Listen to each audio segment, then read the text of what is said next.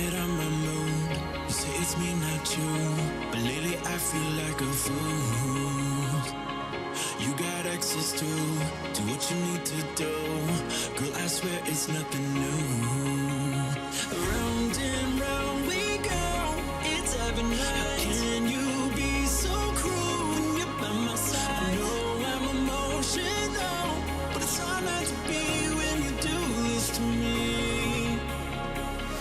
I thought that we were lovers, but then I woke up somewhere. I should have known it was over. It's too late, too late. You want somebody or not? Too late, too late. You want somebody or not? Too late, too late. You want somebody or not?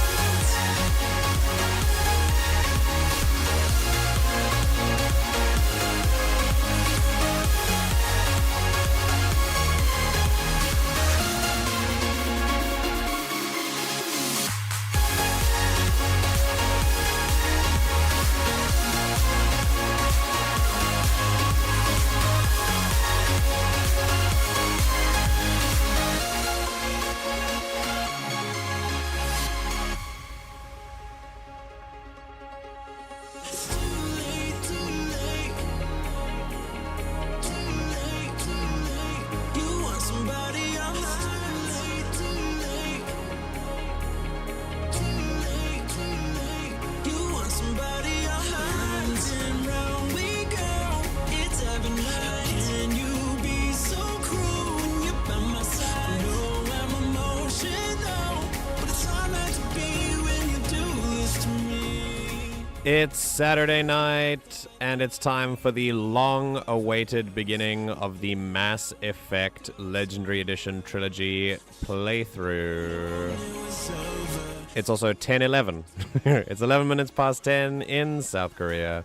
If you're new, welcome. If you're not new, welcome back to the Everything GM broadcast.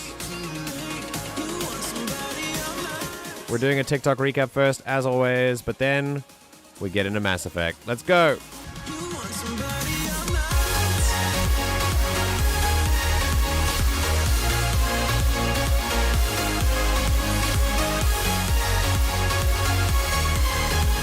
Too late, too late. You want somebody or not? Too late, too late. You want somebody or not? Too late, too late. You want somebody or not? Very cool, very, very cool. Welcome, one and all. I hope that you have something to hydrate yourself with, and I do hope that you have. I also hope that you are being kind to yourself today. No matter what time of day it is for you, I hope that it's being wonderful. I haven't asked this in a while, but how is your mental and physical health treating you today? How's that been going? Because I'm very hyped and excited for this Mass Effect playthrough, and obviously I'm obviously you can see that I'm excited. YouTube can feel my excitement, and therefore I fully expect things to crash and me to endure horrific streaming difficulties. So please stand by while that happens, and yeah, we'll we'll see. For now, hello Arglak. Hello. Excellent. Where did I Sylv? went to try to wake. That was a Oh, okay. Ash Where did Ash go? shot. What? She just left? Apparently. Well, I'm in the chat, so the health isn't Hundo P. No, that means you got COVID. Oh no. Wow, that was very Australian of me. I want to say South African, but Australian is easier for people to understand. Or no, you got COVID. I'm You so got COVID. COVID, bro. I'm so sorry. I'm sorry you were infected. Does it feel bad? Is it bad COVID or is it okay? Is it COVID or is it bad? Oh no. Words you can hear, man, I'm telling you. God, I can't wait to play this freaking game, man. While we wait for everyone, as I do with always, we'll do a recap with TikTok. There's some saved videos that I want to quickly chat about. make sure you guys are up to date with world events and everything like that, and then we'll get on with. Oh, for sure. I'm gonna be watching Supernatural with the rat wife in a minute or so, whenever she gets back from the shop. But I should be back later. Okay, cool. The rat wife? Awesome. Who's a rat wife? Ash is married to a rat. It's a little bit weird. We don't really talk about it too much, but just kind of. It's just I know something who to accept. that is. I wasn't aware they were a thing. Jesus. Yeah. Revelations. Isn't it crazy? Yeah. It's been a while, actually. Like, it's been. How long has it been now, Ash? It's been a long time. Falling behind! Jesus Christ.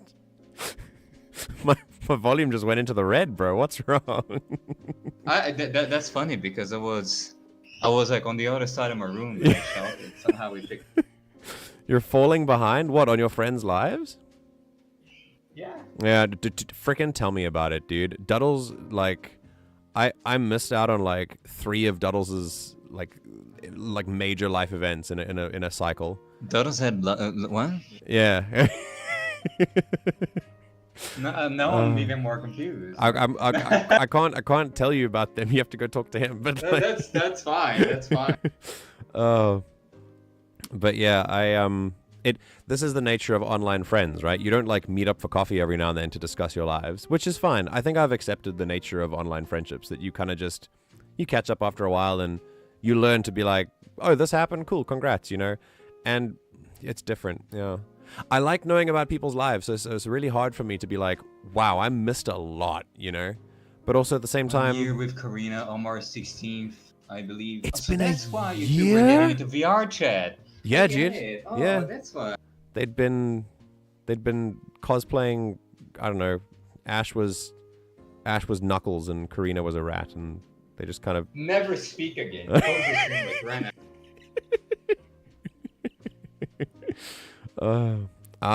Sylv is working with Wool Soup, the forbidden broth. Weird. The live chat is broken on PC for me. Apparently the chat is doing some weird stuff for people lately. I don't know if it's me or if it's YouTube, but I don't know. Anyway, 6 people in the chat right now. Incredible. Welcome, everyone. Super cool to see you all. Also, for those of you not in the loop, I am Stitchless now.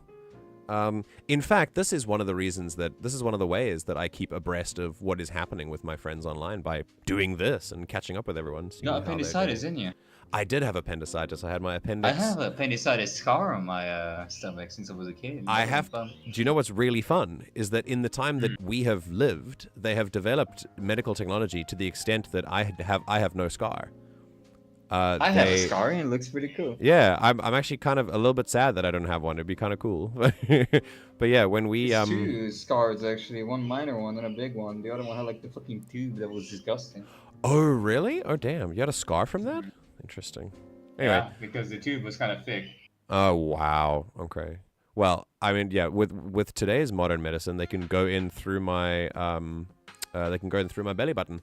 They literally just go in and then take it out from there. It was really, really cool, actually. I saw pictures. The doctor showed me pictures. It was really interesting. My doctor also mistreated the shit out of me. So, That's not good. That wasn't good. I was a kid. I didn't handle pain and panic very well. I was feeling a lot of pain, and the doctor kept telling me to hold still and shut up. Dude. And working on me. So that was I hate unempathetic doctors, dude. I can't with that. Anyway, congratulations to almost a year with Karina, Ash. Also, Hirwan and I are 2 years on the 20th of this month, so that's pretty cool. We were watching stuff on LS Media, then it started just being too laggy to do it, and now LS Media is dead anyway. I don't know what LS Media is, but... LS Media was a word in VR chat that allowed you to watch movies. Oh, Piracy, basically. That's pretty cool. I mean, I don't care about piracy. Pirate all the things you want. VR chat... I don't care either, especially with like preservation. but VR chat they added microtransactions to the game, and oh god, okay. Having piracy in the game and stuff like that doesn't really bode well with the entire monetization. So they cracked down on all of these awards, and that's kind of depressing. That is depressing, yeah. Inevitable, but depressing. How's it feel missing an internal organ? I do feel it. Like, you literally do feel it. Especially with the first bit of the healing process. Like, there was some sensitivity around the area, and I was like, something's wrong there. Like my whole body was pointing warning signs there. It was very, very strange. And remember that I am missing like half my chest, so we got that going as well. Oh no, I have that as well, just not in. I don't think to the same extent, but both Arglak and I have a concave sternum. It's pretty cool. I can put it's a cup holder. You can rest a cup there. It's a fucking cup holder. I can. Yeah, I have a. I'm not going to show you, because no nipples on stream, but I will. MJ surprise pepperoni. It's a slightly concave chest, like slightly. Mine is not slightly at all. It's a fucking I've seen a picture, yeah. It's a pongy pit. Like... I used to, when I was in the bath, when I was a child, I always had it. When I was a child, like, I would let water pool there and pretend it was like a little lagoon. I still do that. Oh, yeah, dude. I have... Oh, no, I'm bursting at the seams, correct. and now that I'm, like, you know, an adult, I got, like, chest hair, and it looks really fucking weird having a hole in my chest with hair in there.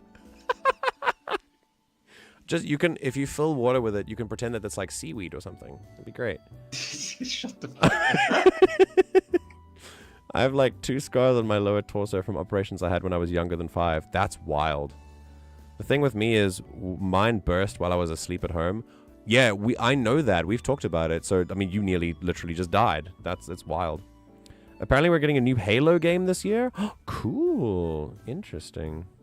I've yet to have anything with my appendix, but I don't have my tonsils. I still have my tonsils. I actually had my first tonsil stone a little while ago. It was tiny. And the doctor just took it out like right then. But yeah, I still have my tonsils. I don't have my appendix though. I don't have my wisdom teeth either. They got taken out early. I don't have wisdom teeth. Oh, you got them out? You got them out as well? Or they just didn't arrive? I don't have them. They didn't arrive? You are an evolutional wonder. Yeah, like I went to the dentist. They did an x-ray of me and everything. I just don't have them. Oh. I'm built different. All right. You do be built different, yeah. Okay, let's do a very quick TikTok recap. Let's see what's going on here. Did you test Mass Effect, by the way, or? Oh, I did. The game starts. I haven't actually started the game yet because I was waiting for that. But the game. Did not try to do a new game. You don't know if it works. No, so we're going in blind. It's gonna be great. Don't worry, it'll be fine. Okay. It'll be fine. There's nothing wrong. Nothing wrong at all. It'll be great.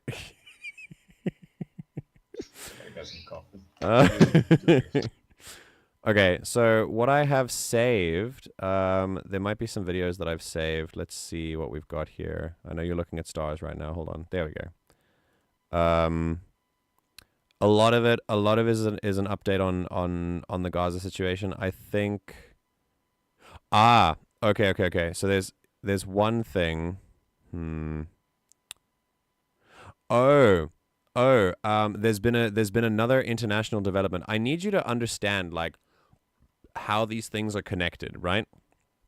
There's been an international development in the country of Yemen right now, and I need you to understand it is literally just it is all about what's going on in Israel at the moment. The connection between Israel and Yemen is that Yemen is stopping. Let me show you the video first, and then I'll give some context. So this is what I genuinely. Here, hang on. There we go. Okay, I'll share my screen for those in Discord who want to check that out as well, more live. Okay. Can't believe that we've gotten to this point. The United States tonight bombed Yemen. You heard that right. The United States and British militaries bombed more than a dozen sites USA in and Yemen UK, tonight. importantly. Those targets included logistical hubs, air defense systems, and weapon storage and launching locations, according to reports. The President of the United States went so far as to say that these strikes are in direct response to unprecedented Houthi attacks against international maritime vessels in the Red Sea, including the use of anti-ship ballistic missiles for the first time in history. These attacks have endangered U.S. personnel, civilian mariners, and our partners, jeopardized trade, and threatened freedom of navigation. Notice how at no point in this statement does he mention why Ansar Allah was attacking maritime vessels in the Red Sea. Yeah, exactly. There's no mention of why that happened, and there is a reason. In the first place. Yemeni forces are responding to Israeli genocide in Gaza, and they've been incredibly clear about their tactics and their goals. Yemeni forces, Ansar Allah, have been enforcing a narrow blockade, right, targeting Israeli vessels or Israeli-linked vessels or ships that are going to and from Israeli ports. The goal of that blockade is incredibly clear. Ansar Allah is trying to stop a genocide. Because as Yemen commits to this narrow blockade, Israel has committed to an outright genocide in the Gaza Strip, killing more than 30,000 Palestinians, injuring tens of thousands more, and displacing well over 1 million. Ansar Allah is trying to stop a genocide, and the United States responded to that by bombing them. I want all of us to think about that for a second, especially those of us who live in the United States. Our government, instead of trying to stop a genocide, decided to bomb a sovereign country to defend the perpetrators. Rather than allowing Yemeni forces to continually apply economic pressure to an entity that is committing genocide, the United States is bombing them, trying to get them to stop, doing everything they can to bring things back to normal as Palestinians die by the tens of thousands. This is a government that very clearly does not give a fuck about anything but death, destruction, misery, and the advancement of imperialist goals. And that is something really worth thinking on for all of us, especially as our government commits to actions that could cause an outright regional war. A regional war that will have been started because we wanted to defend perpetrators of a genocide. It's fucking ridiculous and utterly, utterly evil. Something worth thinking on. As always, free Palestine, and have a great day. All right, so let me show you geographically how this works, right? So this is where Yemen is, right? Yemen, let's look at a map. Cool. Here's Saudi Arabia, also a friend of the United States. Here's Africa. This is the east coast of Africa. There's Oman. So we're in the Middle East, right? This is Yemen, and this little strait here is super, super, super important. Let me open up the image just so we can all look at it in like a full thing. This here, I don't know if you can see my mouse on stream, but this is very, very important. A lot of trade. Okay, cool.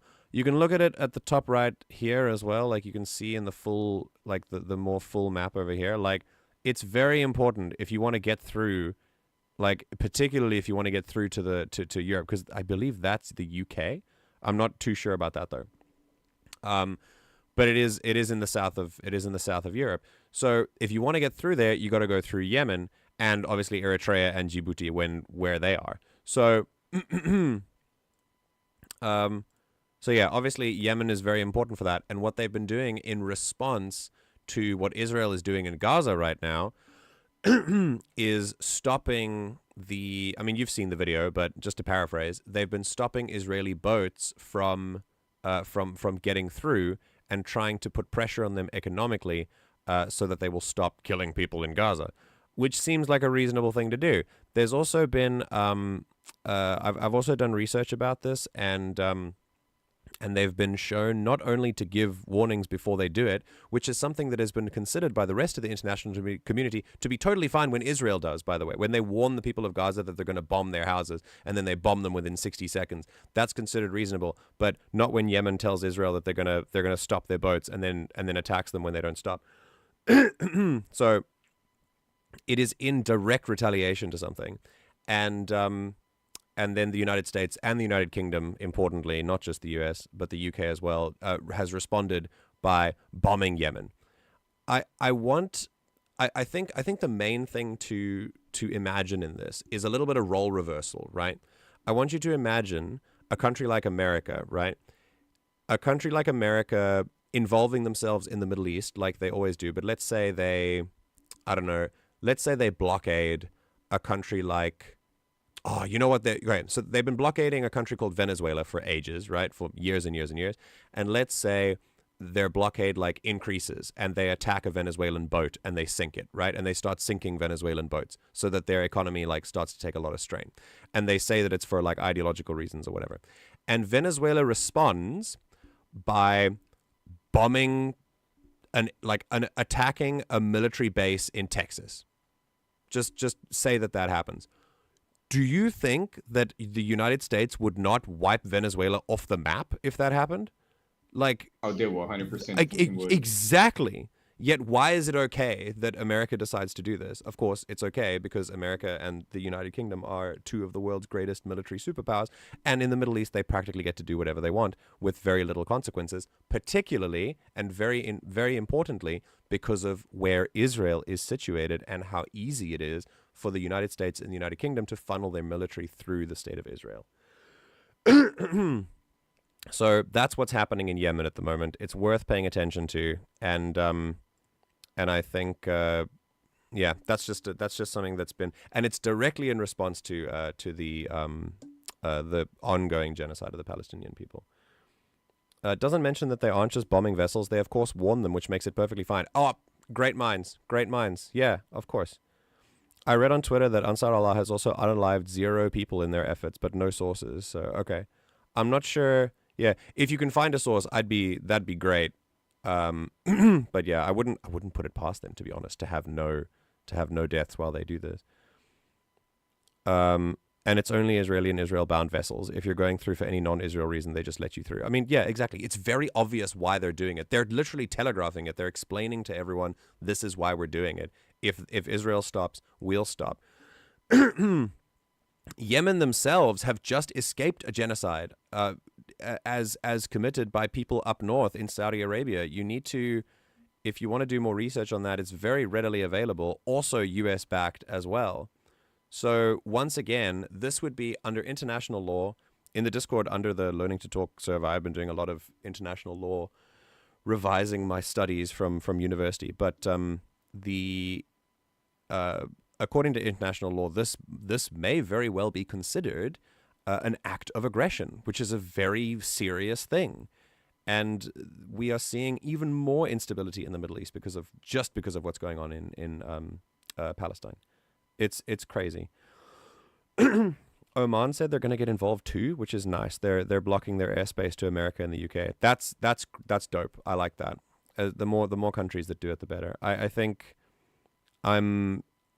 if I'm thinking on a more global scale, like if I'm looking down on the world doing this, I think it's about time that countries stood up to countries like the United States and like the United Kingdom. I am so utterly fed up with how much their disease has infected the rest of the world. It's awful. Okay, so that's one update. What else have we got today? I think this I won't talk about this specifically here because I've talked about it more than enough in the Discord, but Israel gave their defense in front of the International Court of Justice. What I think, the one thing that I will say is how cool it was that South Africa's opening statements preempted and then debunked all of Israel's defenses before they gave them the next day, which I thought was hilarious. Like, they already knew what they were going to say, and they came with receipts like immediately. So it's really interesting to see how this case is proceeding. Israel is, of course, playing their central line of defense is that they are indeed acting in self-defense, which by international law standards, just by the way, it doesn't work because Palestine is not considered a state by the United Nations, and Hamas is not considered a governmental body of a state. They're an elected group, but they're not they're not a state government. So there's the rules of self-defense can't apply here. Imagine if enough Middle Eastern countries come together to push back. It'll really help show how coming together would be for the better.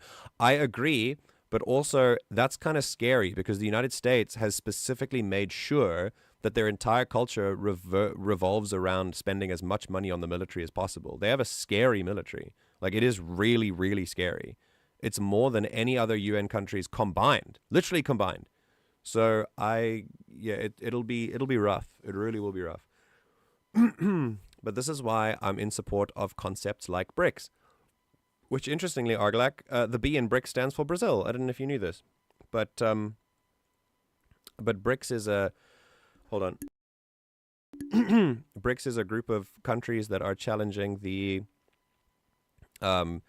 American sort of monopoly on the world's economy, and it stands for Brazil, Russia, India, China, and South Africa. And it's a very interesting concept. There's also things like the African Union, which is attempting to obviously take mineral power back for Africans as well. The Middle East also needs to sort out their own stuff before they can have a united front. That's true too. There's a whole lot of splintering within the Middle East as well. It's a crazy it's like a crazy unstable region, largely in part due to American influence as well, but also due to a myriad of other reasons. Like cultural, religious, etc., etc. So. It is a very desperate situation for sure. Okay, let's go to. I think I want to go a little bit more casual, but still slightly relevant to the topic. Is this, which is more of a Star Wars thing. But it's still Star Wars as it relates to politics, because very as we all should know by now, Star Wars is and always has been political. This interview with George Lucas pretty much sums it up. You should listen to him. He knows what he's talking about when it comes to American imperialism. Like he did his homework. Something very interesting with Star Wars, if you think about it. The good guys are the rebels. They're using asymmetric warfare against a highly organized empire. I think we call those guys terrorists today. We call them Mujahideen, we call them Al-Qaeda. When I did it, they were Viet Cong. Exactly. So were you thinking of that at the time? Yes.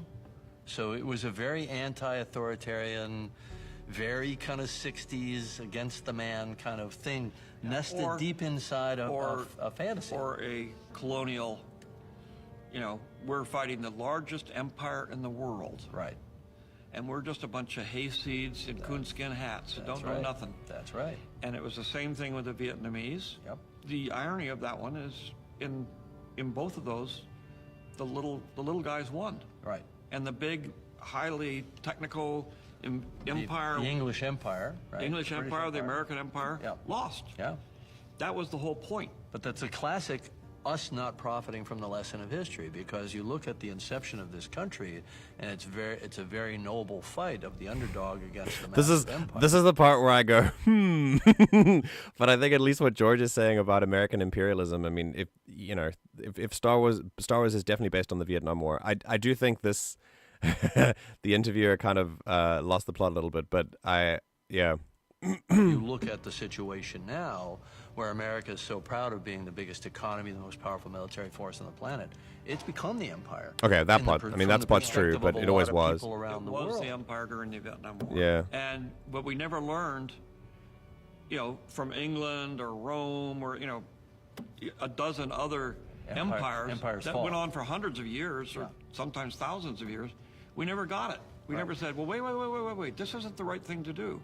And we're still struggling with it. And they fall because of failure of leadership or government often. And Mostly you have a great line, which is, so this is how liberty dies. We're in the middle of it right now. To thunderous applause. I wish he'd let him finish that. Like, this is the real skill of an interviewer is just to let the interviewee talk. And he was about to go off on something, I sense, like this thing. And we're still struggling with when he says they this. fall because of failure of leadership or government often. And Mostly it's what, George? Speak over him, please. I want to know why you think empires fall. That'd be so great. And now we'll never know, because this dude talked over him. Anyway, it's a great clip. And it's definitely definitely shows the nature of Star Wars very well. I mean, literally, it's called Star Wars. Like, anyway. This interview always gets a big from me. Why? I got a as well, but for maybe for different reasons. I don't know.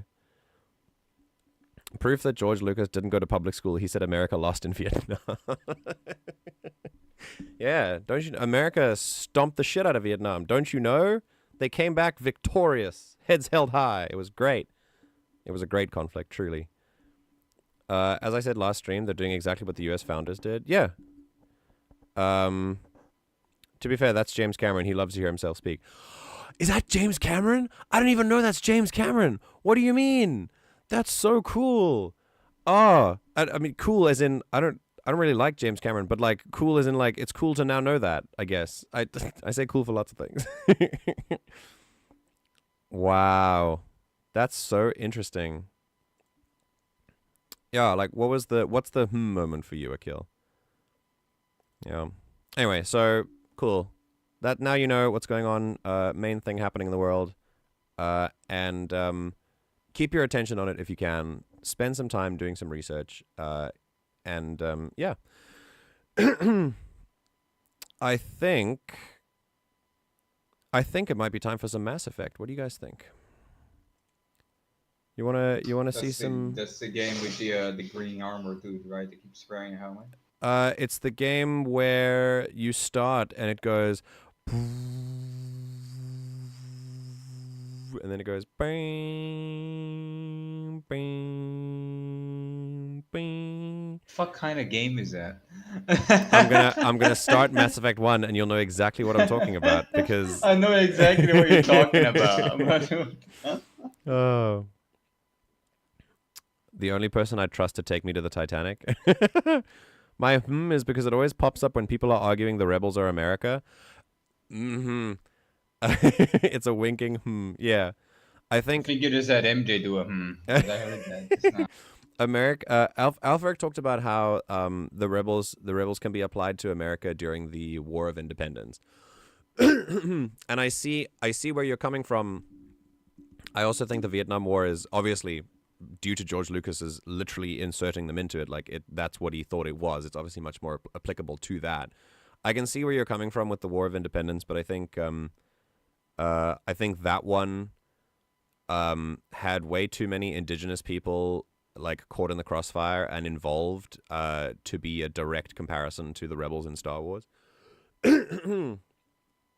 But yeah, it's and it's definitely not it's not America now, for sure. The more I learn about the Revolutionary War, the less I think Star Wars reflects that. Interesting. Yeah, I wasn't saying it's applicable to the Revolutionary War. Wait, then what were you saying? I thought it was the War of Independence that you were referring to, that they're like the rebels against the UK. But was there something else? Was it the Civil War? Because that would be a bit of a yikes. Was it I say affectionately, of course. This is definitely a an open environment. Okay. While that gets cooking in chat, I'll start the game. Oh, Alfred is here to tell me in person. Go for it. I wasn't. Yes. I wasn't what? Sorry, I forgot to pause the stream before I came in, and so my thoughts are kind of jumbled. I could hear you twice for a second. I was like, why is MJ repeating himself?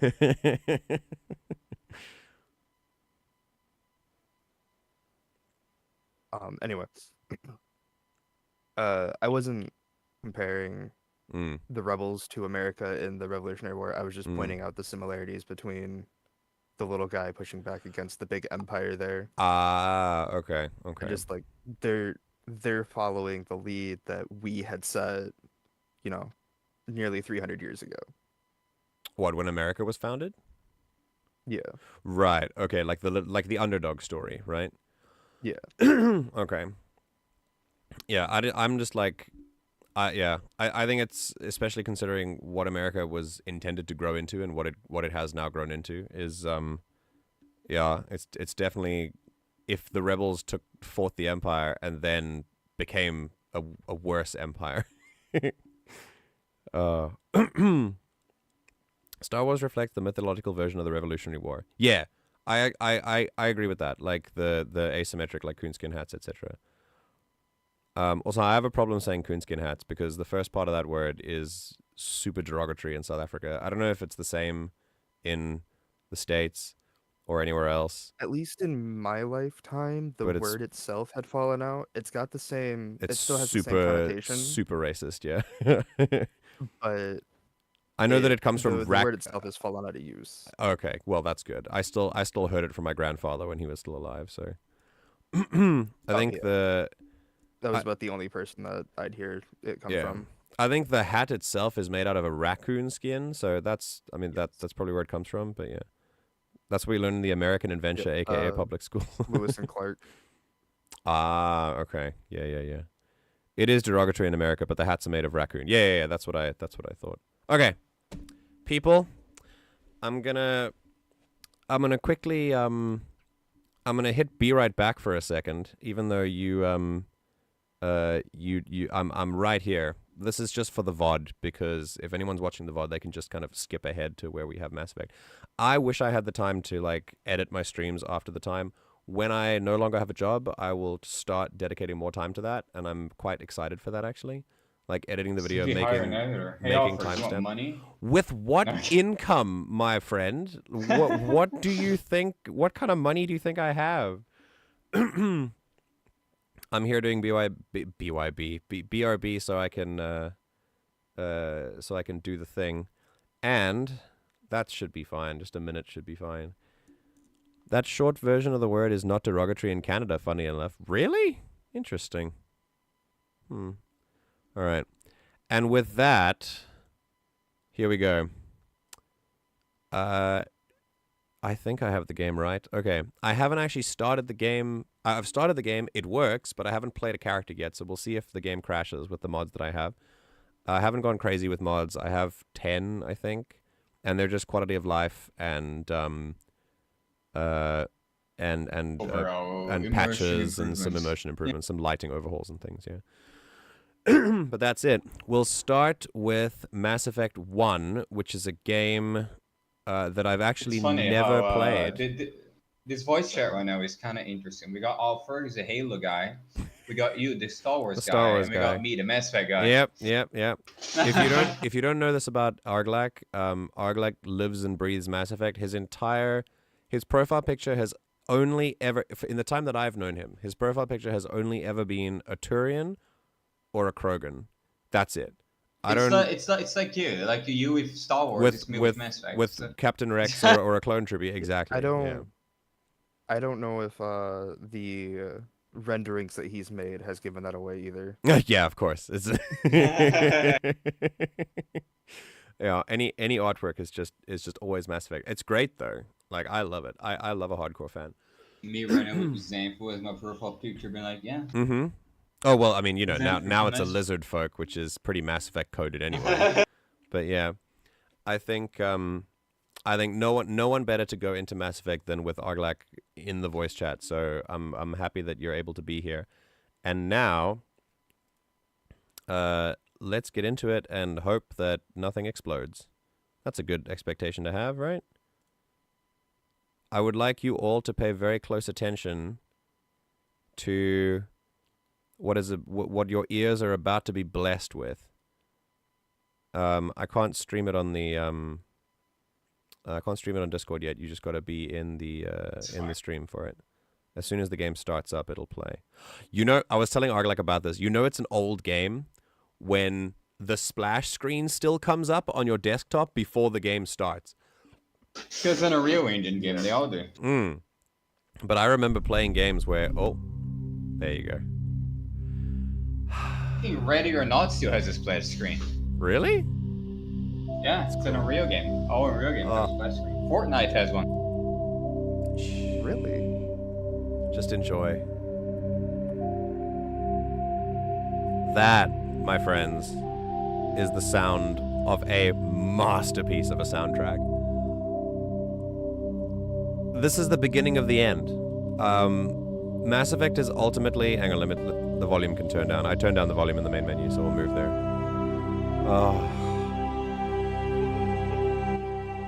It's so freaking beautiful. Oh shit, my phone isn't here.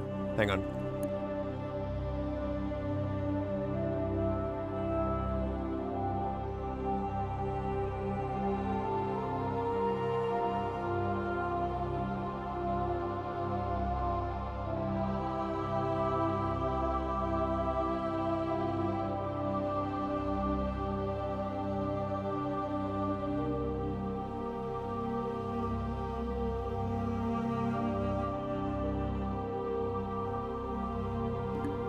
BRB, I need my phone. Just enjoy the music.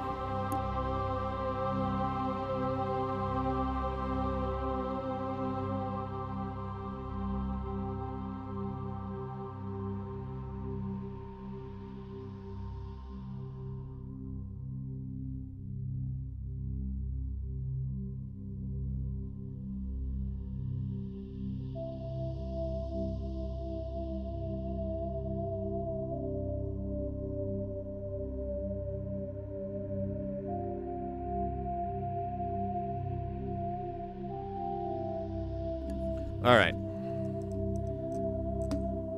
I'll also make sure the...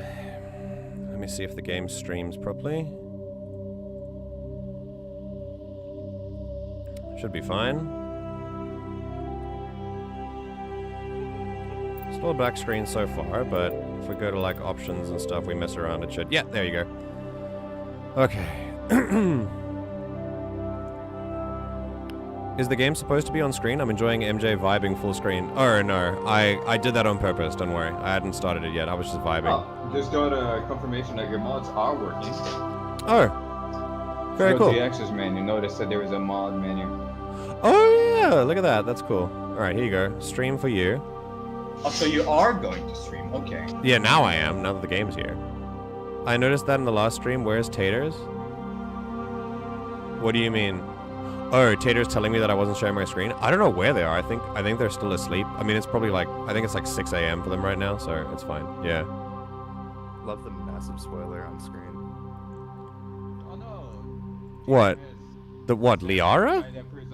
No, Saren was on there before. Oh. You could see his, the technological upgrades Oh, lol. to his body. Wait, Argalek, you got really soft all of a sudden. Oh. Are you using a different mic now? Hello? No, I moved my mic, so it probably fucks something up. Yeah, I can barely hear you now. Like, I could hear you fine before. Back to the shit mic. Oh god, now it's buzzing again. What's happening? I think there's like a wiring issue or something. Okay, either way, I think I need to turn down the sound a little bit. Yeah, tell me how the I'm gonna put dialogue a little bit higher, but tell me how the sound works out compared to everything else on stream. Hello? Hello. I'm back on the headset mic. Is it buzzing? No, it should be fine. In fact, it's perfect. fine. In fact, yeah, I can hear myself again now, but you know. The class. It really is a catch-22, huh? You can't win. I cannot. I don't know. It's mean. I'm not sure. I think. Why did the Discord mic suddenly break though? I thought it was doing fine. Fine. Because I moved my mic, so it did something. I'll just keep fixing it okay. as we go. It's fine. Yeah. It was cool to see it work though. To not hear myself was quite nice. Okay. Mass Effect is above all a story of three things. It's a story of tragedy. It's also a story of hope, and it is a story of indomitable spirit. And you'll see those themes come up again and again and again. In a lot of ways, hope pretty much runs throughout all of it, as it does through many sort of sci-fi / fantasy stories that I've found. Obviously, Star Wars being the central one in my mind, being a big Star Wars fan. But Star Wars, Mass Effect has, hope baked through all of it. The hope to go on. Mass Effect has a very overwhelming sense of doom for the entire story. Yes, absolutely. But it has that. But that is where hope can be felt the most. And it's where it can be most powerful. In its,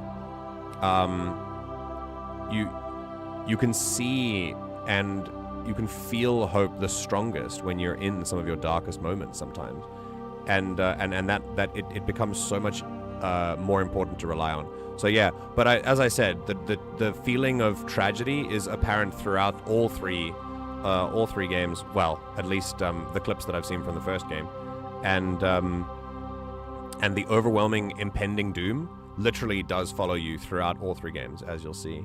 Mass Effect is very much a game about just trying your best to try to beat what is quite literally an impossible situation. Yeah.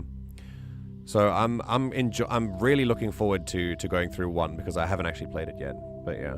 The third game is my favorite of hers. Like Mass Effect 3 is the best one. How's the mic, by the way? You sound fine. Yeah. Sounded good. Okay. Hey, Duddles is here. I'm so glad you're here on time. That's awesome. Very cool. Hey, Duddles. Just in time too, because we haven't started it yet. I saw Caden and wanted to joke, hey look, sacrifice. You killed Caden? What's wrong with you? Why would you save the space racist, dude? Why Ashley? Is it the romance? She kills Rex. What? She kills Rex if you let her. Like, Yeah. she's the I one that didn't does let it. her. But she's the one that does it. No. Okay, to be fair, the last time I played the game and the first time I played the game, I wasn't at a point in my life where I could totally pick up on those things. Oh no, fair enough. I mean, Fair enough. not.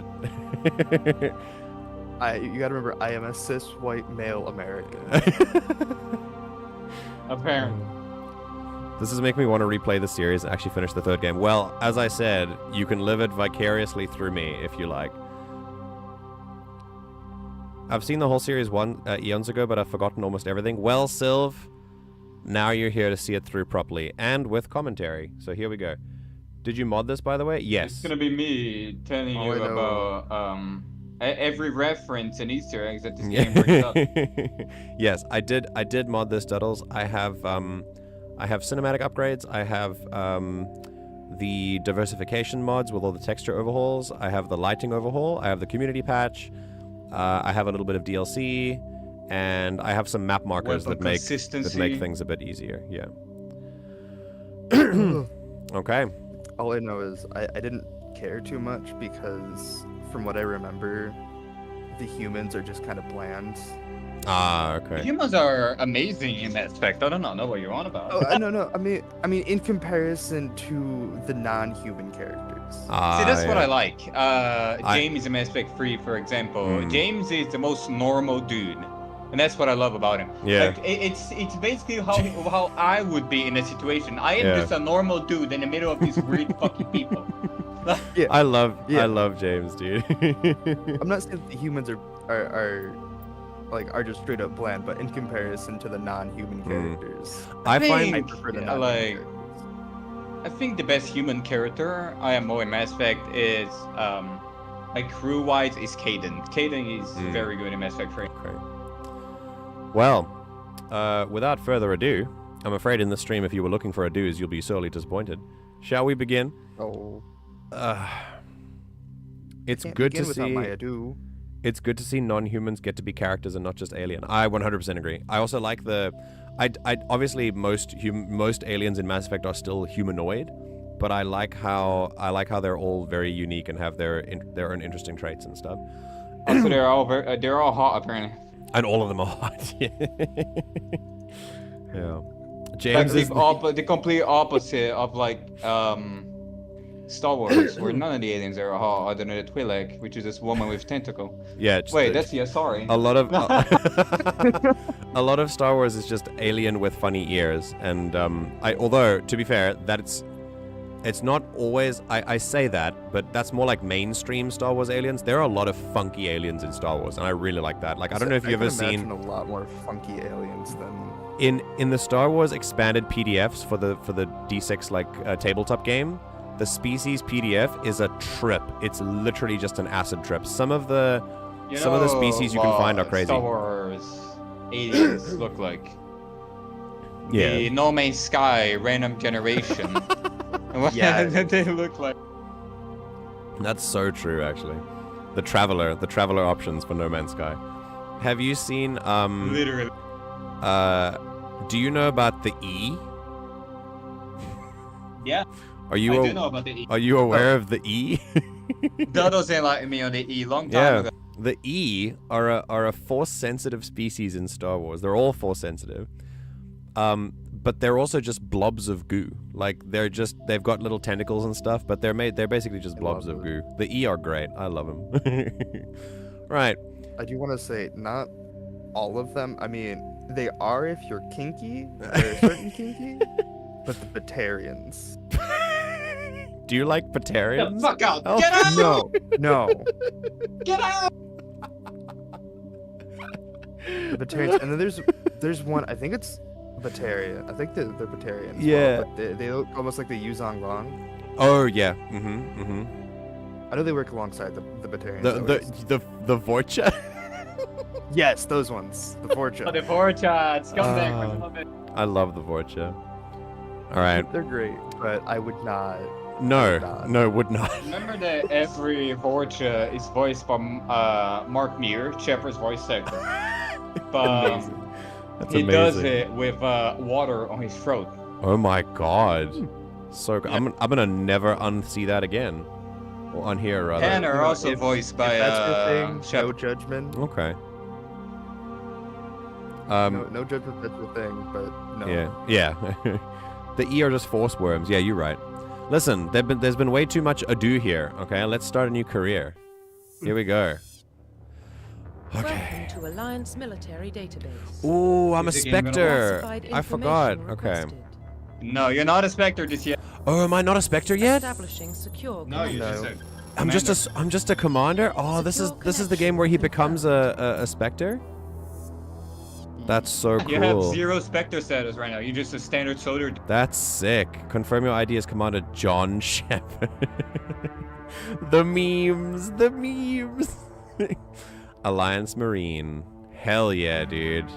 So, I know that default Shepard is a thing, but I'm definitely not, I'm not gonna be default at all. I've never, as many times I've played Mass Effect, I've never played Shepard as a woman before, so I'm definitely gonna do that right now. Jennifer Hale's voice acting for female Shepard is fucking fantastic. Yeah, that's why, because I listened to Mass Effect 2 John Shepard, and sometimes I wanted to die. It was just... No, John Shepard is not bad. was- See, here's the difference, right? Mark Muir and Jennifer Hale. Yeah. Mark Muir is an improv actor. Oh, that's true. He's a stand-up Okay. guy. He's an improv actor. He's not like a industry actor. Yeah, Jennifer Hale yeah. is an industry actor. Yeah, that's so true. we got that difference going. That's very fair. Also, I don't want to drag Mark Muir all over the coals because I do think he's amazing. But there was some of the line delivery that was very, very wooden in Mass Effect 2. Mass Effect He's 3, really good at Freedom. he Yeah. popped off, dude. It was so cool. Especially his Paragon moments. I think the saving grace for me, Mass Effect 2, were his Paragon moments. Like when he gets to step in and like be a commander. Like that was really cool. But for me, apparently I've heard that Jennifer Hale is like, she turns it up to 11 the whole way through, which is great. So I'm looking forward to that. Okay, enter new ID. Custom Please female. log in to access your So, profile. Somebody in the chat said Privyet. That's Russian. Hello. Oh shit. Hey, I don't speak Russian. I speak Korean if you wanna if you speak that. But unfortunately I can only say hi if you don't. I was actually able to make out the Privyet. I What can't the fuck? how do you do you I couldn't have told that at all. But what class will he play? Probably Infiltrator. I'm either Infiltrator or Vanguard for the biotic stuff, but Vanguard is so good. yeah. Hey, okay, cool. Yeah, I honestly speaking Russian would be really cool. But if you understand English, that's great because we all kind of unite over English here. How's it going? It's almost like that was the intention. What? Did we all unite over English? What do you mean? Not by us, by the powers. Oh, yeah, the powers that be, yeah. So, to be honest, I really like the name Jane, but I think I'm going to be a Sarah. Sarah Shepard. I think that works really well. Sarah Jane? Sarah Jane is a hyphenated name. I need to tell you how much I love that name. It's so cool. If I have a child, if I ever have a daughter, I think I would name her Sarah Jane. Like it's a beautiful, beautiful name. Vanguard, nice game. Well, I mean, Vanguard would be the class. We're playing Mass Effect right now. Have you played Mass Effect before? Also, I'm afraid I don't know how to read your name in Cyrillic, so if you could let me know how to say that in English, that'd be great. All right, Sarah Shepard. Let's go Sarah Jane Shepard, because I love that. Right, next. Here we go. Alex will be happy. Why? Because... Oh shit, data's Data corrupted. corruption detected. What? Please reconstruct profile. Ah, the data's wrong. Okay. Confirm pre-service history. Dude, if I... Sorry, tell me again why Alex is pleased? Because it's a Doctor Who companion. Oh, okay.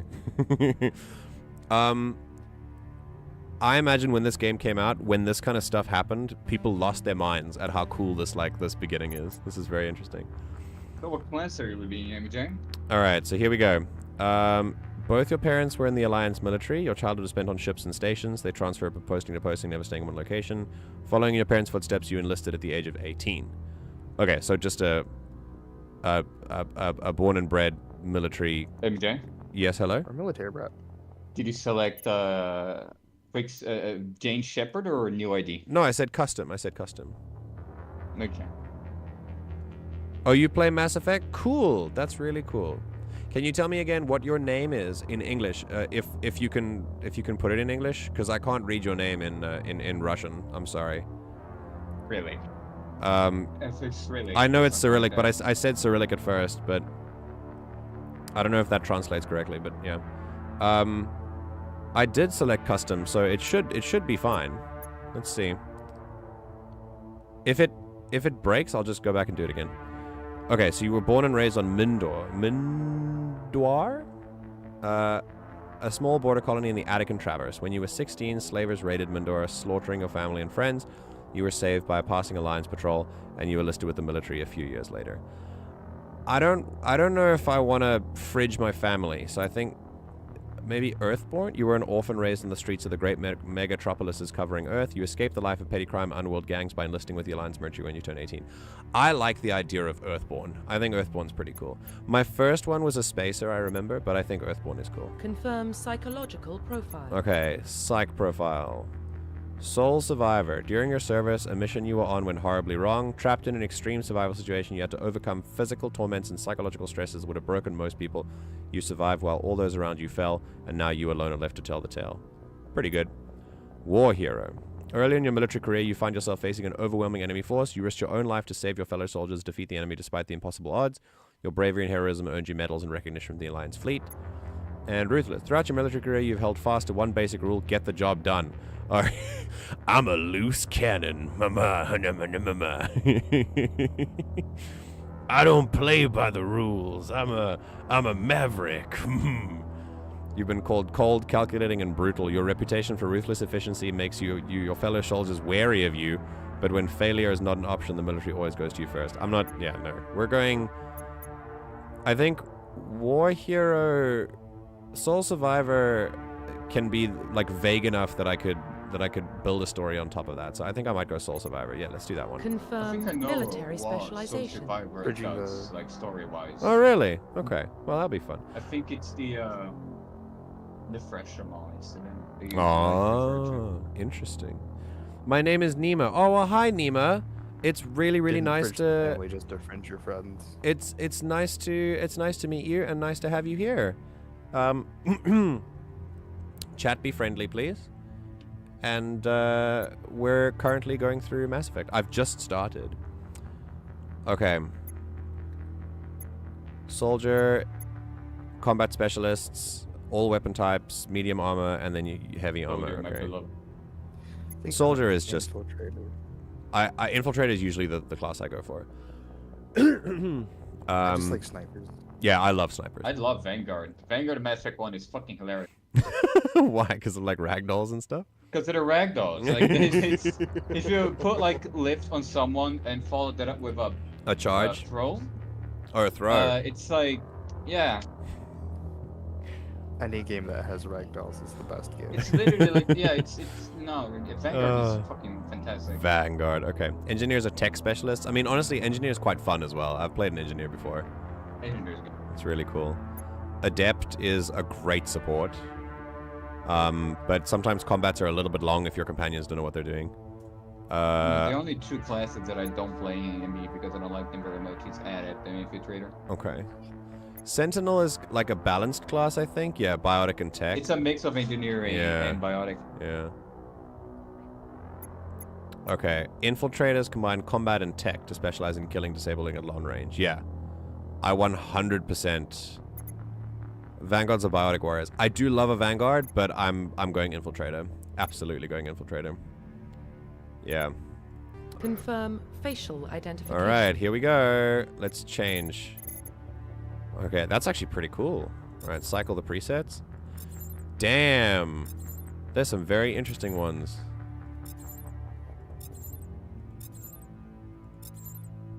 Whoa.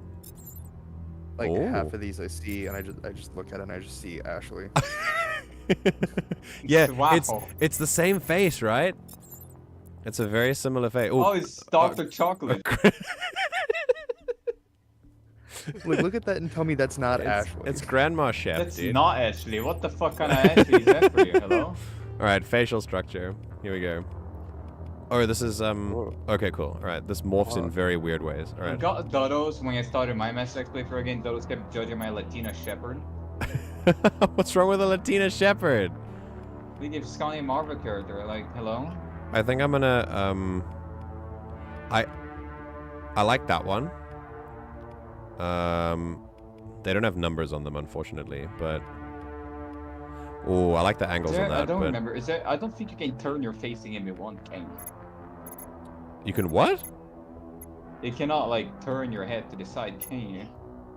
Oh, you can. Right click, right Oh, click. you can. Yeah. Always make sure your nose looks good, because you go to the first fucking cutscene, and then you see that your nose is, like, concave, and then you're like, huh. Okay. Facial structure. Right, so... You install Lethal Company VR in the meantime. I like this. Let's go a little bit darker, but, oh, jeez. Just want to point out you technically do have a number down in the bottom in the code section. Oh, shit. Interesting. Wow. That's a lot. Oh, it's alphabet. Okay, interesting. Okay, so this can go all the way there, or it can go all the way to vampiric. So, I think...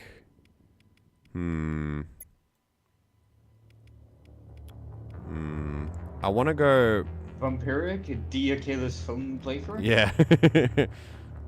Okay, I like this. I like this. It's sort of... That looks pretty fair, yeah. Yeah. Okay, complexion is what? This is like age. Okay. I think, More like the way you're... Oh, it's blemishes, yeah. I dig freckles. It's pretty cool. Yeah, we'll just go clear for now. Okay. Head. Neck thickness. Here we go. Or is it a 5 thickness option? Okay, I'm gonna make it... We gotta make it, like, slightly realistic here. This is a game with aliens. Mulat skin? We're not going for realism. What does that mean, Nima? Face size. Mula is people that are mixed between white and black. Ah, is that a bad is it a bad thing? I've never heard of that before. Is that I think for some countries it might be, but here in Brazil, mulatto literally is just a way to describe that. Oh, okay. Well, I was gonna say we have that as well. Americans and Canadians are gonna blanch at this, but there is an entire culture of people in South Africa who are mixed race. Oh, yeah. They've created a culture that, like, it's their own thing. They have, like, a whole dialect and everything, and they're called colored people. And that's the standard. Like, it's on our official documents that you can tick that you're colored. And that's crazy when you tell that to Americans, because that's not done over there. I think it's kind of like the same situation as me calling people gringos. Some people say it's offensive, but it's really not, because gringo is just foreigner. Yeah. Dude, I feel like I'm messing up the face. I'm not gonna lie. But I'll Looking good so far. Okay, what do the cheekbones look like if we like... I honestly think this is not bad. Like, it's okay. I kind of go through... Oh, can you bring your face back to, like, a reasonable place, please? There we go, that's better. Oh my god. The forehead is looking a little wild. Yeah, we're gonna change it. Hold on. I don't want to be, like, too... Yeah, that's cool. Alright, ear size. No, we're going slightly on the small side. What is ear orientation? Ah, flat ears or incestuous ears. Do I have flat ears, or do you want to have my ears? We're gonna go... It's a new person in chat, hello. Oh, another one. IVR. Hey, IVR. Welcome. Thank you for being here. What brings you here? Where are you from? Oh, eye shape. Okay, this is where I get to make it slightly... Hold on. I also have very unflat ears. Ah, okay. Okay, cool. Oh, we call it of color here. No. People of color is a different thing. Like, we call them that as well. But, like, that's just that's generally, like, a blanket term. Is it racist? I don't know if it's racist. I think some countries say yes and some countries say no. I'm not actually sure. This is the first time I've heard the word, Nima, so I don't know. Apart from as well, because mulatto is literally just a word here in Brazil. It's not even like a slur. I like these eyes. I like H, but I also I definitely like the slightly more Asian look as well. I say East Asian more specifically. Yeah, let's go with that. Okay, cool. Height. You can tell you can really change someone's face by the positioning of their eyes. Like, it really is. Even a little bit of eye width makes a huge difference. So we're gonna keep that bang on the middle. Like, I do not want to spread that out too far. Yeah, that's what I'm saying. America switched out colored people for people of color as the correct term. Yeah, but that's what I mean. Like, people of color is just the general term for, like, we use people of color as well. I think this might be a topic that's probably better to just move on and not keep talking about it. Personally. Are you feeling uncomfortable? It's gonna derange itself. Like, I know it will. No worries. It will eventually. Fair enough. All right. Well, either way, I mean, I'm looking at... Yeah, this is fine. So far, haven't screwed up the nose. We haven't got there yet, but we haven't screwed it up, so that's good. Okay, what can we do here for brow depth? Ah, that makes me, like, slightly more pronounced and stuff. Okay. Brow height. I like that it's slightly more down, yeah. Okay, color. The eye color is definitely a biggie. Let's go with... Oh, I like the light green eyes. That's very cool. Stands out in a nice way. The dark brown is always a good option. We can have like purple eyes and stuff.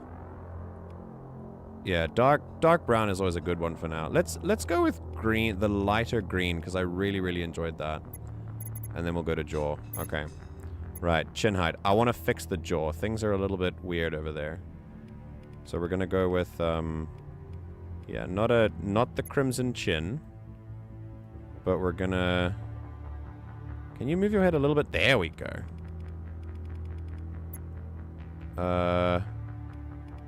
Yeah, okay. Just normal. I just want to kind of check it out, see what that... Ah, that just makes it super angular. Okay. I like having a... Yeah. Oh, damn. Okay.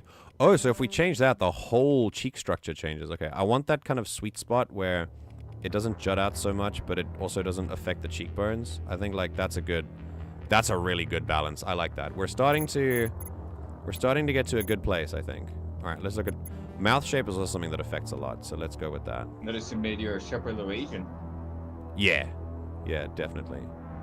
Oh, that's not bad. That's a perpetual pout. That one's not too bad either. I always have the British times customizing lips because of my own like real life lips. Ah. What don't you also have a perpetual pout? No, my lips are huge. Oh, okay. I don't know what normal is. Like... Do you feel like people... Do you feel like whatever made you just randomized a couple of creation, like sliders on your character creation? Definitely. I must have put the dick size of maximum, but it's something else. Oh my god. They had extra skill points to spend from your chest area.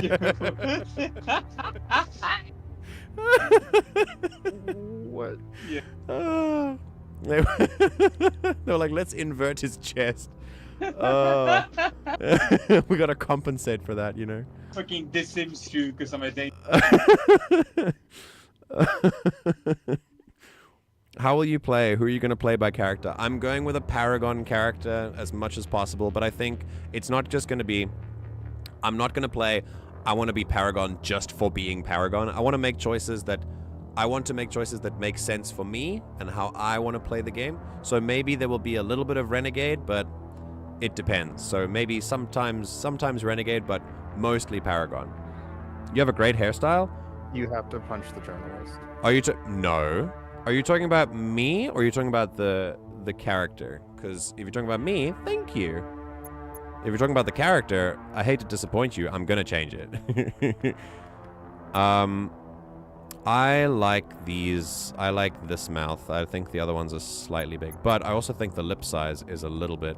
Oh, that makes a huge difference. Okay, let's do that then. Yeah, I want to make this like slightly more normal, and then let's go with this. Look at me, Shepard. There we go. Oh, damn it. Okay, this one's probably a winner for me.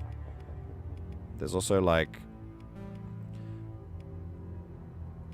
There's also this one that's a bit too wide. It's so weird. I agree. Yeah, I like this. Why can't we look like the Dragonborns, you know?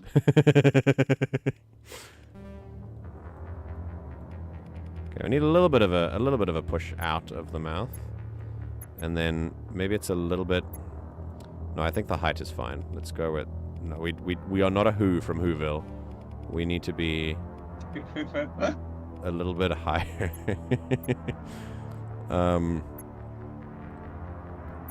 Let's go with.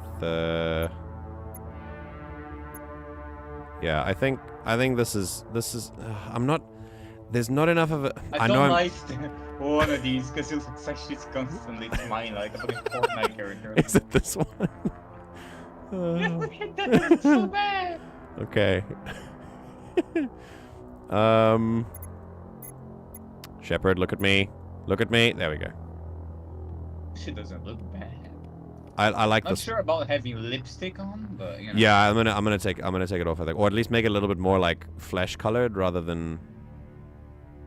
What are the names of these voices behind the game? I'm Arglak. Hello.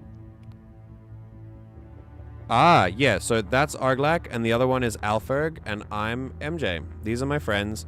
We are part of a Discord community, Nima, that you can join if you want to. We're just a community of friends. There are about 50 people in the Discord now, and we try to teach each other things and learn from each other on things. It's a nice community. I like it. I cannot settle on a mouth. I think. Yeah, I'm gonna go with that one. I think this one at the end is nice. That one? Wait. Are you sure? Well, not now. So how about you tell me which one you like? I think the last one kind of looks like a line. I don't mind. That's true. It's a little bit straight. Maybe this one. It's fine. We'll go back one. That's kind of a pout. Yeah. Too much of a pout. I agree. This one I keep coming back to. I think. Yeah, I'll go with this one. That one is not bad either. All right, sick. Right, here we go. All right, we're gonna change up. It looks like she's smiling a little bit. So. I do like the slight smile, but like not too much of it. Oh, that's so cute, actually. Okay, that's actually a very attractive nose. Notice how sharp the cheekbones are. Yes, yeah, I have. Hi, the Sil. low quality of the game. Hello.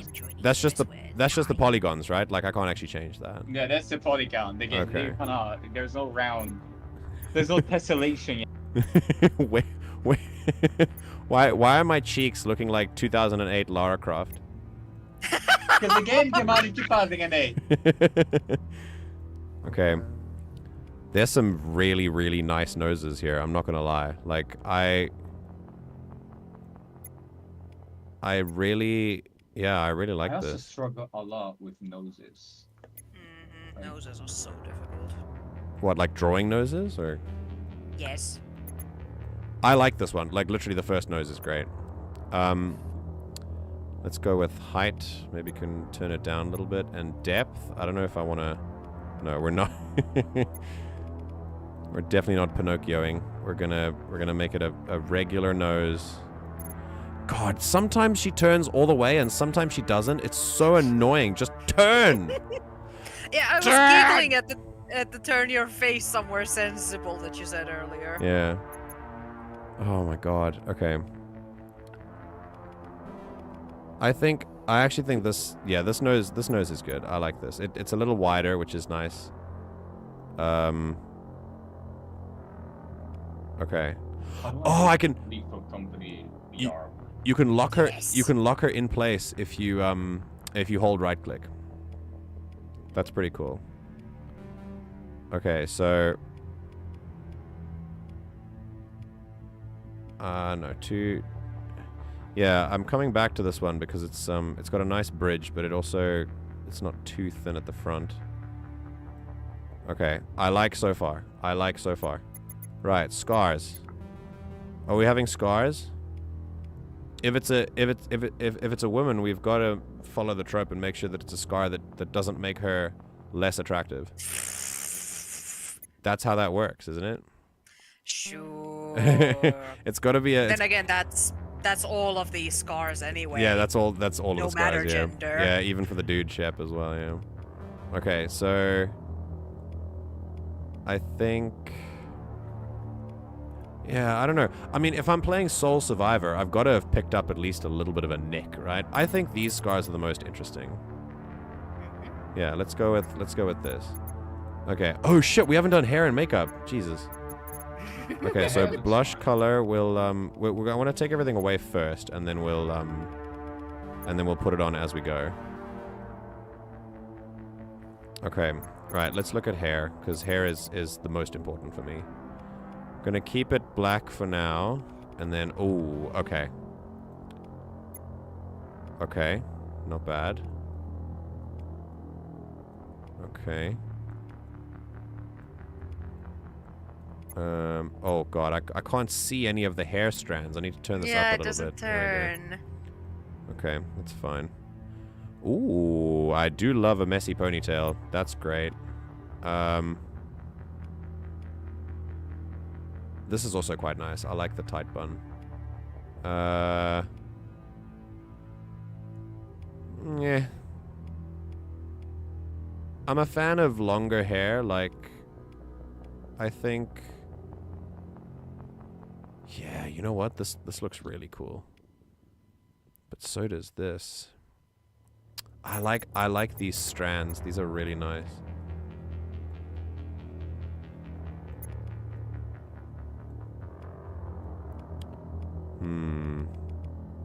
I might be biased because of watching Fullmetal Alchemist, but having a strand of hair floof down in front of you was always great. Yeah, it is. It is always cool. It's very protagonist energy. Yes. Make your nose a potato. I agree with Nima. Potato nose. Beer beep. Oh. Okay. Currently going down a rabbit hole trying to figure out the connection between Godwin's Law and Kratom. Dude, I don't. Oh my god, gamer. What? What do you? Leaf company VR is functional. Oh, really? So very cool. Okay, I'm gonna make the hair here and then churn the brows quickly. Let me just.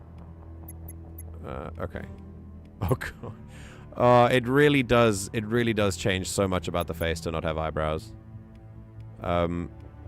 Okay. This.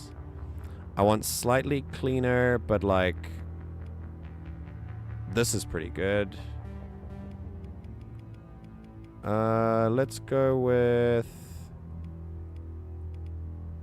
You know, I like that.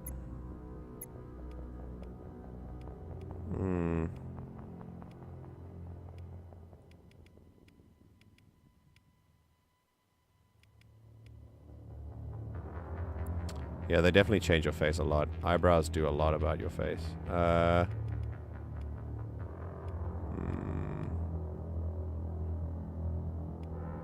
Let's go with these ones. Wait, they don't meet in the middle. They don't meet in the middle like I want to make a monobrow. I don't. I think, Yeah,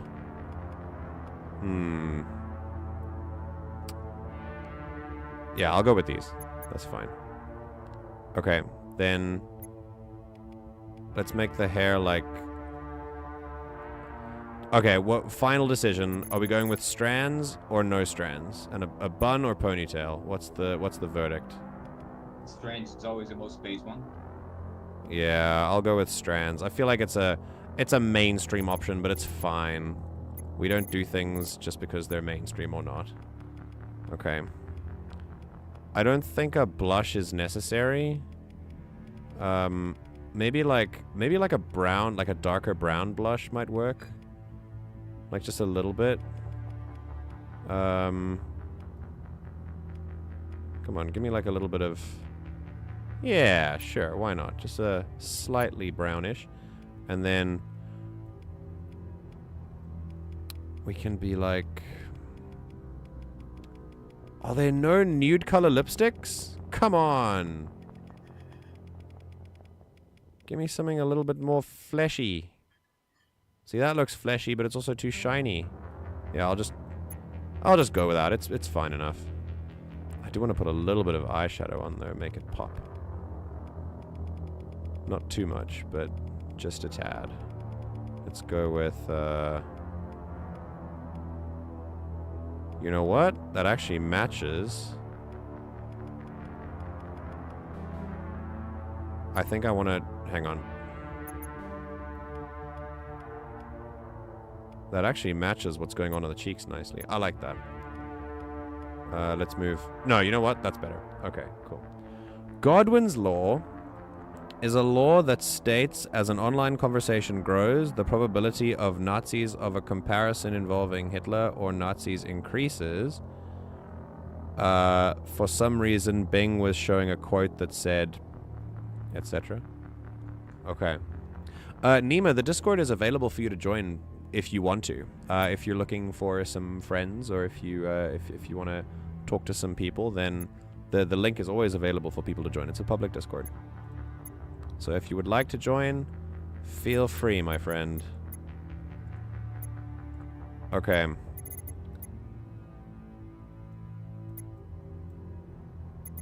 I think there's... Alright, I'm looking at her. I think she's done. I do like this. What do you guys think? She looks like my obstetrics teacher. That goes, it looks fine. Yeah, I think this is a pretty cool shepherd. As the games go by, we'll be able to make like a slightly better looking, like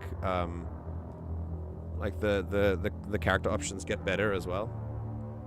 But yeah, this is pretty good. Kratom advocates... Would you mind if I quickly show you something? Sure. Kratom advocates say Godwin's law is bad law, but the actual article only mentions Godwin's law in that one heading statement. Okay. Okay, I think this is good. I'll leave this up to the chat for a little bit. You tell me if there's anything that you want to if you think should be changed or anything like that. I personally think this is absolutely fine. Take a look at my stream real quick if you can. Oh wait, hair color. Hair color. There's one thing I wanted to change. Oh wow, that really changes a lot, doesn't it? That's so interesting. I think a redheaded shepherd is pretty cool, because that is also a canon shepherd. But I think having like, yeah, black hair looks cool too. Let's go with like blackish brownish. I'm back. Hello. Hello. Welcome back. Yeah, we'll go with. Okay, Sylv, what do you... Check my quick Discord stream real quick as well. Yeah. What do you think of my shepherd right now, Sylv? Very cool. Something you would... Very cool. Something you would change? Don't ask me those kinds of questions. Because I am very bad at giving opinions like that. But so, yeah, no. Okay, cool. I am not complaining about anything at the moment. I'm just asking if there's something that stands out to you that like takes you out of the sort of vibe of the look, basically. Okay, sick. I don't know if it's just because of how long it's been since I played this game. Hmm. But I'm getting a very Ashley vibe. I mean, I feel like you would with any. I feel like they just had one like base model for female faces. Yeah, exactly. Even then, it's referring to it wrong, as if it's saying any Nazi Hitler comparison is Godwin's law, but the law just mentions probability. Okay. I mean, I kind of get what you're saying, but I'm also focusing on a character creation, so... Alright, so... I know, which is why I'm not trying to bring it up in the voice chat. Oh, okay, right. Was, Arglek, does Lethal Company work in VR? Looks to be working. That's awesome. Take a very quick peek at my screen. Okay, hold on.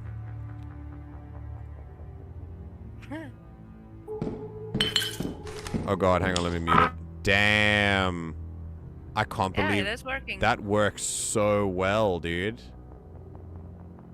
That's so sick. And also very scary. Okay.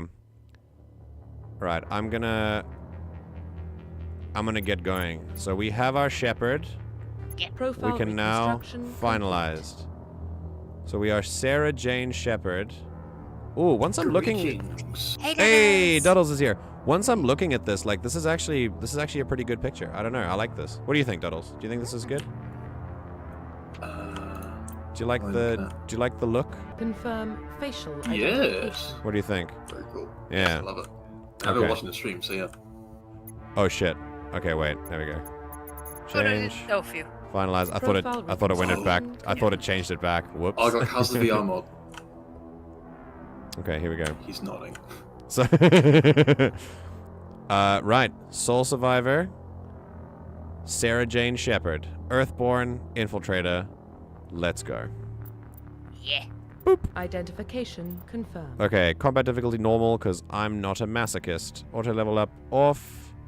Okay, level scaling is cool. I have done a little bit of research on this. I'm going to keep it on legendary just because it's in line with the rest of the games. Legendary is a lot. Yeah. Is anyone else's Discord fucking up? Like, really? Yes. All my server icons are just grayed out. My Discord's having a moment. Really? Yeah. Yeah, I've been having Discord like having trouble loading images. Yes, but, that too. Oh wow. Okay. Yeah. Mine's just been telling me to read messages that I've already read. Oh wow. Okay. Be right back. Hey, Nima, you joined the Discord. Hi. Okay. So Nima, once you if you don't mind, first I'm gonna make you I'm gonna copy your name, and I'm just gonna say Nima in English so that we can read it. If that's okay with you, like that, you'll see it in Discord. And then what you can do is here. Hang on. Let me tag you. You can go to role selection, and then basically choose the interests that you have. Choose all of the things that you like doing, like whether it's art or watching movies or like playing tabletop games like D&D or anything like that, and click those roles, and then you'll be able to talk to everything. Choose your interests. Okay, sick. Right, squad power usage, I mean, we'll keep them on defensive because I like more control over what I'm doing in the battlefield. Very obviously subtitles, and we're done. Very cool. Here we go. Oh my god, we're actually playing the game. Holy shit. This is crazy. Hell yeah. Oh, okay. I get to change... Oh, more settings. I get to do settings. Okay, very cool. Alright, so settings for the community patch, including optional changes that are disabled by default. Open. Alright, so Noveria Hackable M29 Grizzly restores... Arglak, I need your help for this. What's up? They're mod settings. Noveria Hackable M29 Grizzly. Recommended because that's cut content. Okay, cool. It restores content, right. Ferris data recovery backtracking allows you to backtrack through Ferris to complete data recovery after the completion of the main mission. Don't recommend it. Okay. You just want to fetch quests. I don't care about fetch quests. Okay. Solarian CSEC officer outfit. Don't see why not. Up to you. Yeah, that seems fine. Okay. And then diversification project settings. I Remember Me for Spacer or Earthborn makes the colonist background quest I Remember Me available for Spacer or Earthborn shepherds with modified dialogue. That's cool. Consort Acolytes Human Males removes 2 ambient lines of dialogue about the female human consort acolyte being the first to make sense with the 2 restored male acolytes. Okay, that makes sense. Female Turian, female Turians will be present as dancers in Korra's Den. And alliance ships, the alliance ships will be consistent with ME3 designs. Okay, that makes sense. Cool. Do I just go back now, or confirm your choice and start the game? Okay, great. Boop. Oh my god, I'm so excited. Dodos, you should 100% start if you're Well, what okay. about Shepard? Here we go, here we go. Born, but no record of her family. Doesn't have one. She was raised on the streets, learned to look out for herself. She saw her whole unit die on a cruise. She could have some serious emotional scars. Every soldier has scars. Shepard's a survivor. Is that the kind of person we want protecting the galaxy? That's the only kind of person who can protect the galaxy. I'll make the call.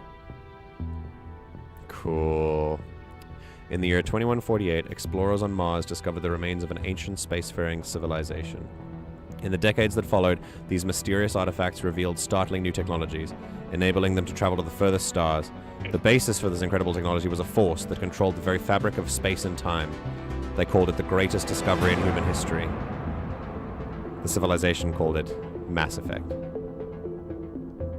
Roll credits. Ooh, Jupiter. Very cool. Look at those remastered. The Arcturus Prime relays in range. Initiating transmission I know sequence. all the music for this game. I freaking love the Mass Effect soundtrack. Dude, the way that this game is shot feels like a movie. So cool. Calculating transit mass and destination. Pay attention to how it goes. It's like early 80s sci-fi. Yeah. Acquiring approach vector. I love Joker. Oh, so cool. All stations secure for transit.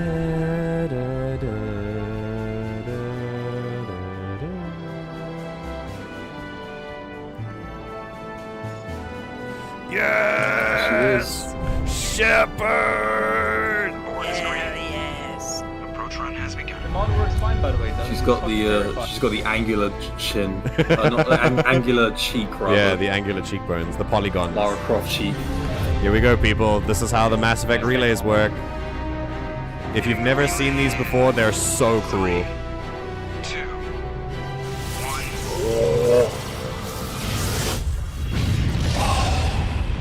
1. Rail cannon. So cool. It's basically the neutron stars from Elite Dangerous. Yeah. Check. Internal emissions sync engaged. All systems online. Drift. Just under 1500K. Very cool voice syncing, like with lip movements. Very cool. I hate that guy. Nihilus gave you a compliment, so you hate him. Oh, it's Carthor Nassi. You remember to zip up your jumpsuit on the way out of the bathroom? That's good. I just jumped us halfway across the galaxy and hit a target the size of a pinhead. So that's incredible. Besides, Spectres are trouble. I don't like having them on board. Oh god, Call the me film brains paranoid. in him. You're paranoid. The council helped fund this project. They have a right to send someone to keep an eye on their investment. Yeah, that is the official story. But only an idiot believes the official story. There we go. You might want to disable film grain because it fucks up the stream quality. Oh, really? Okay. Yeah, because of the film grain. I'll turn it down on the thingy. All right. Yes, tutorial. I'm aware of how the game works. I'm just working on changing my I think I might put myself on the top for this playthrough because the dialogue covers most of the bottom screen. So I'll just sort of make myself a little bit, yeah. Okay, cool. Russification of the first part sucks. The original is better. Oh, in the game in Russian? That's so interesting. Okay. Discord audio is a bit quiet. You can change the audio sound on stream, I think, Alfred. On a Discord stream. Yeah, but I don't know if it was quiet for the YouTube stream. Oh, really? Okay. Yeah, stream, how's the audio balancing? Is it okay? Alright, so it's the official story, but only an idiot believes the official story. I do not know anything about this. If there's a Spectre here, it kind of means... It probably means the mission has some element to it that they're not telling us about. So I guess I'll just... Yeah, I'll build some morale with Joker. They don't send Spectres on shakedown runs. Exactly. So there's more going on here than the captain's letting on. Joker, status report. Hey, Anderson. Just cleared the mass relay, Captain. Stealth systems engaged. Oh my God, it's Everything armed. looks solid. Good. Find a comm buoy and link us into the network. I want mission reports relayed back to Alliance brass before we reach Eden Prime. Aye, aye, Captain. Better brace yourself, sir. I think Nihilus is headed your way. He's already here, Lieutenant. Oh, he's Tell Commander Shepard to meet me in the comm room for a debriefing. He's on the ship? That, Commander? Interesting. You made him mad. You haven't played ME1, that's true. Yeah, I haven't played ME1 yet. Oh, back. Welcome back. Alright, Enjoy, cool. Elferg. See ya, Elferg. Bye. Is he upset? He sounds angry. Something must have gone wrong with the mission. Captain always sounds like that when he's talking to me. Can't possibly imagine why. Yes! Oh god, the motion blur. Okay, hold on. Disable motion blur and film grain if you want to have Alright, so clear. give me a second. Mod controlled game settings.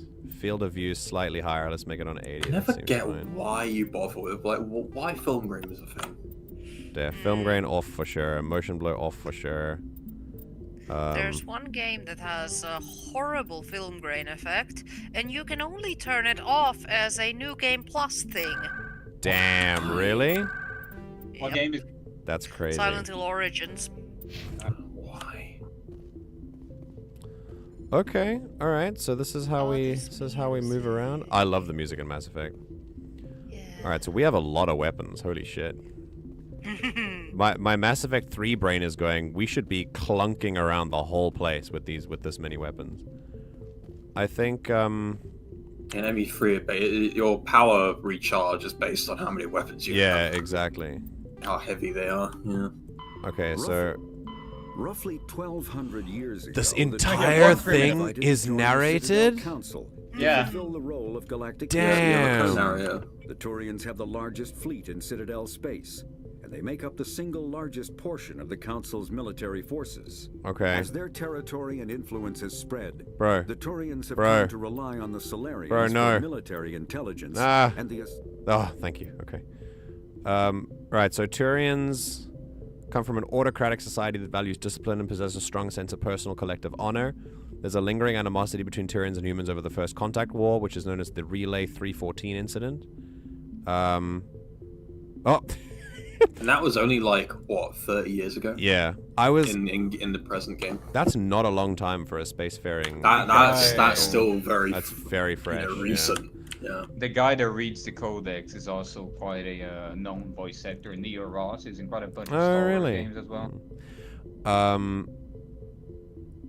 I think... Oh, I just got a notification from Origin saying this game is rated 18+, and also saying excessive gameplay may affect your daily life. And I'm like, I'm live streaming Origin. Hello? Okay, there's a lingering animosity. Obviously, officially, however, the two species are allies, and they enjoy civil, if cool, diplomatic relations. Okay. The Systems Alliance is an independent... No, go away. I want to read it myself. Okay, so Systems Alliance represents the interests of humanity, so it's the Earth. Okay, I don't know what gave it away, but, you know. It's all the human Earth governance. It's humans, yeah. It grew out of the various national space programs as a matter of practicality. Sol's planets had been explored and exploited through piecemeal national efforts. The expense of colonizing entire new solar systems could not be met by any one country, so with humans knowing that alien contact was inevitable, there was enough political will to jointly fund an international effort. Still, the alliance was often disregarded by those on Earth until the First Contact War. While the national governments dithered and bickered over who should lead the effort to liberate Shang-Chi, the alliance fleet struck decisively. Post-war public approval gave the alliance the credibility to establish its own parliament and become the galactic face of humanity. That's cool. So basically, Earth was forced to unite, which is pretty much how I think it'll happen in real life. Yeah. We would not unite willingly, to be quite honest with you. I like to believe that we... But we would unite under one thing against something. Yeah, for sure, yeah. Typical. No one kills humans but us. Yeah, what do you think happened with the Turians, like the first contact war, right? Yeah. Yeah, literally. Okay. So this is Commander Shepard. You're born on Earth, you never knew your parents. Okay, we did this already. Eager to find a better life, you joined the Alliance military when you came of age. You volunteered for an expedition to Akuz, a lush world on the outskirts of Alliance space. It suddenly dropped out of contact. Arriving on the surface, your patrol found the settlement intact, but no survivors. At nightfall, the Fresher Moors, yo! Mindless abominations of teeth and tentacles that rose up from beneath the earth. Constant gunfire couldn't drown out the shrieks of your fellow soldiers as they were dragged down to a gruesome death. Terrifying. 50 Marines died on Akuz. You were the only one to make it back to the landing zone alive. A monument on the planet commemorates the massacre, a grim reminder of the price humanity must pay as they spread throughout the stars. I love that Krogan just hunt those things for like sport and like their rights. Yeah. Well, not for their like their rituals as well. Like the rite of passages, kill a Freshamore, by the way. Also, Alfred is right. Shepard was born around the time of the First Contact War, which is pretty interesting. Yeah, which is kind of wild. Who will you build a relationship with? I think this time I'm gonna go through a natural, like whatever Shepard feels is natural in the moment. But I find if we want to have a really complex like analysis about relationships, Jack is probably the most complex character in the entire series, and I think it should be a very interesting character to try and romance in Mass Effect 2. Kind of fits for your Shepard as well. It might do too, given my background. Yeah, I've never romanced Garrus before, so I don't know what that's like. But I think be romancing Garrus. Like this is an order. I mean, I think let him branch out and try something that's not like Yeah. I mentioned, I mean, I love Garrus. Everyone wants Garrus in the chat. Everyone loves Garrus, You will romance Garrus. This is branching out. Then again, I've never romanced Garrus, so I wouldn't know. Yeah.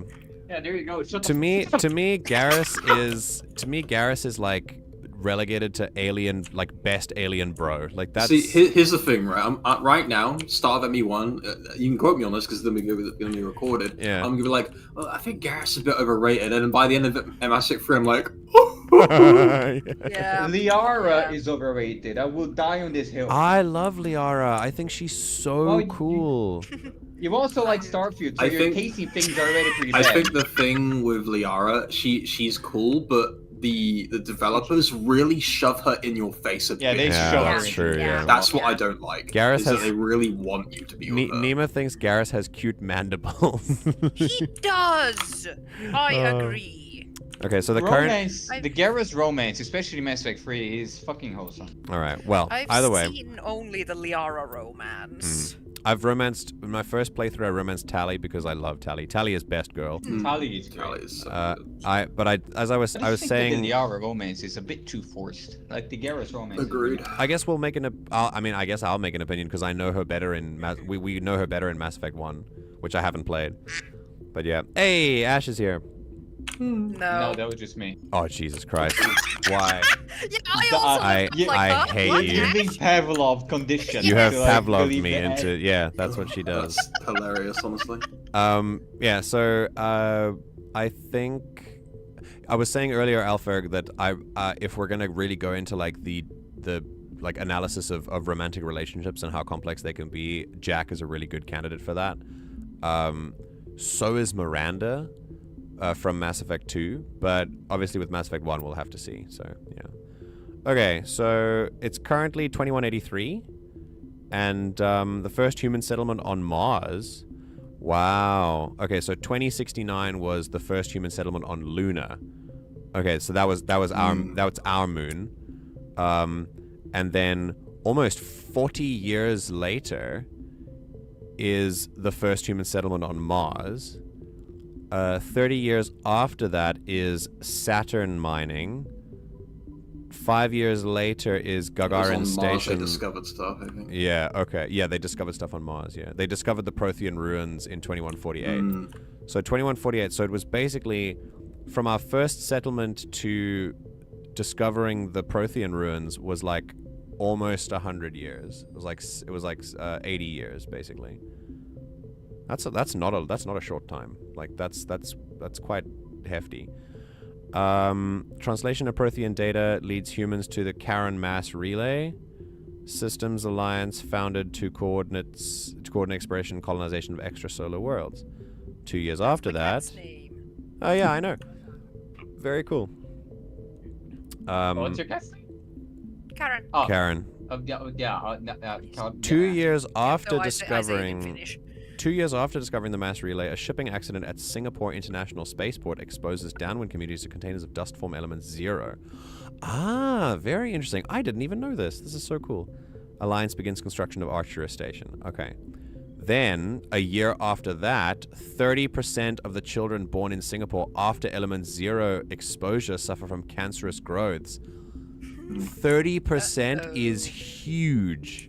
Yeah. Okay, so Systems Alliance begins settlement of entire Earth's... population, yeah. Yeah, first extrasolar colony world, the planet Demeter. That's 3 out of 10, dude. Like, if you're in a class of 10 kids at school, then 3 of them have these growths. That's crazy. Okay, so we were born in 2154, and it's 2183. So we're 29 at the events of Mass Effect 1. Okay. Systems Alliance occupies completed portions of Arcturus Station as a headquarters. Some people... Oh, Element 0 was the birth of bionic abilities. What? A biotic. Bionic? Bionic, yeah. Bionic abilities. Bionic abilities, yeah. Whiplash. Some children of Singapore exhibit minor telekinetic abilities. That must have been so a fucking the thing trip. at Singapore is how the humans learned about Element 0. Okay, and how they can use okay. biotics. Turians encounter human explorers, first contact war. Okay. Occupation. So I was 3 years old in the first contact war. Occupation, liberation of the human colony of Shang-Chi. Humans learn potential of biotics. An international effort to track Element 0 exposures begins. Hi, Rogue. Oh, what? Rogue is here? Rogue is here. What, in Discord chat? No, in YouTube. In YouTube? I didn't see that. Hang on. I think my... Do you have live chat or top chat? I have all chat, but it just didn't pick up yet. Rude. Oh shit. Oh, is Jack only male shepherd? Ugh, fine.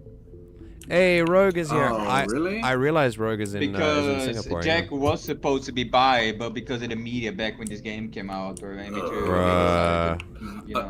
Jack makes so much sense as a pansexual. Is there maybe a mod for that? Maybe, I there don't know. is, but it's not very good because there's a lot of missing dialogue. Yeah. Yeah, because it's female shepherd doesn't have It's okay. dialogue. Don't worry about it. It's fine. Okay, so unless we want to use AI, but that's a whole other role we should not. I'm not gonna do that. Okay, so then after 2 years after the first contact war, or 3 years after the first contact war, then the alliance was formed. Okay. Roughly 10% of exposed children show some level of biotic ability. This is cool. Humans established an embassy on the Citadel. Batarian slavers attacked the Alliance colony of Mindor. The Skillian Blitz. I heard about this in Mass Effect 2. Pirates and slavers attacked Elysium, the human capital in the Skillian Verge. Threshermoors devour the Alliance colony of Akuz. That's what happened to me. Oh wow, it's been like 6 years. Okay. In retaliation for the Skillian Blitz, an Alliance fleet wipes out an army of slavers on the moon of Torfin. This is why Batarians have like no love lost for humans. Okay, sick. I like this. This is cool. So we have the council races, humanity. We'll add entries as we go. I plan on reading the codex. Like this is I like reading this stuff. All right, need to speak to the captain. And who's in my squad? Okay, so I've got electronics and decryption. Okay, and as I go, I'll keep going, I guess. Okay, sick. Cool. Wait, why do I have more renegade points right now? Is it because of Earthborn, maybe? I don't know. Interesting. Might be because I started. Oh shit, I have 3 points. Whoa. Okay. Put it on charm. That's so cool. How do I get sniper rifles? Put it all on charm. Oh, it's got to be charm. Yeah, for sure. Sets charm score 1. I think the circles are how you unlock different weapons. Okay. Yeah, we've got to charm up for sure, of course. I think you gotta do like pistols until you unlock sniper. Okay, cool. All right, sick. So I've unlocked charm from the beginning, which is great because. Good. Yeah. Okay, let me just check the sensitivity is ass. Let's change that quickly. Let's turn that to like 20. Much better. That feels great. Okay. Discord's taking a shit. I'm trying to send Gator pictures on our Discord, but it just don't work. Yeah, Discord is having problems with images currently, like everywhere seems to be. How do I put weapons away? H? Yeah, okay, cool. I'm telling you, I just saw him. He marched by like he was on a mission. Who marched by? Always on a mission. And we're getting dragged, right along with him. Relax, Presley. The Turian. Mm-hmm. Okay, hi. Congratulations, Commander. Looks like we had a smooth run. You heading down to see the captain? What's that argument about? Sounds like you don't trust our Turian guest. Sorry, Commander. Just having a chat with Adams down at engineering. I didn't mean to cause any trouble. But you have to admit, something's odd about this mission. The whole crew feels it. You think the Alliance brass is holding out on us? Not much at all. All we're supposed to do is test out the stealth system. Why is Captain Anderson in charge? And then there's Nihilus. Spectres are elite operatives, top covert agents. Why send a Spectre, a Turian Spectre, on a shakedown run? It doesn't add up. Well, because it's obviously more than that. But, you know, that's above our pay grade. What do you know about the stealth systems? I just know it masks our location from scans and sensors. Cutting-edge technology. The Normandy's the only ship with this prototype drive. But why are we fully staffed? A skeleton crew would be cheaper, less chance of security leaks too. Plus there's Nihilus. It's pretty obvious this shakedown run is just I'm gonna say something that's apparently controversial. Yeah. But I love lens flares. I'm a fan of lens flares too. I think they can be very cinematic. A lot cinematic, of people complain about lens flares when Elite came out, but see, I love lens flares. I think lens flares want to are be very J.J. cool, Abrams. yeah. I love J.J. Abrams gives great lens flares. Yeah. I add them to every fucking render I can as well. I fucking love them. Speaking of the Alliance, how will you work with him? I don't know yet. I think we'll do it as it comes, you know? I plan on just being as good of a person as possible, basically. For what? Damned if I know, Commander. We're out here on false pretenses. I'm not a fan of being left in the dark. Then why did you join the military, Navigator? This is kind of the whole point. Do you have a problem with the captain? No, man. But I can't figure out what he's doing here. Captain Anderson is one of the most decorated Special Forces officers in the service. If he melted down all his medals, he could make a life-size statue of himself. You don't send a soldier like that on a do-nothing mission. That's why he's on the treating Normandy. The shakedown run too seriously. Something big is going on. You don't trust Nihilus? I don't like Turians in general. It runs in my family. My grandfather fought in the First Contact War. Lost a lot of friends when the Turians hit us. It's cool. First moment of analysis. It's really it's really easy to weaponize a population against the people you're fighting against as a group of people, as an ethnicity. We're seeing that being acted out in real time right now in the world all the time. A lot of conflicts in the world have been weaponized against entire groups of people, and that's where you get the concept of a genocide from. And it causes generational trauma, basically. It causes generational issues and generational racism, where the parents put it onto the kids, who then put it onto their kids, and pretty soon you're not sure why. It's just ingrained in you that you don't like Turians. You know, it's born.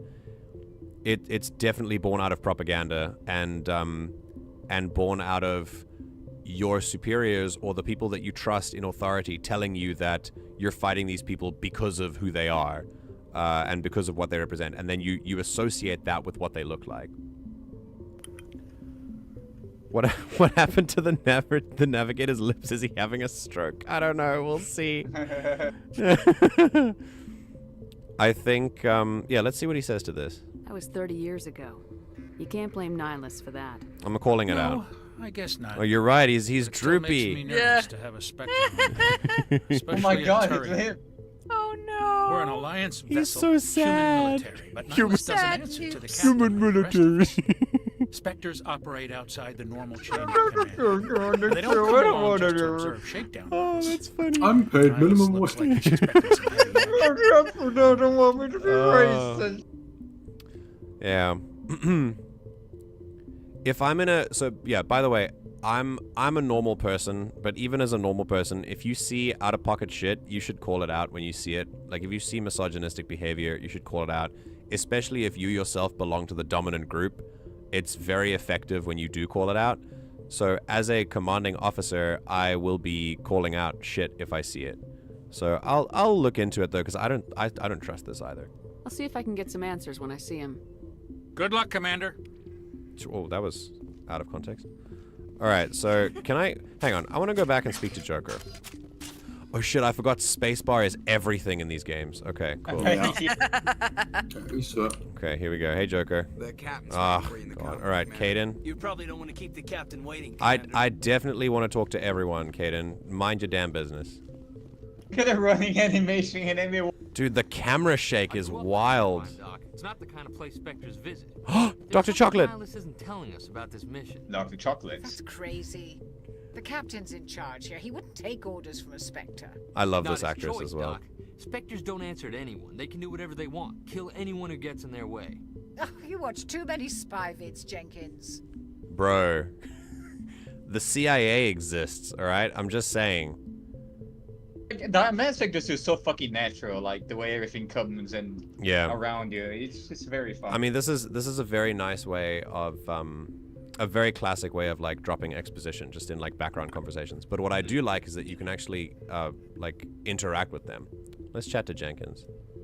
Good world building. What do you think, Commander? Look at we won't be Ozad. staying on Eden Prime too long, will we? I'm itching for some real action. I sincerely hope you're kidding, Corporal. I like how real Chocolates action doesn't usually salute, but ends he with does. Me patching Very up interesting. crew members in the infirmary. Yeah, relax, Jenkins. You need to calm down, Corporal. A good soldier stays cool even under fire. Sorry, Commander, but this waiting's killing me. I've never been on a mission like this before, not one with a Spectre on board. He's had his shirt vacuum sealed onto his chest. Every time soldiers on the Normandy wake up, they make it through the vacuum seal chamber, whether you like attach pipes to their shirts and just like an MRE bag, you know? All right. I guess Jenkins a meal ready to eat. What can you tell me about Oh my Nihilus? God! Turians are generally well respected by the other species. Their fleet has more patrols protecting Citadel space than any other. They don't always get on well with us, though. Some people find them too rigid. Others still blame them for the First Contact War. As for Nihilus, I haven't said more than 2 words to him. He usually only speaks to the captain. I heard Nihilus once took down an entire enemy platoon all by himself. Man, I can't believe I'm on a mission with an actual Spectre. Okay, so this, just very quickly, what Chakwas is doing is giving us information that Shepard probably knows already, but we don't know. But what this is an example of verbal exposition that could be shown in another way through gameplay, which probably is shown if you don't actually take part in this conversation. But from a media literacy standpoint, when you're writing things like this, you've got to remember that you're not writing to an audience. You're writing to a character that an audience will then see. And if you've got a character talking to the audience, it's a little bit too fourth wall breaky sometimes. It's got to sound like the character doesn't know this information. Except in Mass Effect, right? If you don't know these things, Shepard actually sounds like they don't know. That's Usually true. You get the option about like knowing or not knowing. Yeah, so it's you can pretend to not, well, not pretend, but like you can create a Shepard that doesn't know. That's true. Because right now a Shepard really is just a fucking 29-year-old commander. That's also fair, yeah. What do you know about the Spectres? Only what I've heard. Yeah, so in this case, Spectre she's agents actually work asking. directly for the Citadel Council. They usually work alone or in small groups. Spectres don't have any official power, though. Basically, they're a shadow organization with a mandate to preserve and protect galactic stability. Protected at any cost. So horrific. Don't forget that part. Spectres operate above the law. So basically, it's like the complete opposite of a game like Halo, for example, which you understand nothing of the story because you have to read the fucking books to do it. That's interesting. Yeah. That's very obviously dangerous. Especially if, I mean, we've seen what happens when the CIA just exists as a body. How do you control agents with unlimited power? I suppose the Council could revoke the Spectre status of an agent who got out of hand. At that point, Citadel Security Services would take over. Okay. Those C-Sec grunts wouldn't stand a chance. Yeah, exactly. The Spectres were 20 ordinary soldiers.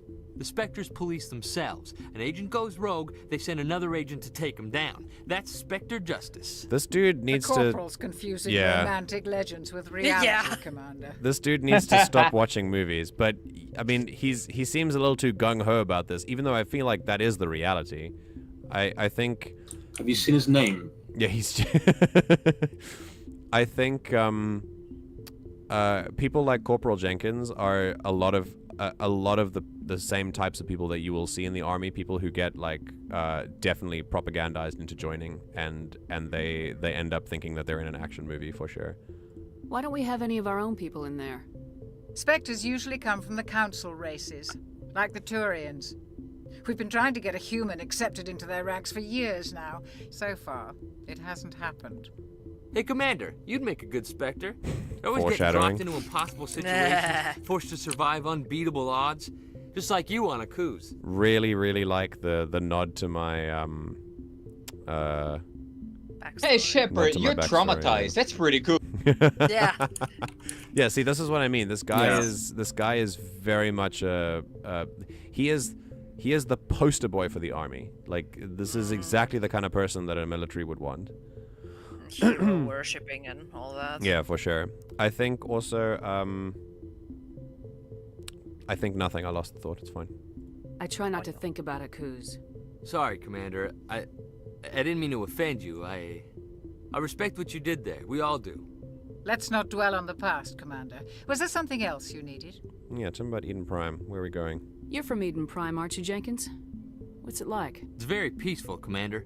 They've been real careful with development, so you don't have any city noise or pollution. My parents lived on the outskirts of the colony. At night, I used to climb this big hill and stare across the fields back at the lights from the main settlement. That's cool. It was gorgeous. That sounds adorable. But when I got older, I realized it was a little too calm and quiet for me. That's why I joined the Alliance. Even Paradise gets boring after a while.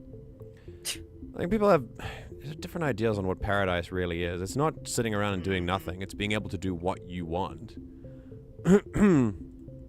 Sitting around doing nothing all day is gonna get boring eventually. So why are we going to Eden Prime then? Any idea why Eden Prime was chosen as our destination?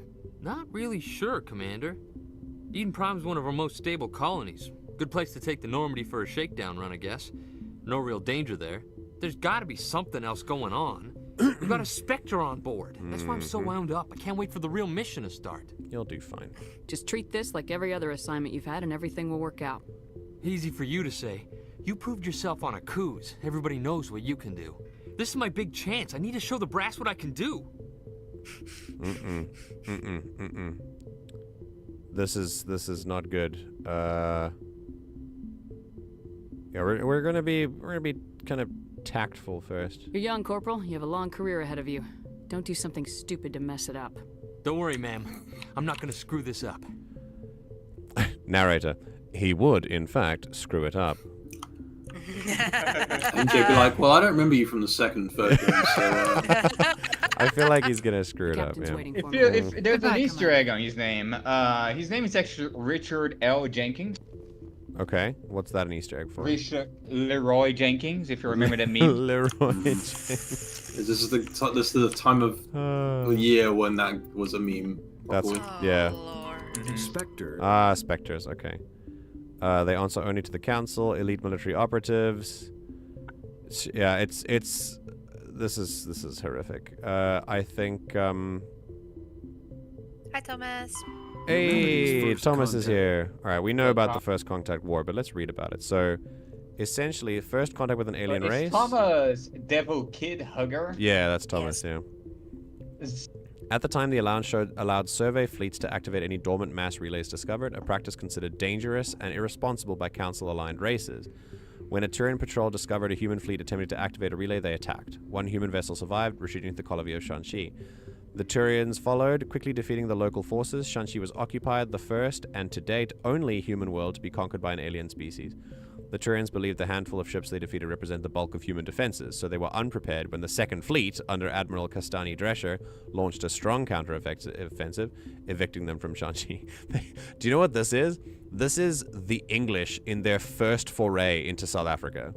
So when the British arrived, they basically were trying to push back the they tried to push back the Afrikaners back like further inland into the north of South Africa, and they did. That was called like the Great Trek. So this is where you get the Voortrekkers, like the name the Voortrekkers. And the English then pushed them further, and then they wanted to occupy the east because that's where a lot of harbors would be built, so that they could trade more with India. And the Zulu people lived there. And when the British got to the Zulu territory, who were at the time warriors, they brought like a small force because they were like, they're natives, they'll that's a pushover, and they got absolutely wrecked. I British think like, oh dear. they went, what's all this then? Oh, that's and just then stupid, isn't it? Got their shit pushed in. So what It's scary, yeah. So what I mean, obviously the Zulu absolutely decimated them, and then the British sent Her Majesty's army, like the entire army, then responded, and unfortunately, the rest is history. But the first time they made first contact with indigenous Africans did not go well. Okay. The Turians mobilized for full-scale war, drawing the attention of the rest of the galaxy. The Council quickly intervened, forcing a truce. Fortunately for humanity, the first contact war was ended with a diplomatic solution. That's good. Fortunate for everyone, actually. Ooh, okay. Light lag prevents sensing in real time at great distances. A ship firing its thrusters at the Karen relay can be easily detected from Earth 5.75 light hours away, but Earth will only see the event 5 hours and 45 minutes after it occurs. Due to the light speed limits, defenders can't see enemies coming until they've already arrived. Because there is FTL travel and communications, but no FTL sensors, frigates are crucial for scouting and picket duties. That's a very interesting way of doing this. Passive sensors used for long-range detections, active sensors obtain short-range, high-quality targeting data. Okay, sick. A powered ship emits a great deal of energy. Starships stand out plainly against the near absolute zero background of space. Okay, great. Passive sensors can be used during FTL travel, but incoming data is significantly distorted. Active sensors are radars and high-resolution LADARs that emit a ping of energy and listen for return signals. Okay, cool. I know it might be boring for me to read about this, but it is interesting for me. You imagine like an Elite Dangerous game set in a Mass Effect universe. Yeah, that'd be hella cool. All right, hi, Chuckwist. Yes, Commander, is there something you need? Captain's Goodbye, Commander. Okay. There's a little bit of foreshadowing regarding a Spectre going rogue. The fact that Chuckwist is talking about this makes me think immediately that we're going to deal with a Spectre going rogue. Alright, so here we go. Oh, hey, we get to talk to the Spectre. Hell yeah. Hi. My animation Commander ruined Shepard, I was hoping you'd get here first. It will give us a chance to talk. Talk? What about? I'm interested Is that Ash? in this world. No, it's actually Ash. Okay, Hi. cool. Arg used the duck sound and Pavloved me into thinking it was you. Wow. Yeah. Okay. I shouldn't actually be speaking like I do with normal RPGs when we do dialogue, because it is actually voiced, so I'll try and get out of the reflex. Yeah, we're going to Eden Prime. I have never been there. I've never been there. Oh, But you know cool. of it. It's become something of a symbol for your people, hasn't it? Proof that humanity can not only establish colonies across the galaxy, but also protect them. Love his voice. But how safe is it, really? Oh. Yeah, that sounds very threatening. Ouch. Do you know something? Your people are still newcomers, Shepard. The galaxy can be a very dangerous place. Is the Alliance truly ready for this? I'm interested as to what language they're the commander speaking. what's really going on. Yeah, This I mission would is love far to more know than a too. simple shakedown. There is actually a voice file, yeah, that has every race. You can actually hear that in MB1 itself. On Really? the Flux Club in the Citadel, Okay. if you stand idle and near the slot machines, the background sound will play where you hear every alien species in the game without a translator. Alright, do you want to find like that voice file? Do they all? No, he's gonna get there. He can hear. Do we all just have like imprinted translators in our brains or something? Like Basically, your Omnitools, the thing Omnitools that on your arm, okay. they translate. So Nihilus is hearing you in Turian language, for example. Ah, but I'm hearing him in English. That's interesting. Okay. Yeah. But Omnitools would work. Just speaks English. Omnitools would work for Earth languages as well. So like you could. I think there is a scrapped mission that the translators are supposed to not work. Oh wow. That would be. That's a great idea to explore. Yeah. Yeah. Is it like that? Is this that whole damn universe's diplomacy based on a machine that translates for them? Because if that system breaks down, you're gonna have huge gonna have problems. to learn the languages. Yeah. Jesus Christ. Yeah, the Omnitools are very like advanced stuff. Imagine how much more complicated it would be talking to Elcor. It's also very like it's hard for Omnitools to break down because they kind of just become a part of you. They're like a cybernetic. They're like an implant. Yeah. They're like an implant. So you can't really be removed of it. You know what I mean? All right, let's keep going. I figured there was something you weren't telling us. We're making a covert pickup on Eden Prime. That's why we needed the stealth systems like 30 minutes, I think it did. 30. Okay, the music changed as well. There must be a reason you didn't tell me about this, sir. This comes down from the top, Commander. Information strictly on a need-to-know basis. A research team on Eden Prime unearthed some kind of beacon during an excavation. Yes, the it was form-fitting body armor. Yeah, we were already joking that like vacuum seals. Every military person in the morning just vacuum seals their clothing to themselves. Yeah, it's originally like really baggy and just Then you can MRE, meal ready to eat. You can also learn a language from someone who doesn't speak it because the machine could flawlessly translate it to corresponding language and grammar. So I could speak fluent Danish to someone having that in their brain, and it would translate to flawless insert language. Yeah, exactly. Okay. I thought the Protheans vanished 50,000 years ago. Their legacy still remains. The mass relays, the Citadel, our ship drives. It's all based on Prothean technology. Protheans in the Bible. The last time humanity made a discovery like this, it jumped our technology forward 200 years. But Eden Prime doesn't have the facilities to handle something like this. We need to bring the beacon back to the Citadel for proper study. Obviously, this goes beyond mere human interests, Commander. This discovery could affect every species in Council space. Why didn't we keep the beacon for ourselves? You humans don't have the best reputation. Some species see you as selfish, too unpredictable, too independent, even dangerous. Can't imagine why. Sharing that beacon should improve relations with the Council. Plus, we need their scientific expertise. They know more about the Protheans. When there's a break conversation, The beacon's not the only reason I'm here, Shepard. Nihilus wants to see you in action, Commander. He's here to evaluate you. Interesting thing, when I was doing my tabletop Mass Effect thing, we described humans as we described the alien races in Mass Effect as like every race is very like upfront with like their traits, you know what I mean? And most races are, except humans. That's why the galaxy does not like them, because you look at a human and you just don't know like what they do. Yeah. Whereas like a Tyrion or a Krogan, you might have an idea of what they do, you know what I mean? Yeah. I suppose more so than like. I suppose that comes from the fact that the writers of this show are also human. So obviously we have a much deeper understanding of our own species, and creating another species inevitably ends up with traits that the entire planet species would possess, rather than what is far more likely, which is they've split into subspecies, etc., etc.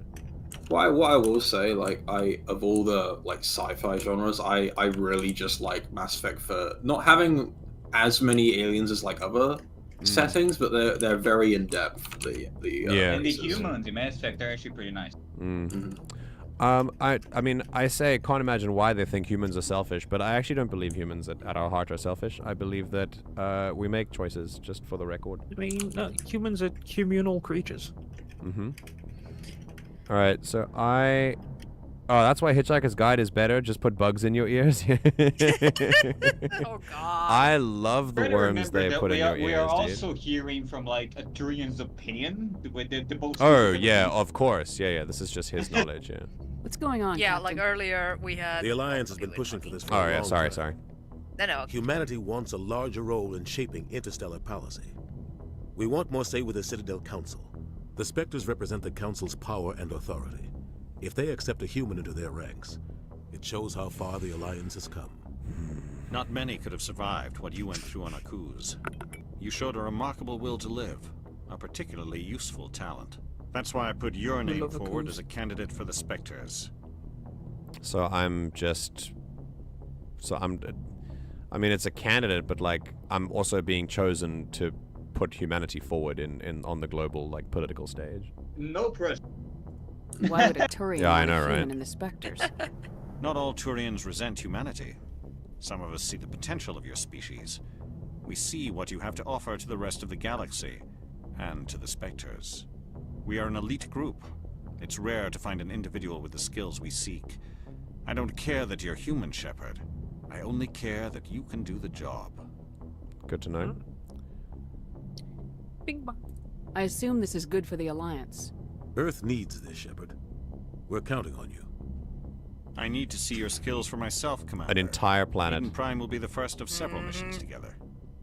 You'll be in charge of the ground Not team. just the entire planet. Secure the beacon and get it onto the ship as a whole. ASAP. Nihilus will accompany Yeah, you to observe let's not tell you about that in advance.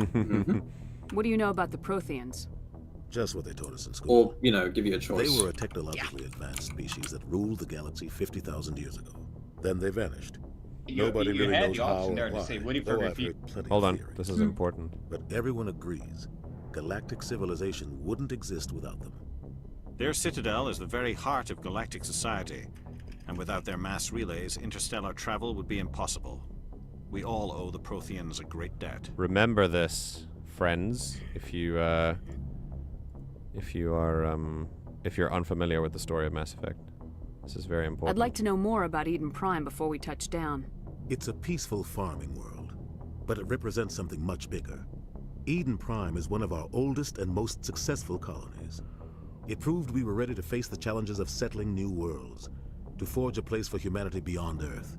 It symbolizes humanity's growth and evolution as a spacefaring species. And after this, it will be known as the world where humans made a discovery of galactic I'm just surprised he doesn't sound like a flushing toilet. Why? Because Darth Nihilus.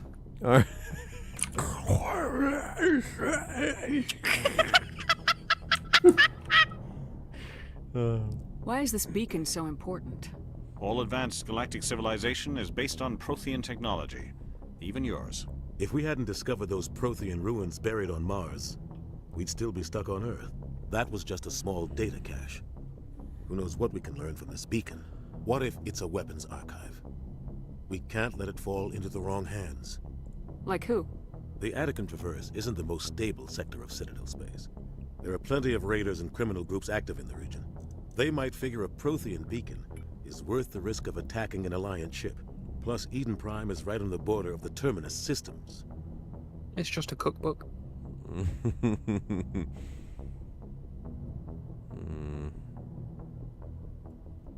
I wonder about, like, moving my... Yeah, no, it's fine. I don't want to make the camera too small, and keeping it up here is fine.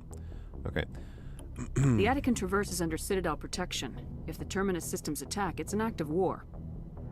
Technically, yes. But some of the species in the Terminus might be willing to start a war over this. The last thing the Council wants is to get dragged into a major conflict with the Terminus systems. We have to keep this low-key. Okay. Note, something interesting about the writing is that when we select each option, the game designers have no way of knowing which options we're going to select, so they put the most important pieces of information for us to know in all of them. So you'll see that if you are someone who's selected all of these and you pay enough attention, you'll know that they actually say very similar things, especially about the Protheans and the fact that all of our technology is because of them, because they don't know which option you're going to pick And so they definitely want to put that information at the front of your mind when you play this game. All right. Just give the word, Captain.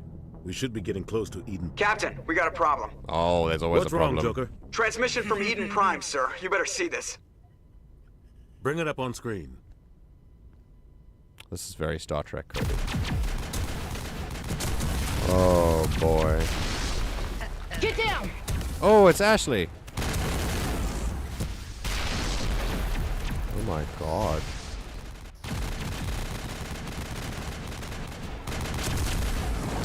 We are under attack, taking heavy casualties. I repeat, heavy casualties. We can't get evac. They came out of nowhere. We need.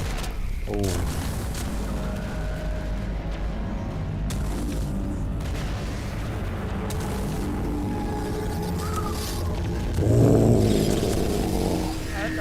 Wow, right out the gate, huh?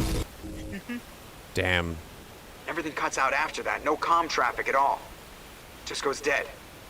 There's nothing. Reverse and hold at 38.5. How does he know that? Yeah, There's no timestamps anywhere. He was counting in his head. That's really cool. Yeah. Military man. Mandible wiggle. 17 minutes out, Captain. No other Alliance ships in the area. It's the hand of God. Take us in, Joker, fast and quiet. This mission just got a lot more complicated. God, these Marvel one-liners, dude. I love it. This mission. It's our best. Sir. Mass Effect 1 is extremely cheesy. Grab your gear and meet us in the Sir, cargo hold. you're gonna want to take a look at this. Tell Alenko and Jenkins to suit up, Commander. You're going in. Ooh. Jenkins and Caden. Very cool. And I don't know Jenkins from the other games. So. This mission just got a whole lot more complicated.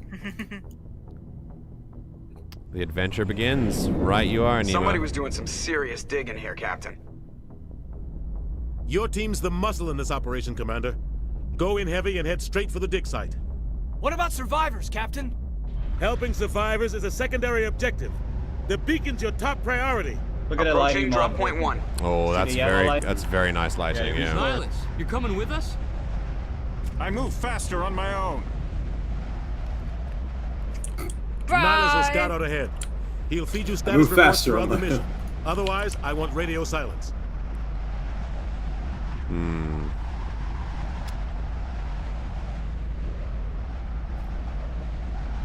He can count on us. We've got his back, Captain. The mission's yours now, Shepard. Good luck. Yes. Here we go. Drop point 2. The Normandy is one of my favorite ship designs ever. It is so jumped out like cool. mid-flight as well. It's okay. He doesn't need a parachute. He's a super soldier. So you can remove the helmet if you want. It doesn't affect anything. I like the helmets on during mission. Yeah. I think how do I change weapons? Scroll wheel or shift. Ah, yeah, shift changes. Okay. Hold that. I have okay, Storm, Lancer, Kessler, and Avenger. Definitely going with Avenger. Oh, you click. Okay, cool. And I have Sabotage, which overheats enemy weapons. And I have Overload, which damages shields. I think I'm gonna put that here as 1. I'm gonna put that there as 2. I am traumatized over putting things on a hotbar because they used to crash a lot. Oh, really? Okay. Oh, yeah, and you can make them all, like, use different weapons. That's sick. Alright, I'm making you all put in your snipers. Come on, we're going long-range recon for this first. Can I drag... Okay, I can't drag weapons onto it. Okay. I played through, like, the Legendary Edition stuff, being, like, a sniper through the entire thing, and it was great. I played it in first person. Okay. Here we go. Friends. Shoot one. Shoot. No. Gas bags. Gas bags. Very cool. Yeah, we're not shooting the wildlife unless there's a reason. Okay, here we go. So useless. The reason is to hear Caden going, damn. Hold left shift to switch reference to your Cartho Nazi say stuff. Okay. This place got hit hard. Of the water when you're walking around. Everywhere. Keep your guard up. Ooh, look at the mirror shine on the water. Wait, the reflections aren't right though. Hold on. It doesn't It's reflect. not real. It doesn't. It's not real. It doesn't reflect the building, and the tree's angle slightly off. That's very interesting. Okay. This is a remaster running completely on the Unreal 3 engine, by the way. Oh yeah. Towers of Empire. The Towers of Empire. Here we go. What are we looking at? Jenkins, take point. No, bad idea. That's foreshadowing. He's dead. He's so dead. Man dead. Really, Jenkins? Right. Oh, I've... Ooh, that's beautiful. Here we go. There were only 3 of them, right? Oh, wait, you don't have Parkinson's anymore when aiming this sniper. Dude, there's no ammo? It's just overheating? Yeah. That's so sick. Oh, I love that. Also, change your weapon with the scroll wheel. Look at the icon on the bottom left. Ooh, I like that. Very cool. Oh, damn it, Jenkins. I fucking knew it, dude. I knew it. I knew it. It was foreshadowed so hard, and I... Look at his name. Look at his... Richard L. Jenkins. He literally Leroy Jenkins into it, and he got himself killed. Yep. Like, that's it. Yep. Yep. Oh, god damn it. Also, why is Caden wounded? What did you do, Caden? Oh, You got shot. Rip right through the shields. You're out of chance.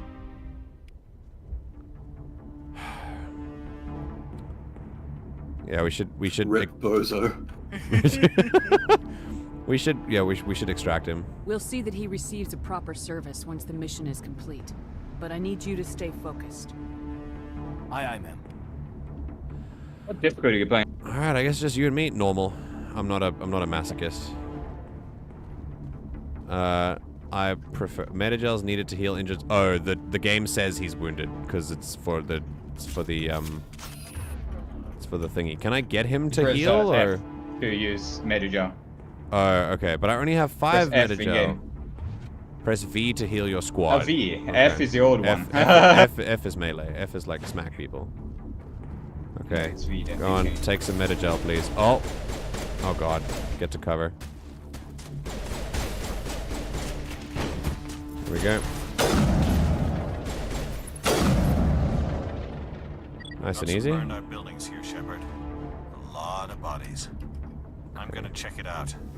I'll try to catch up with you at the dig site. As you gain levels, access the squad screen. Okay, so...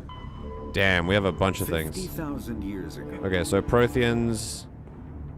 I think we'll... Yeah, we can read the codex when we're not in mission. It's fine. Yes, yeah, find the beacon is fine. Okay. Right, I'm gonna quickly upgrade... I don't have any points, but Caden does. Let's give him... Ooh, he can be a healer. Also, I think decryption and electronics is basically you're like hacking and lockpicking, right? Oh yeah, yeah. Well, I have both of those, so I'll be the hacker. He can be, yeah, but a barrier would be good, yeah. And then 1 point in first aid as well. Okay, sick. All right, here we go. Let's keep going. I should probably save the game, shouldn't I? Cool. Yeah, this game has spotty save spots, so you think about that. Okay, can we can't crouch, can we? Oh, we can! Yeah. Sick. Okay, use left shift to Look at issue the orders waddle to you your do, squad. Oh lord, he coming. Oh It's lord, very he difficult coming. to crouch walk RL. Imagine, look at those, those glutes you have. Dude, the thigh work is amazing. Alright, so press Q or E to send the squad in, and press C to recall. Okay, great. And then you can also press, what is it? Let me check. Key bindings. You can also say, throw grenade is G. Order rally, squad 1, squad 2. Order it, just everyone attack with Z. Okay, sick. Alright, come on. Z. Get back. Oh. Try the grenade out. Yeah, go on. What? What happened? I like how you made it, like you aimed it like you were expecting a drop. Wait, do you have to throw the grenade? Just aim directly at them. Yeah, just throw the grenade. It's a disc, you Oh shit, it's a disc. That's so sick. Okay. And when you click again, it explodes. It has no drop at all. Oh my god, that's really funny. Press the grenade button The while it's frisbee. mid-flight. To be fair, I kind of like the disc design of the grenade. Yeah, so do I. I think it's cool. Frisbee grenade. Yes. Okay, so this is just Look at these target. massive visuals, though. They're pretty fucking nice. Yeah, this is. Oh, dude, look at that. Lens flare! Look at that Lens flare! freaking lens flare, dude. Oh, that's awesome. I love that. Okay, so. Oh. Just wait until you see the PNG though. Jenkins has to die so that Ashley can be my second squad mate. I get it. She got hit. Oh, she be wounded. Okay. And this face. Oh. And this face. I mean, fair enough. Oh, Geth. Okay. Hello, Geth. I actually fought Geth in the last session I did in my tabletop. Oh wow. Geth I is great. nearly said Gith. They're using the best assault rifle in the trilogy. Oh, thank God. I thought you said she would pause the mission to bury him here. Yeah, I know, right? That's initially what I thought they would do. That's a dead Geth. The headshot animations are so good. That's also a dead Geth. I think we're done. Yeah. I recharge shields, right? Yeah, I do. Okay. Hey, Ashley. Gunnery Chief Ashley Williams of the 212. You the one in charge here, ma'am? Are you okay? Are you wounded, Williams? A few scrapes and burns, nothing serious. The others weren't so lucky. Oh man. We were patrolling the perimeter when the attack hit. We tried to get off a distress call, but they cut off our communications. I've been fighting for my life ever since. These graphics are very impressive for like the updated. The lighting as well. Stuff, yeah. See, the orange light they've got going on is the mellow mode, otherwise it would be very flat. Where's the rest of your squad? We tried to double back to The graphics are pretty. but we walked into an ambush. I don't think any of the others... I think I'm the only one left. What kind of a dick would I be if I did that? This isn't your fault, Williams. You couldn't have done anything to save them. Yes, ma'am. We held our position as long as we could. I'm glad I'm until the preempting death that overwhelmed before us. she tells me that it is her haven't fault. been seen outside the Veil in nearly 200 years. Why are they here now? They must have come for the beacon. It's a good question. The dig site is close, just over that rise. It might still be there. We could use your help, Williams. Aye, aye, ma'am. It's time for payback. Okay, be right back very quickly while I get some Haribo bears because I need a bit of energy. I'm gonna go get some fish. Hell yeah. Yeah. BRB. This is also your call to rehydrate. Yeah. Moisturize those intestines. Jesus Christ. What?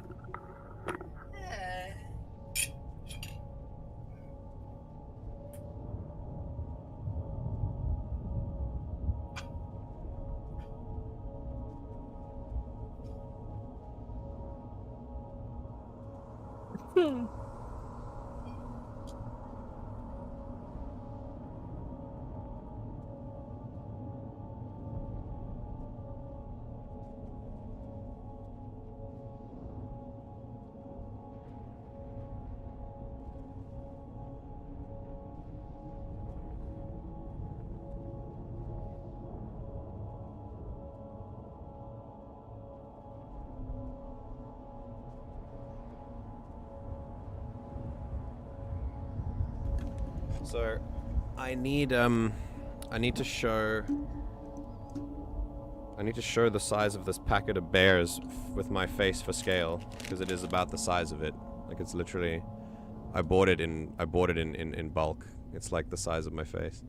This stream sponsored by Haribo gummy bears. Is everyone AFK? Yeah. Oh, okay. Well, I guess we'll keep going.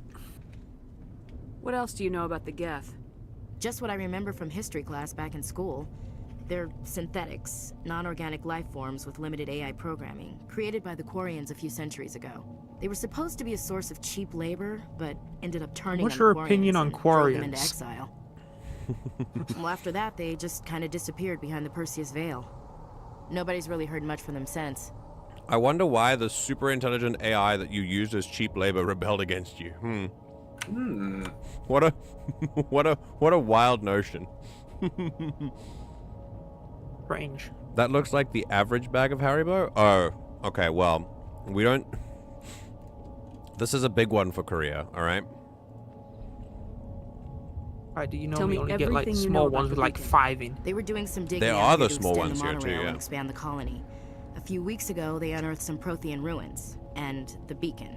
Suddenly, every scientific expert in the colony was interested. That's when they brought us in to secure the site. I don't know much about the beacon itself, but I heard one of the researchers say this could be the biggest scientific discovery of the century. Damn. Well, clearly it's big enough that the Geth also know about it, apparently. And it's big enough that, I'm back. Welcome back. Yeah, so we missed the stuff about the Geth, though. Yeah, we No, just... well, You just know about the Geth. The Geth are here. They're synthetics, created by the Quarians to be a cheap source of labor. They rose up and threw off their chains, and now they're like rogue AI, basically. What happened to the researchers? Surprisingly, I remember that. I don't know. Yeah. They set up camp near the beacon. The 232 was with them. Maybe their unit fared better than mine. Okay. Describe what happened leading up to the attack. We were sent out a couple of nights ago from the main colony to secure the area. Seemed like a routine patrol until the Geth hit us. We never knew they were coming. Have you seen a Turian Spectre around here? There aren't any Turians on Eden Prime. None that I've ever met. Not sure I'd be able to tell if one was a Spectre anyway. If you saw this guy, you'd know. Carries enough firepower to wipe out a whole platoon. Luckily, it was one he's gun. on our side. Sorry. Like He I had said, like no one gun Turians. on him. Move out!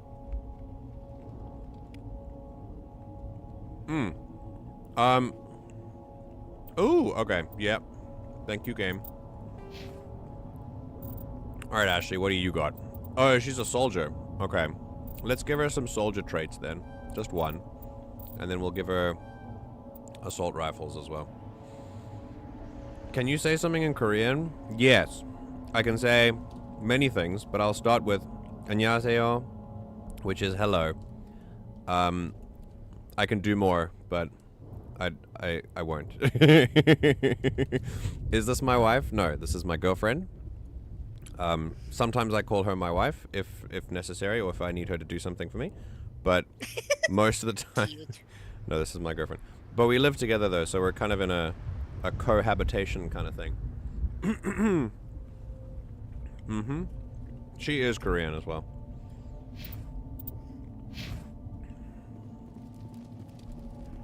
The beacon's at the far end of this trench. Alright, so... Oh yeah, I can change wait, what? Like, on the fly, I can just change equipment? No ways, dude. Okay. We can just mod things in the field. That's crazy.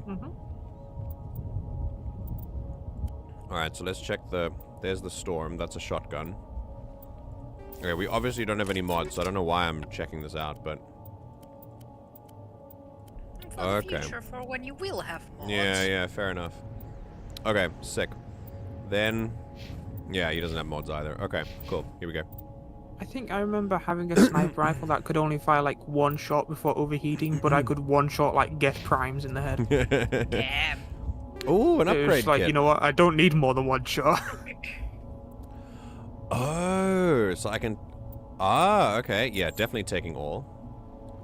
And then can open the crate. Ooh. Omnigel. Okay. I can reduce it to Omnigel and get like med packs and stuff if I have too much equipment. Omnigel is like the fucking do-all for... Do all, yeah. Yeah, I remember, I think it does so much. Yeah, I think it was It's in not the... quite Bacta. Because it's not healing, it does other things as well. Medigel is what is a healing stuff. That's like the cure-all for like healing. Okay, not the cure-all, but like the basically do everything. Okay. But like you make Medigel out of Omnigel. You just like Okay. refine it a little bit. Alright, so I have... Ah, okay. Also, I think in Mass Effect 2, like, there is like a throwaway piece of dialogue where someone mentions they had to upgrade all the security systems to get around like the Omnigel bypasses. Interesting. Which explains why you don't use Omnigel to like hack things in the later games. Yeah, and there someone comments that like, remember the times when we used to slap Omnigel on everything? So you I can love it when game series like comment on their old things like that. So you can swap. You can just swap things out at any time. Yep. That's really No cool, dude. consequences. That's really cool. I wish games still did that, honestly. Okay, so I mean, I could just. Oh, you can only have one. You can only have one. Ah, okay. I got it. I got it. I got it. Let's go with. I mean, this chemical rounds is good for everyone. But if I'm fighting Geth, then I'm gonna probably need this for Your now. armor piercing, yeah. I'll be right. And then, I don't know, Caden can have the chemical rounds. Okay, sick. Right, let's do a new save. I usually save 5 times and then I start overwriting things. Here we go. Yeah, I learned to save multiple times while Hello, I am back. KOTOR 1 and 2. Oh, hi Thomas. Hello. Oh, Thomas is in game. Oh, bye Nima. Thank you for thanks for joining the community. We'll I hope you enjoy your time here and have a wonderful day. And we'll see you around. Before I go AFK, I'll like explain Omnigel. Flexio. All right. Duct tape. Move to the edge I of think you just level cover. up. Is that a level up button? I think so. No. No, that it's sound was a. Okay. Right, move to the edge of cover. It's also the level up sound. No, the level up. Oh wait, no, the level up's like. Doo-doo-doo-doo. No, you're wanting me to. Oh, they want me to do the tutorial, right? Okay. Smells like smoke and death. Yeah, do you know how much I played KOTOR 1 and 2, Ember? How Wait, much?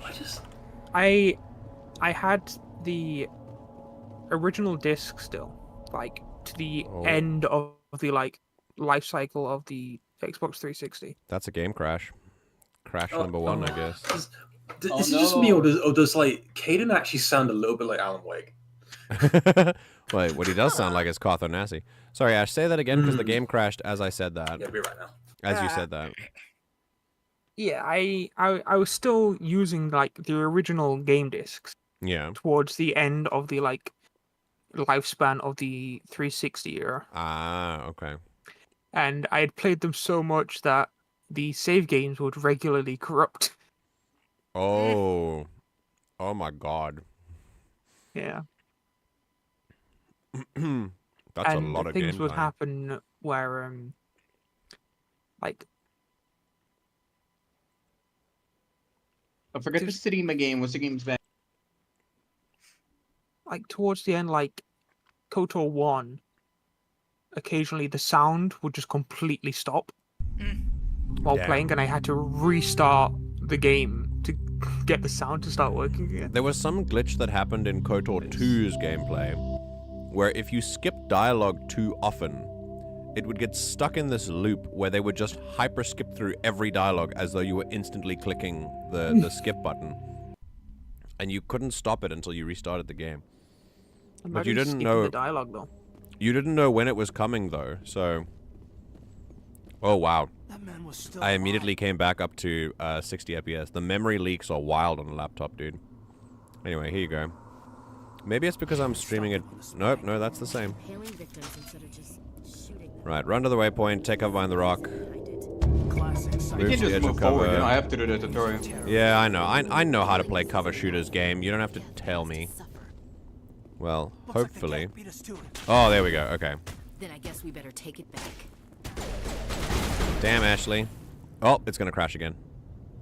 Yeah, that's a crash. Okay. Oh no. We are running into an issue.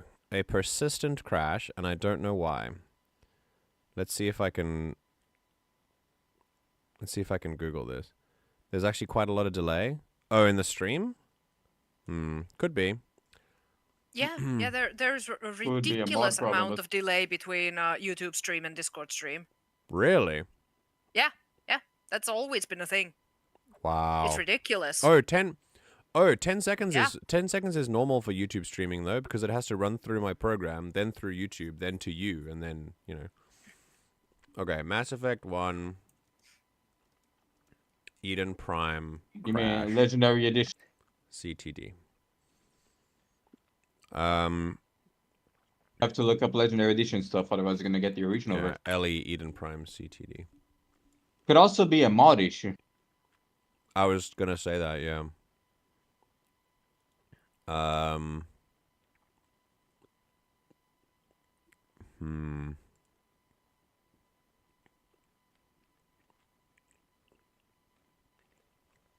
I wonder why. Fails, you can always just verify files. Yeah, he's crashing. Welcome back. I have a crash. So apparently the advanced weapon models mod is causing lots of crashes. But let's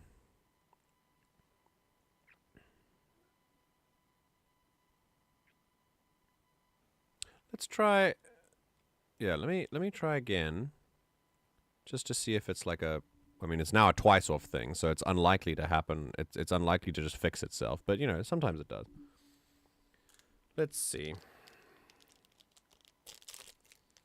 I wonder if there's a way that I can like. Is there a way that I can like fully uninstall a mod? I suppose I follow the mod guide. I don't know. I'll follow the mod guide. Because if you didn't do a backup, you're not installing anything. Bro, I did have a backup. All right.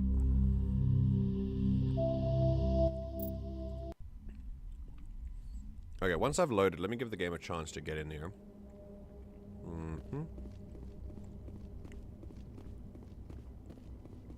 That man was still alive when they stuck him on the spike. Impaling victims instead of just shooting them. There must be some reason behind it. Classic psychological warfare. They're using terror as a weapon. Killing us isn't enough. The Geth want us to suffer.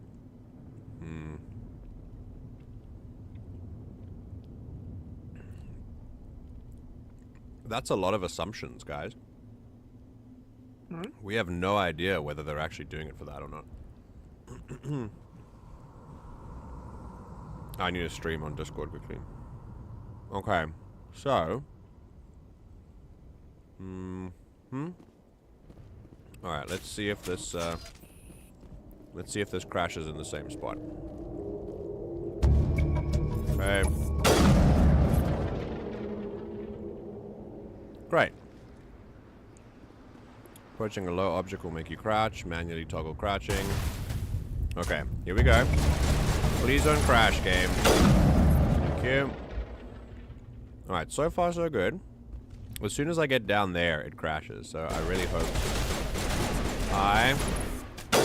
Oh my god, the first miss of the game. There we go. Oh, I leveled, okay. What are you shooting at, Ashley? Ah, you can storm. Okay. Ah, they're over there. Okay. Alright, are you hiding? Are you stuck behind a rock? What's going on? They're taking cover. Yeah, they're behind there. Grenades. Yeah, grenades are happening. Go. Oh, that. Well, that's gonna keep going till it hits something. Just to put it again to make it deaden. Alright, I'm really scared of the game crashing, but let's see. We ball. I just want to kind of gently run through the terrain and see what happens. Looks like the gap. Listen, Caden, you've said this before. Okay, don't crash, game. Don't crash, game. Game, please don't crash. Game, please don't crash. Game, please don't crash. The more you say it, the more it's gonna crash. No, I'm begging it. That's how it works. Okay, we're good. And there you go. Okay, sick. We're good. Alright, so it's like don't a one... say that, Commander. Everyone okay? Oh my god. Oh man, a scimitar? I didn't know there was melee weapons in this. All shotguns are named after sword. Oh, wait. Okay, so the Avenger. Okay, so less accuracy, but way higher DPS. Jesus. I mean, I don't mind the lower in accuracy because I'm pretty accurate, so I don't think it matters. I think I'll take this out quickly. The game offers you to transfer once you change weapon. Mm-hmm. What do you? Yeah, I can here. Yeah, yeah. I'm gonna. Do No, that. no. Like, if you don't have to swap the mods out. The game has. Yeah. Oh really? Oh, that's actually very, very good. Like, I'm happy about that. Thank you. Okay, great. We've also picked up an extra. We've picked up an extra shotgun. More DPS, but less. Yeah, I'll swap that out. Discord's having a fucking stroke for me. Really? Ooh, or a scimitar. Discord's been bad over at the moment. Yeah, it's been having a lot of problems The today. scimitar shotgun, though. That's quite Look wild. at the scimitar model now. Look at that. Ooh, baby. Hold on. Oh, yeah. Okay. I like how it does a little wiggle. Alright, great. Ashley, do you have the ability to... Oh, she has a storm already. Okay. Storm or a hurricane? I think I'll give her a hurricane. Jesus. Okay, and then... How do you even aim that thing? Yeah. Yeah, fuck. Oh, this is armor. Okay, I can have armor on. Okay, let's do that. So, I should hope you have this armor is on, obviously better. I love this. Ooh, that looks way better. Okay, awesome. Right, and then... Well, if Shepard had a built-in emote where she just rips off her fucking... Okay, so if I have copies of things, can I just Omnigel them? Yeah.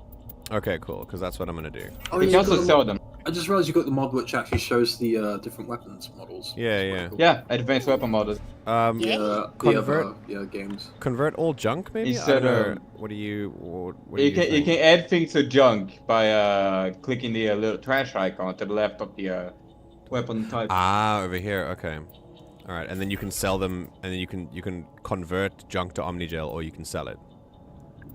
Yes. Okay. All right. So, what do you recommend? What am I I breaking down? rarely buy things in this game because things are very fucking expensive. Okay. So it's up to you. All right. Well, I'll hold on to it for now because there's no inventory limit, so, you know. We did level up, though, so that's fun. All right, so should I get both Charm and Intimidate? Up to you, depending if you want to go Renegade or not. Is Renegade the Intimidate options?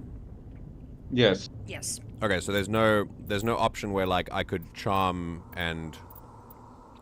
Yeah, I don't plan on doing Renegade things, so I think I'm just gonna... They always appear together in Mass Effect 1, so... Okay. They're not like quick time events. In Mass Effect... Alright. 1, the Paragon scores are calculated by your... mostly your charm points. Okay. Instead of the bar. Oh, the bar is still good to have, but it has a bigger effect in Mass Effect 2. Okay, okay. Alright, so... I think... I mean, I don't know why I don't have sniper rifles yet. Do I have to max out pistol before I can get sniper rifles? No, there we go. It's a little ball over there in the middle. The circle. Hold on. There we go. There okay. you go. And you can unlock fitness there as well. Okay, I get it. I get it. What is damping? Enemies can't use biotic tech abilities. Ooh. Okay, infiltrator. You don't get stealth as an infiltrator in Mass Effect 1? That's wild. Nope. Can use electronic skill on easy objects. Does 50 damage. Okay, that's fine. Alright, great. I think I'm gonna upgrade my... I mean, I got 6 points, so... Do you want to get the sniper rifle tree? I think I want to grab that first. Yeah. Like, Jesus, look at that. Max out pistol, yeah. So I think I'll grab until you get this. sniper. I'll grab this first, yeah. What do you mean? Why can't I? Can I only upgrade 3 at a time? Or can I? Is it a No, you can add more. Oh, no, there we go. There we go. Oh, but it's level locked. Okay, okay, cool. Okay. Then you might as well do it, put in something else, maybe. Yeah, let's put the maybe last armor, so you can. Yeah, what's armor? Armor is damage reduction and hardening, and then it's a shield boost. Shield boost is fucking clutch. Like you run out of shields, you tap shield boost, your shield comes back. Okay, cool. You got it. We've spread that out nicely. Okay, that's that. Right, Ashley's turn. I'll give her shield boost. And then I'll give her... Ooh, let's give her assault training. Okay, sick. Right, and then Caden, he's got throw, and that unlocks lift. I kind of want to make him... Oh, he's a sentinel. He's a sentinel? Yeah. Oh? Yeah. I thought he was an adept. No, he's a sentinel. What the hell? I kind of wanna make him fake fan. I kind of wanna make him a healer at this point, but I think I'm gonna balance him out and just make him be good at everything for now. He uses your manager charges, by the way. His healing ability or heal, just normal heal. Yeah. Okay. It counts to your manager charges. Oh, okay. Because the manager is a general squad heal, so if he has manager points, then it also adds up. You know. You got it. Oh, so this is where they dug up the beacon. Okay. Did you interact with the dig sites? I know. I'm just looking around. I'm still just mind blown that he's actually a sentinel. Who's Sentinel like The beacon was right here. It must have been moved. Yeah, by who? Our side of the Geth. Hard to say. Maybe we'll know more after we check out the research camp. You think anyone got out of here alive? If they were lucky. Maybe hiding up in the camp. It's just on the top of this Oh, ridge, yeah. up the ramps. Yeah. F5's a quick save button. Change of plans, Shepard. There's a small spaceport. I've been burned by quick saves before. I want to check it out. I'll wait for you there. Fair enough. I quick save in emergencies. If I can, I will make a hard save. Okay, up the ridge there's apparently a camp. Running is so stupid. The crouching is better though. Looks like they hit the camp hard. Oh shit. It's a good place for an ambush. Keep your Oh guard up. no. Kebab. Oh god, they're still alive. What did the Geth I don't do think to them? alive is the right term. No, I think they're pretty much still alive. Oh my god. Wow. Shields, man. Oh wow, I missed. Oh wait. So you don't blow shields, but oh wait, I did blow shields. That's the point. Okay, let's get some cover. Hayden, you are shooting into a rock, my friend. Alright, this isn't. What are they doing? Also, why am I not hitting things at point blank range? That's better. In order to attack, they're more accurate, by the way. Oh yeah, okay. Go for it. That's a hit. Turning our own dead against us. Okay. It must take a few hours for the spikes to turn people into husks. Okay.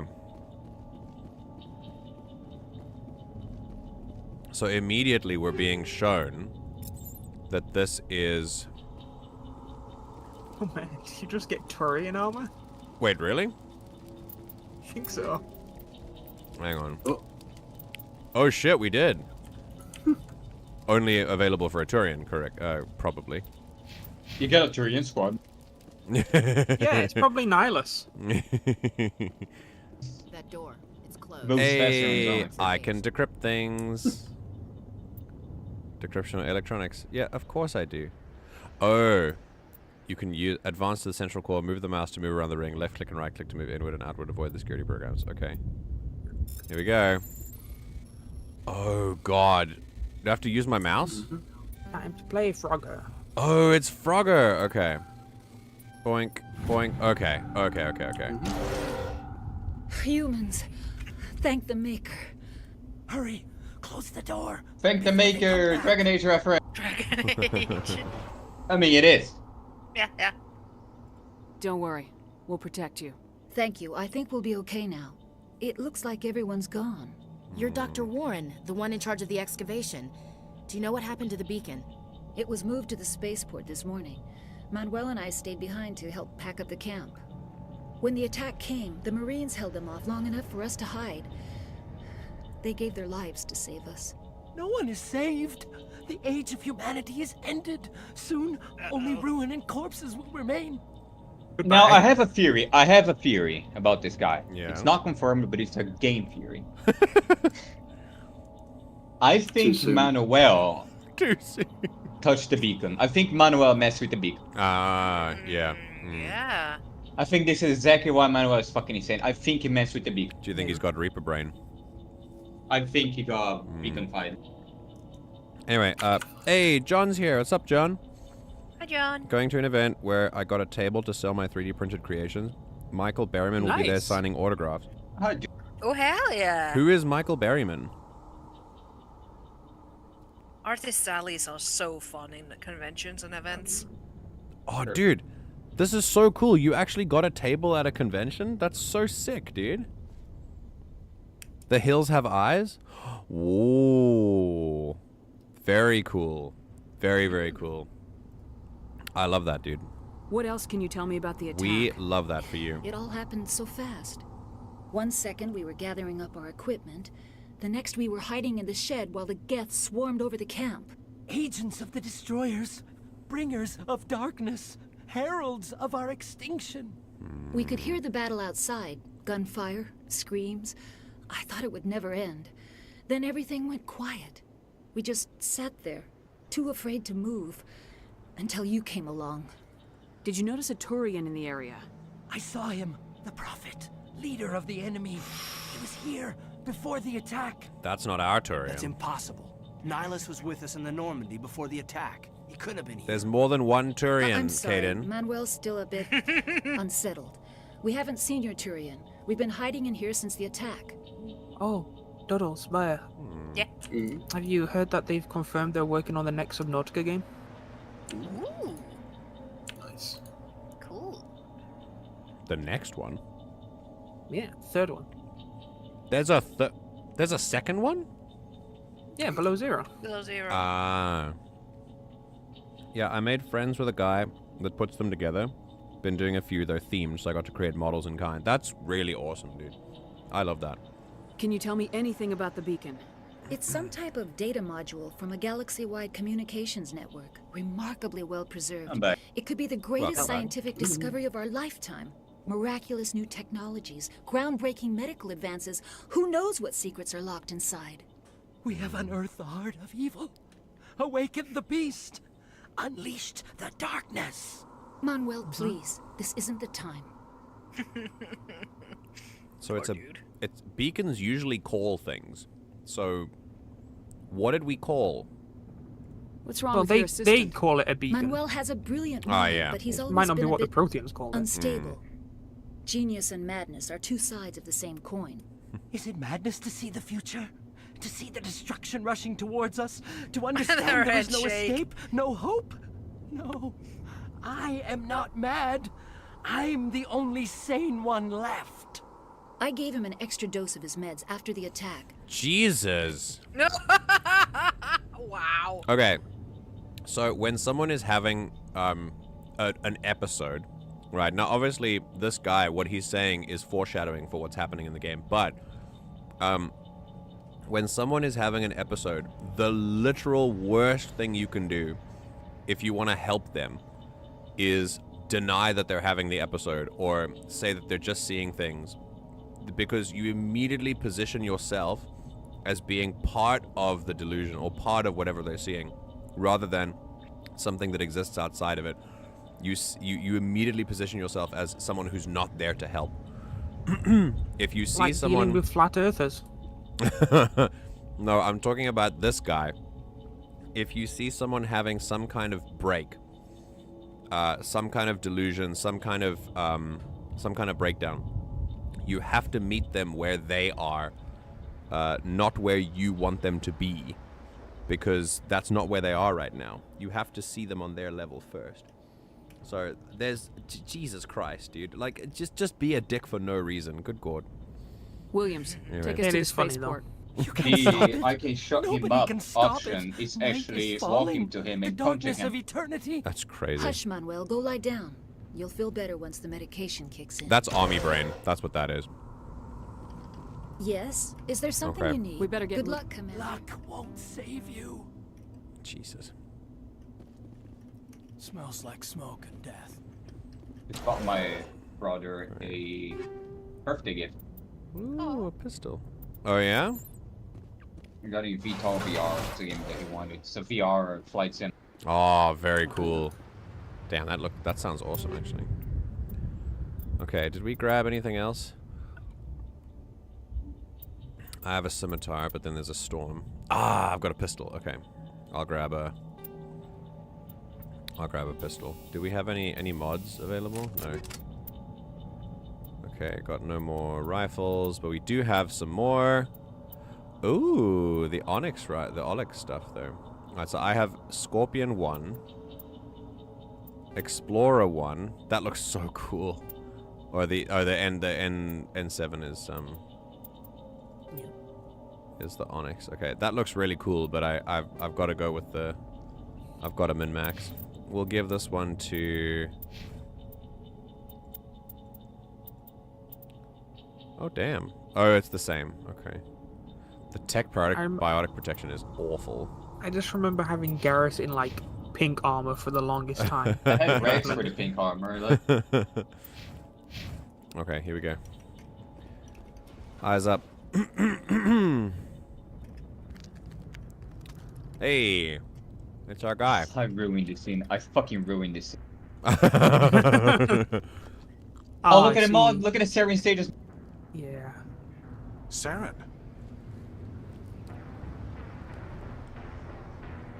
Hello. Nihilus. Hi. It's a cool looking This mod. isn't your mission, Saren. What are you doing here? The Council thought you could use some help on this one. I wasn't expecting to find the Geth here. The situation's bad. I fucking ruined this. I ruined it. I've got it under control. Jesus. Oh my god. And there's the gunshot. Oh, look at the horizon. Look at the What is that? Off in the distance. Oh. Watch it. Just watch it very carefully. Watch it carefully. Like use your sniper skills. I mean, it's firing, right? What do you mean? Let's watch it. Oh. It almost looks injured, but I know that's how they fly. Wait. Oh. It's just a PNG at a certain point. They just shrink. Not a PNG. Oh, that's amazing. It's not even a PNG. They just fuck it. You shrinked it. It's fine. It's just a 3D mod that is shrink. All right, people, let's go. Attack. Take him down. We got Geth. We got Husks. Let's. Oh my god. Why do they move around so erratically? There we go. That's down. God, I love the gunshot sound. Yeah. yeah. Oh no, that's a crash. That's definitely a crash. Oh no! Why is your game It seems to happen when you like When zoom in or like try and shoot. When we start combat, I think. So I don't It's know. a weird crash. I don't know what that is because none of my mods are combat related at all. Try again. Yeah, let's just keep going. I'll just kind of be a little more careful about like running into places and stuff. I think maybe when it starts to like load terrain, maybe.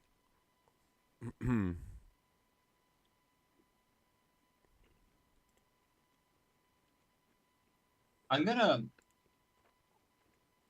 got a very stupid suggestion. Yes. Disable VSync.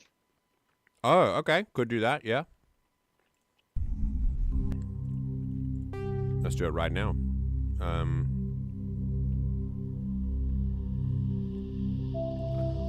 Bang.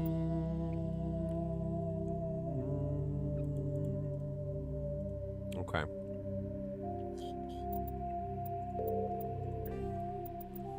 Graphics. VSync off. Cap the frame rate at 60. Perfect. Let's see what happens. Oh my god. Okay, we're gonna skip through the dialogue for this one. We're all the way back at the colonists. Oh god, we have to do the husks again. Ugh. Yeah, that's the saving in this game. You whip the shotgun out and have fun. Yeah, let's do that instead. Why not? Let's It's a good place for an ambush. Keep your go with the scimitar. Come here. Ah, can't skip.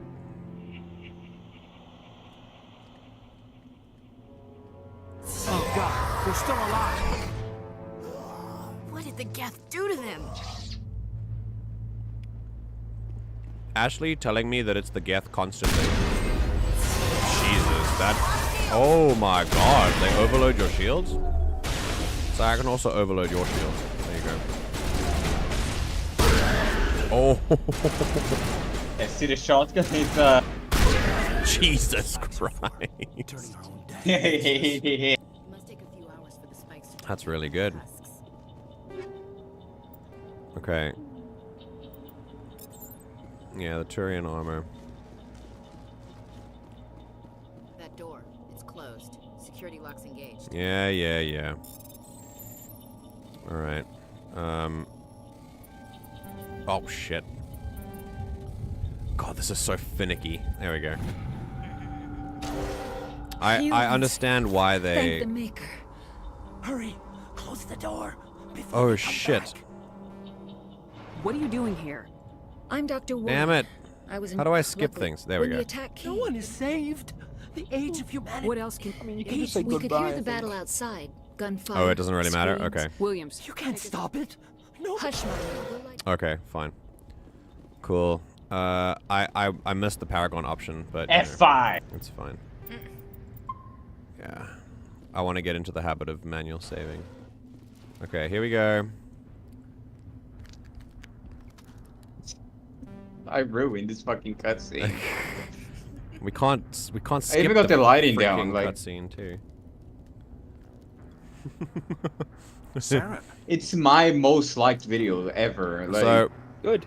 If you want to know, I need to make more stupid shit Arglax- like that. I need to like Yes, just. please. Arglac's most liked video is This isn't your mission, a Sarah. video of when What are you doing Nihilus, like, The he council thought you sees could use some help on this Saren, one. like, sneak up on him and, like, punches him in the face. I wasn't expecting to find the Geth here. The situation No, like he is bad. shoots him, but then he Oh, shield he his shoots own, him so he before deflects the shot and he just whips out the Oh. shot. Control. Oh, because Yeah. he has a shield, right. Okay. Cool, we're saving after the cinematic, so if it crashes again, we'll just kind of... What is that? Off in the distance. Start from here. Jesus, dude. Okay, here we go.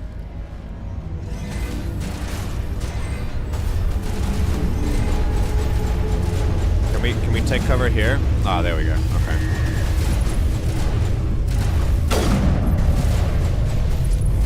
Oh. Down. Down. Oh shit. Hit him. Nah. No combat roll in this game. Okay. Anyone else? Who are you shooting at, Caden? Caden, I don't understand you. Suppressive fire? Question mark?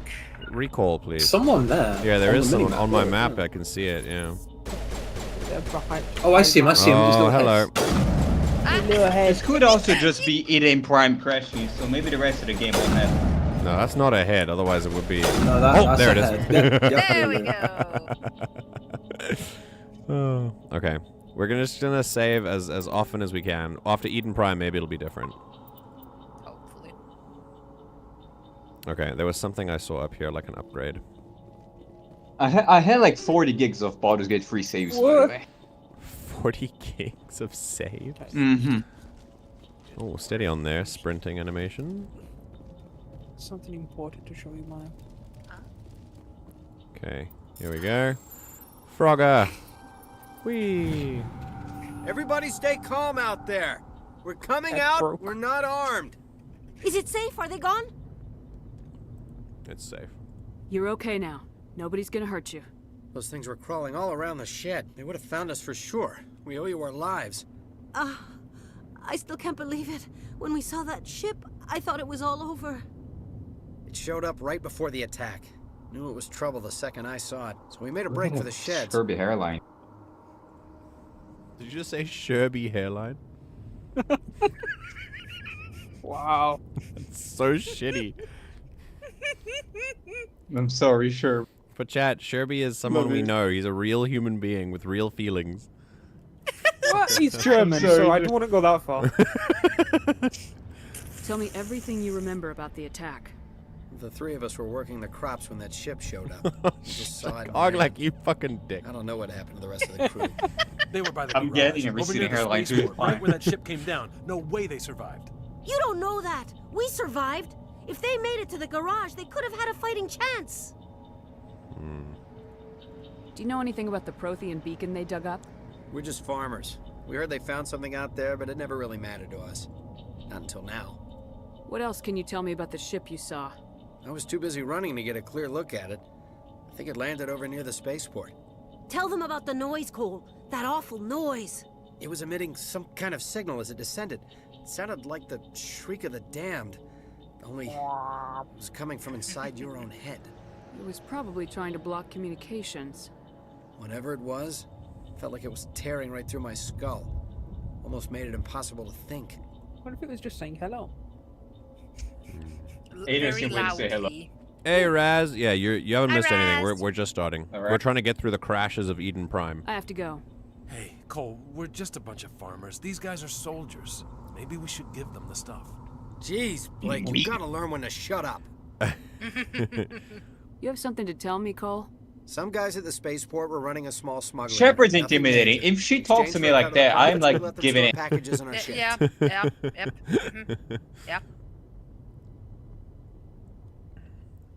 I mean, smuggling's a crime, I guess. No. What kind of packages? I found a pistol. Figured it would come in handy if those things came back. Tell me it's a hand cannon. But you'll probably get more use out of it than we will. You're holding out on me. Okay. Awesome. We're risking our lives to save this colony. You sure there's nothing else in here that could help us out? Yeah, there's one more thing. I was gonna sell it after this was over, but you probably deserve it more than I do. Hell yeah. Weapons Who's your trafficking. contact at the spaceport, Cole? What's his name? He's not a bad guy. I don't want to get him in trouble. Besides, I'm not a snitch. He might have something to do with this whole attack, Cole. We need his name. It's important. Yeah, okay, you're right. His name's Powell. Works the docks at the spaceport if he's still alive. I have to go. Good luck. Okay. Ooh, a stinger. And a combat sensor for the weapons. Okay, great. So... my rifle. Trainers are good with pistols as well, by the way, and pistols in Mass Effect 1 are busted, so I highly recommend them as well. Okay, I'll do pistols for short range. Okay, so the combat scanner upgrade improves detection levels, making these enemies visible. Okay, sure. Seems good for a pistol, for a Something sniper. else that they made for a Legendary Edition that MA1 didn't have is each weapon manufacturer has a different way that the gun operates. So you can find like a full auto pistol, you can find a burst pistol, a hand cannon, stuff like that. I like Worth experimenting. I like so you can also have like full auto shotguns or full auto snipers. Yeah. And so there's Yeah, but who doesn't love just a classic Carnifex, you know? Yeah. Oh yeah. I'm more of a phalanx type of guy, but yeah. Okay. You can have the edge as well. Then Ashley. Kessler. Hurricane. Lancer. Sniper. Ah, it's the same armor. Okay. Alright, sick. Let's do a quick save. Great. Alright, let's get in here. Mass Effect VR. Ooh, easy electronics. Whee! Oh, God. Okay. Real heavy to play fucking asteroids whenever it has to hack them. Not Rio, Rokai. Same thing. Yeah. Same thing. Oh, a slightly higher sniper rifle, but one shot. Also one shot. I suppose just a widow. I think that's probably just going to be a widow. Yeah, but why? Wait, change the model to but it. the Let's see what it damage looks is like. so much. Like it's not worth it. Oh though. yeah, actually yeah, that's really not worth it. The accuracy doesn't matter. I want to see what it looks like though. Oh, that's a. That looks really cool. What is that? And that's an incisor. Incisor, yeah. Anyway, yeah, not happening. Sorry. Okay. The one shot just means that there's a bigger cooldown whenever you fire. Yeah. Or it just detonates when you pull the trigger. We don't know. Okay. Oh shit. And it's a big deal because he's a Spectre. Oh, Blue blood. Oh yeah. A Turian? You know him? He's our commanding officer. He's a Spectre. He was with us under normal. Something's moving over behind those crates. Jeez, Caden is ready, dude. Wait, Jesus. don't shoot! I'm one of you! I'm human! Sneaking up on us like that nearly got you killed. I'm sorry, I was hiding. Dude, that from those pose creatures. is so cool. My name's Powell. I saw what happened to that Turian. The other one shot him. I need to know how Nihilus died. The other one got here first. He was waiting when your friend showed up. He called him Saren. I think they knew each other. Your friend seemed to relax. He let his guard down. And Saren killed him. Shot him right in the back. I'm just lucky he didn't see me behind the crates. Oh, yeah, that's why you said Baldur's Gate.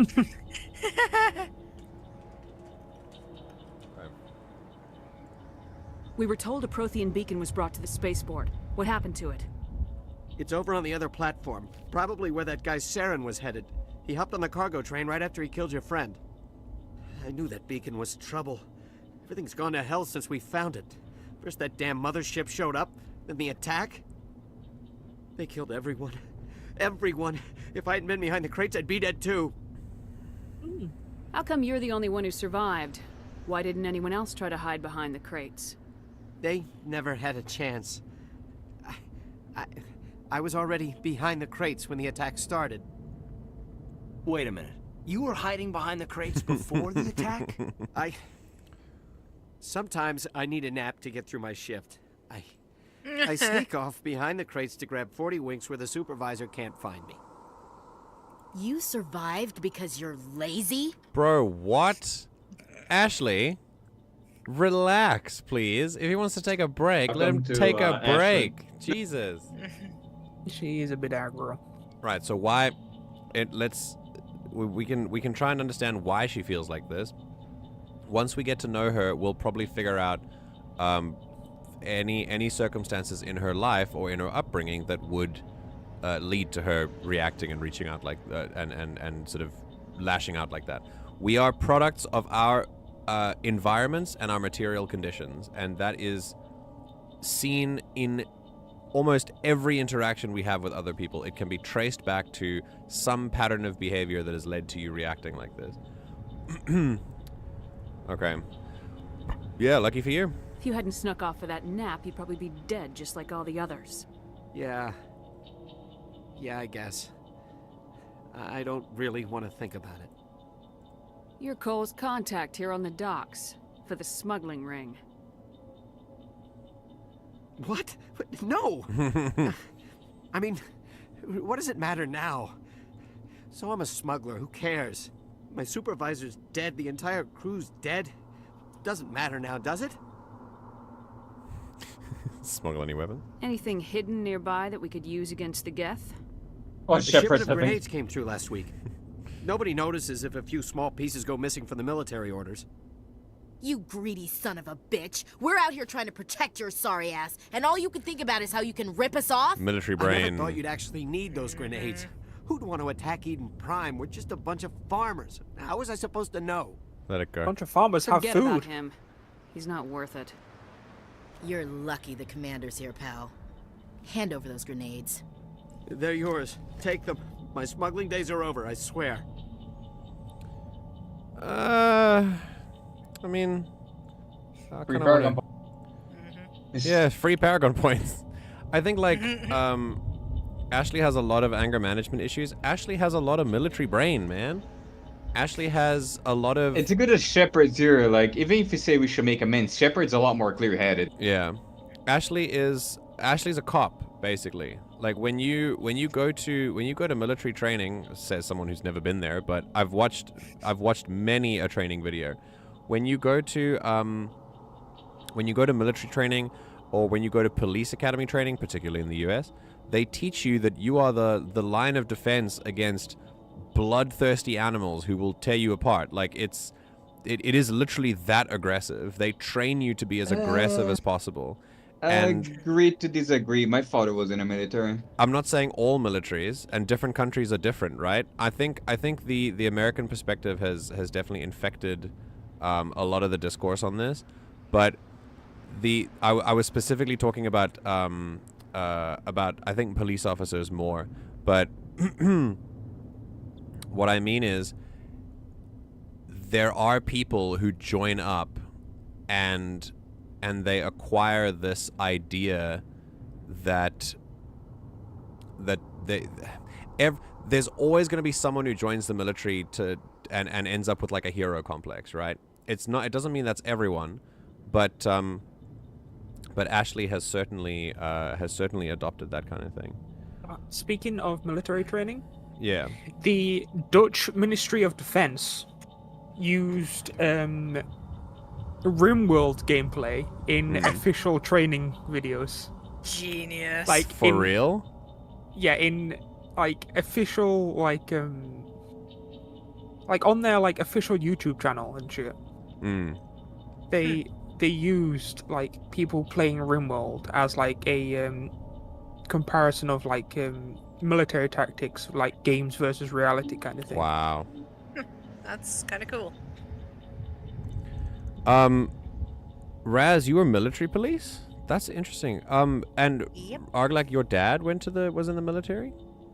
I'm also friends with people that are police as well, so it's My dad was in the military as well. He was conscripted. You had to be back then. The South Africa still had conscription, but only for white men. Yeah. Also, Arglak, I need you to understand something. When I talk about anything that is structural or systemic, I have this thing that I need that is just so important for everyone to understand when we talk about these things, is that I'm never ever talking about individuals. I'm always only talking about groups. So, for example, the problems that a male-dominated society can create for the society does not mean that you are like a piece of shit because you're a man, right? It's individual versus the role you play in the society, and it's a huge difference. So don't think I'm like coming after your friends or your dad or anything like that for like who they are. I'm just I don't know them at all. Yeah, of course. But I don't know them at all. But we don't judge people by their individual merits. We judge them by the role they play in institutions. That's much more productive for a conversation. American police are told that they're righteous defenders against human animals, and then they get military weapons, so you're on track with that. Yeah, I literally watched a police training video for the USA, and it showed this dude coming in, and he looked like he came straight out of an action movie, and he started spouting the wildest shit. So it really doesn't make a great case for them. Still, let's see what this is about. A lot of Marines died here, Powell. Those grenades could have come in handy. If I were you, I'd think of some way to make it up to them. True. Yeah, okay. There is something else I was saving. Could be worth a fortune. Experimental technology, top of the line. Damn. The book plug. Take it. I don't need it. I didn't want anyone to get hurt. Really, I'm sorry. You know the game Ultra Kill? Ultra? Yes, I do. You know they have butt plug support? What? Nice. Yeah, it connects to the butt plug and sends vibrations to it. Oh. I am serious. I am like dead serious. That's incredible. Over the platform, thousands of them. They must have been inside that mothership. They shot anything that moved. It was a massacre. Okay, so the known quantities we have are the Geth are working with these weird machines. And that's it. And they've got these mysterious ships that kind of resemble Geth, like, architecture. Like, Geth... if I were someone who didn't know what a Reaper looked like, I would say that's like Geth tech. Is there anything else you can tell me about the beacon? They brought it here this morning. We loaded it up onto the train and shipped it to the other platform. Hard to believe that was only a few hours ago. Feels like a whole other life. Tell me about this mothership. Here's this guy's face a bit wacky. I've never seen anything like it before. The faces are a bit wacky, yeah. It was huge. Landed over near that platform. Got that Bethesda face. The whole place got dark as it came down. And it was making this noise, this sound that bored right into your brain. That's what woke me up. The attack came a few minutes later. We need to find that beacon before it's too late. Take the cargo train. That's where the other Turian went. I can't stay here. I need to get away from all this. And so from this moment, from this moment we have. Wait, are we getting attacked? I feel like this is combat music. Look at it, map. There you go. Not now. Hold on. Oh, we can't save in combat. Please don't crash, game. All right, we've got pistols, right? Let's. It's all an autosave, so. Jesus. Nice. Put a pistol to post. What? This is crazy. Hold on, where are they? Oh, he's It's up like there. real life. Getting shot by a pistol would kill you. Like right there. Yeah, who would have thought? Okay, where are you? Ah, you're over there. Okay. Oh, I mean, come on. Down. Oh, that's a big Geth. Okay, that's not gonna... Down. He's kind of thick. Yes. Shoot him again. Oh, God. Down.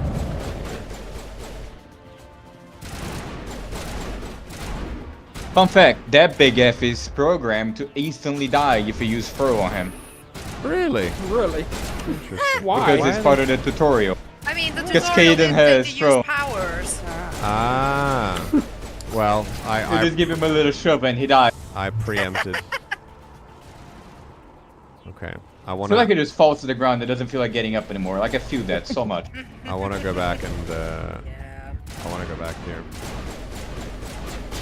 So what class is Shepard? I'm an infiltrator. I'm definitely going infiltrator.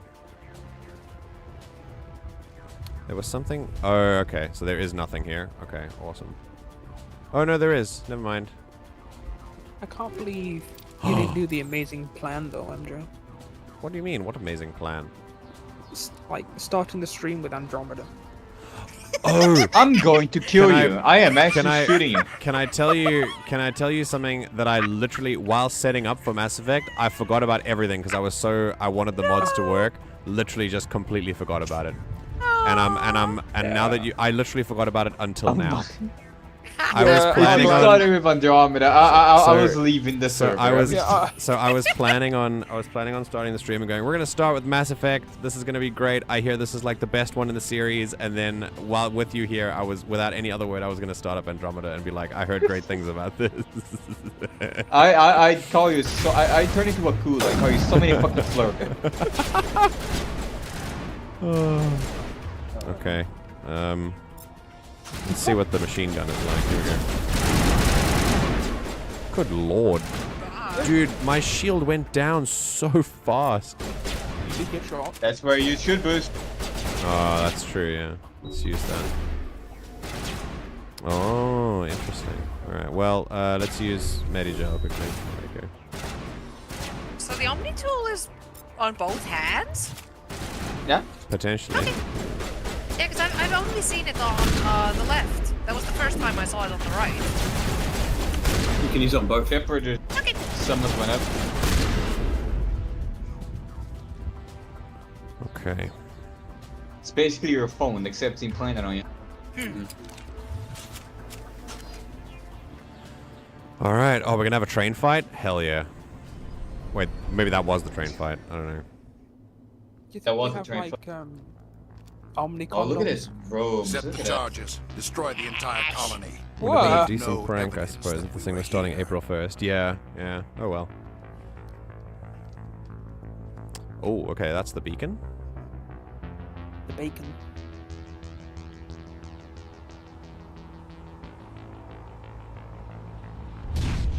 Oh. Okay, we gotta... Oh.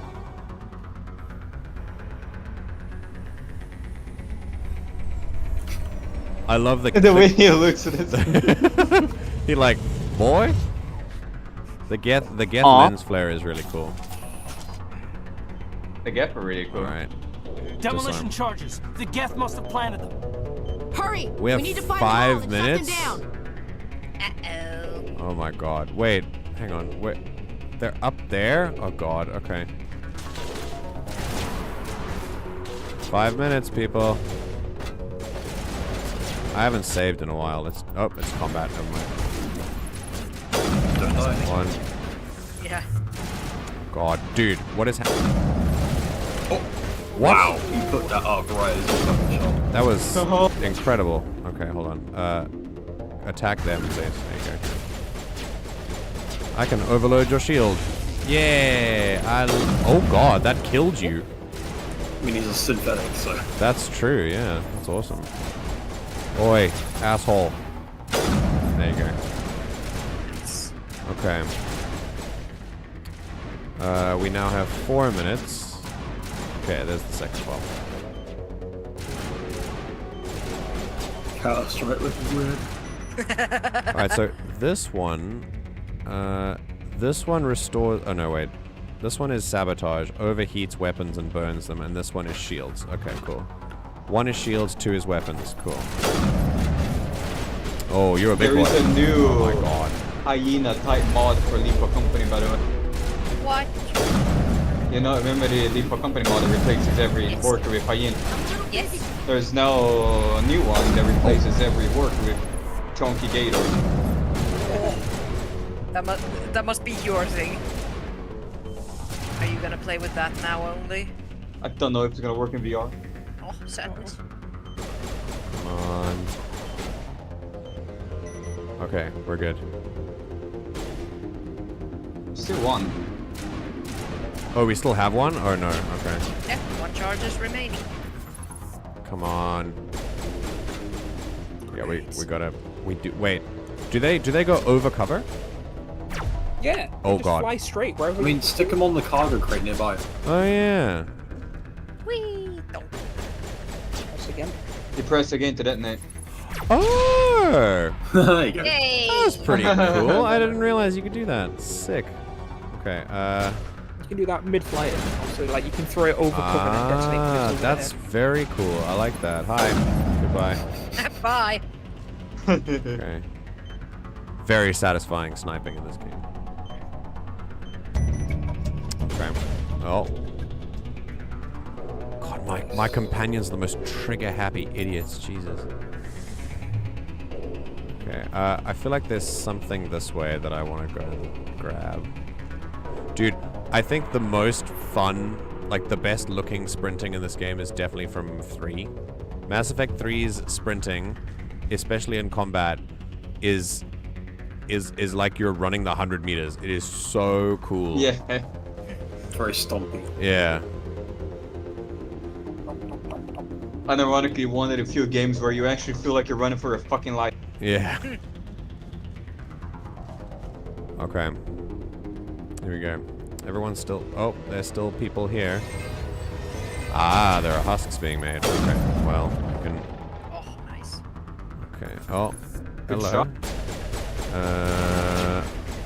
Me...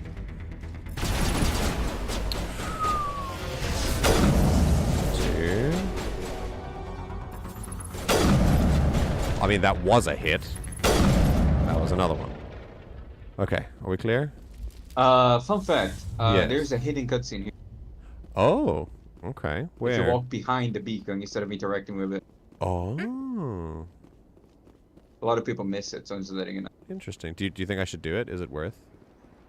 Yeah. So, It's just a nice little tidbit. Ooh, there's some fun upgrades I want to look into at the moment. Hang on. Oh, I haven't saved in a while. Yeah, you can finally save. TikTok. No, we're done. The 5 minutes were only to blow up the train. I think we've stopped that now.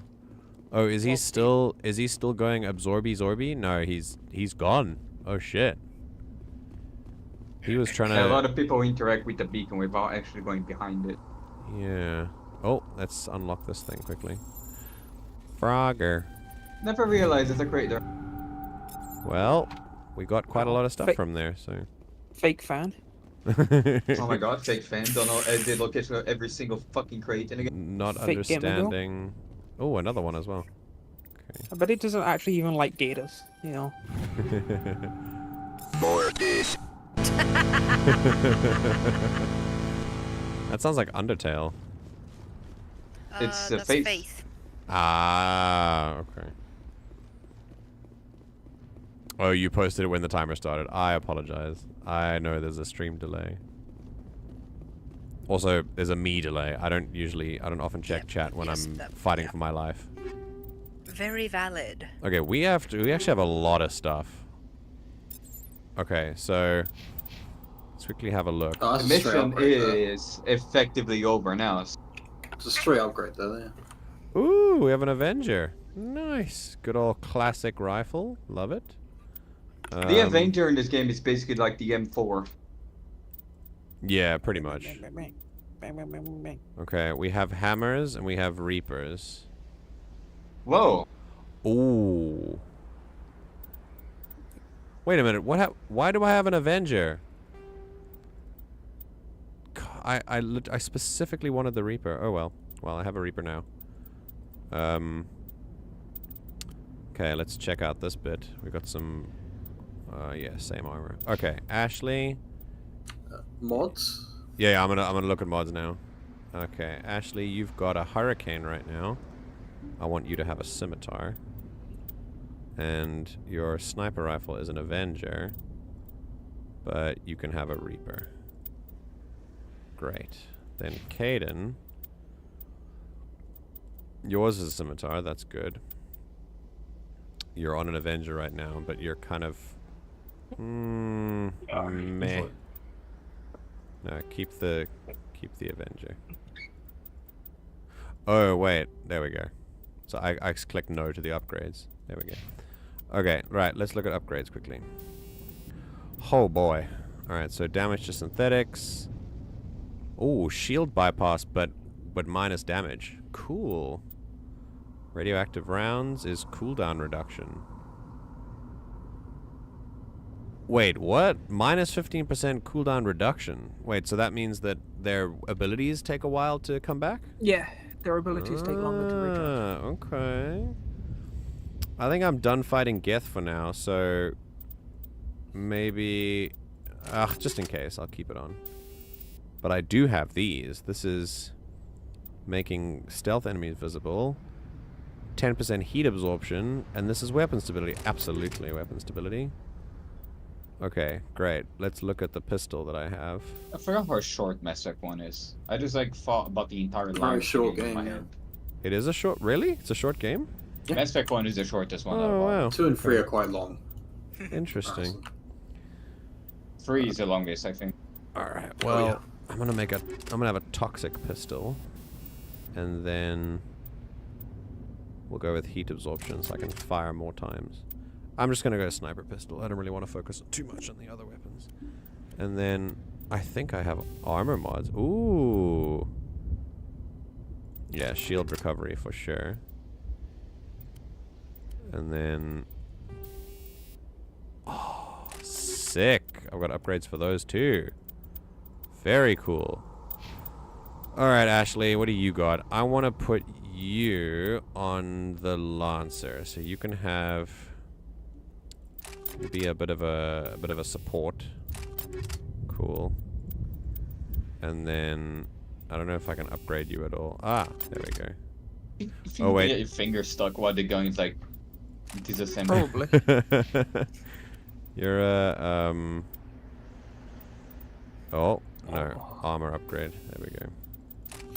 Shock absorbers for you.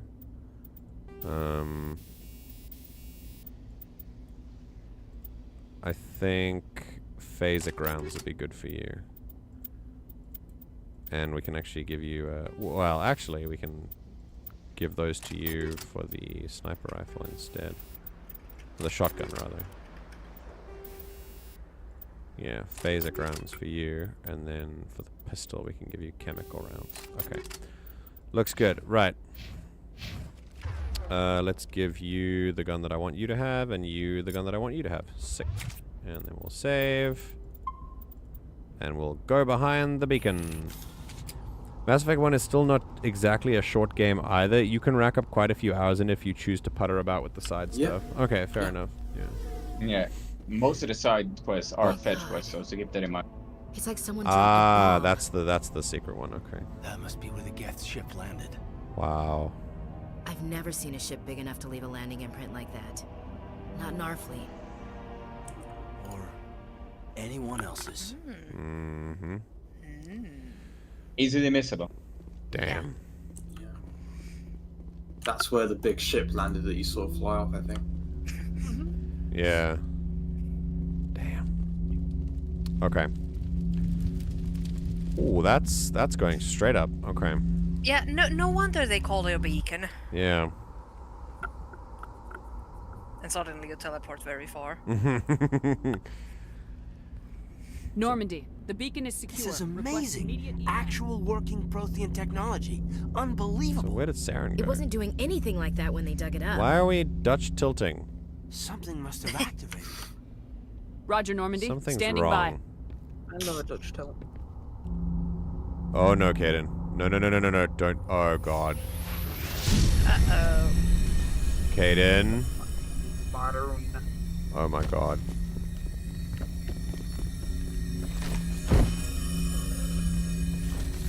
There used to be a bug where Caden was invisible, so you'd see Shepard tackling nothing. Shepard! No, don't touch it. It's too... Oh my god.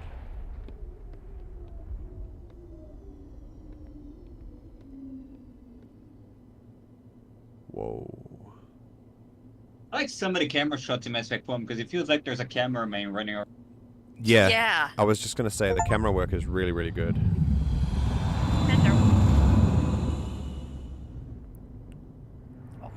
Now we see all the bad guys are up. I really like this. I like this sort of return to classic sci-fi storytelling. We identified the ship that touched down on Eden Prime. The Normandy, a human alliance vessel. Hello. It was under the command of Commander Singh. They You can managed tell to she save doesn't the run colony. very often. One of the humans Yeah, may no. have used it. Matriarch indeed.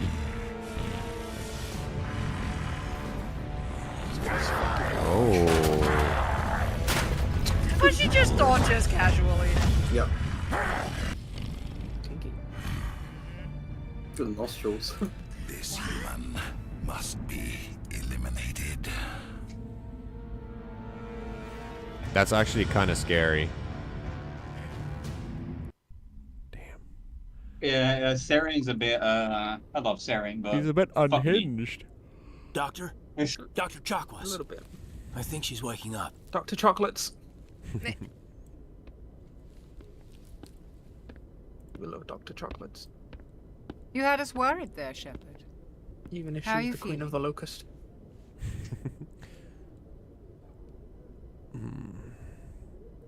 What happened? How did I end up here? How long was I out? About 15 hours. 7 years. Something happened down there with the beacon, I think.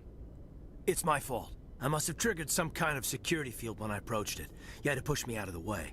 Not your fault. You had no way to know what would happen. Actually, we don't even know if that's what Oh set yeah, it be off. careful. Mass Effect 1 has a very bad case of Unfortunately, ninja we'll never romances. get a chance to find out. The beacon exploded. True. The system over. Worse than Gale. The blast knocked it cold.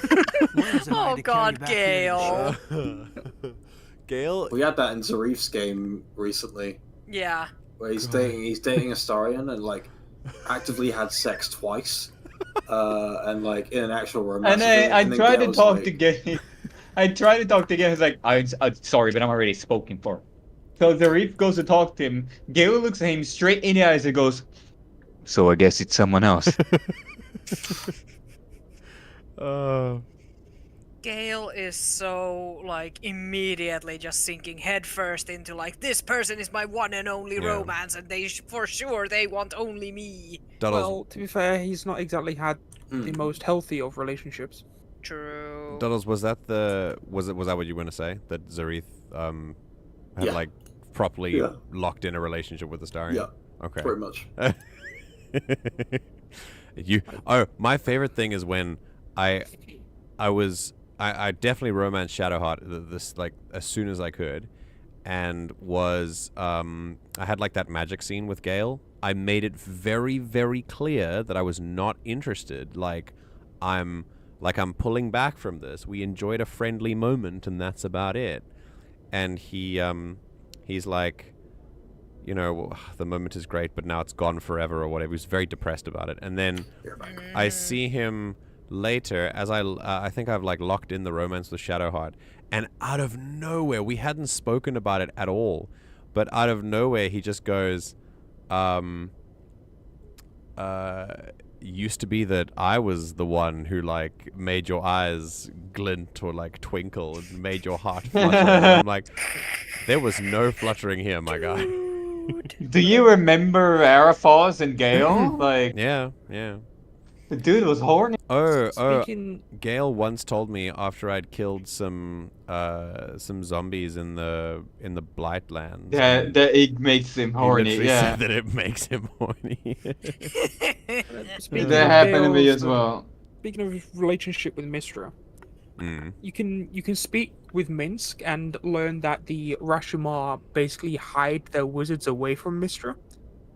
Because like it implies that what she did with Gale isn't as uncommon as you'd think. Yeah. Like for sure. she grooms like young wizards. She 100% groomed him, dude. There's an absolute abusive relationship there. Like, and apparently she does that a lot to the point where an entire culture hides their male wizards from her. Yeah. All right. Here we go. I appreciate it.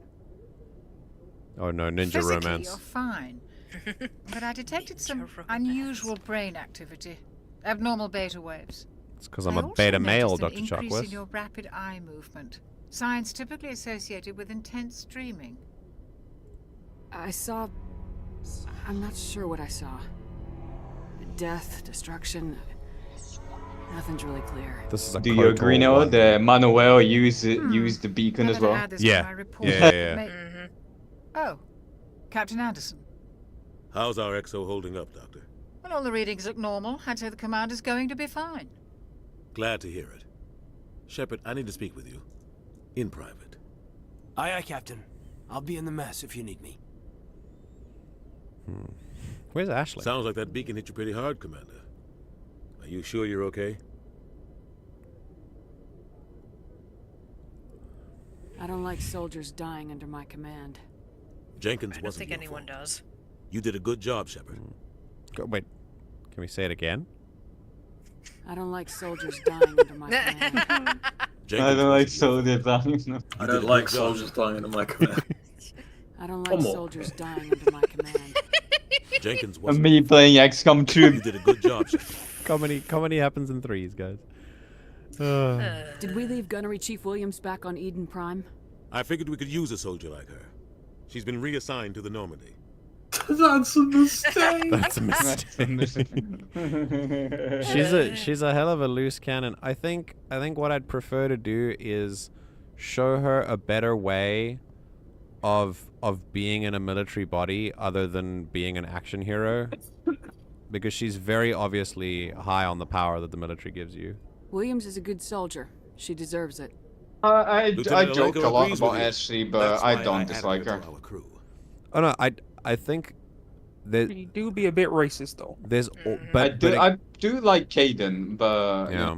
But again, there is always. Oh, hey, Alex is here. Holy 2006 graphics. 2006 graphics. Remastered 2006 graphics, mind you. It's a KOTOR 1 face, my dude. No, the Jesus, what was I saying? Oh, if the graphics made a game, Starfield would be good. The whole point.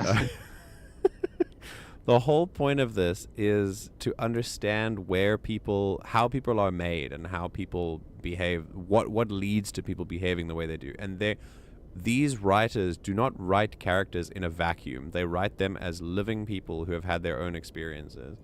And Ashley's probably had hers too, and we'll probably figure that out as we get to know her. Also, by the way, what MJ is trying to say. Jenkins wasn't your fault. You did a good job. In short, what MJ is trying to say is I can fix her. Intel dropped the ball, sir. We had no idea what we were walking into down there. That's why things went to hell. The Geth haven't been outside the Veil in 2 centuries, Commander. Nobody could have predicted this. Okay, well, did you know? I don't like soldiers dying under my command. You did a good job, Shepard. Oh, there's a dialogue option I haven't done yet. It's this one. I don't like soldiers dying under my command. I'll me every single second playing XCOM. You said you needed to see me in private, Captain? I need to do another XCOM aspect, please. Things look bad. Nihilus is dead. The beacon was destroyed and Geth are invading. The Council's going to want answers. And I'm the only one. Oh, is this the Council can kiss my ass line that you can do? I don't remember. The Council can kiss my ass. And the Council can kiss my ass. So. Okay. Well, the bacon is gone. Not the bacon. The thing that puts Shepard in the middle of this whole thing is that you're literally. No, it is. If you go to everything, it's the Council can kiss my ass.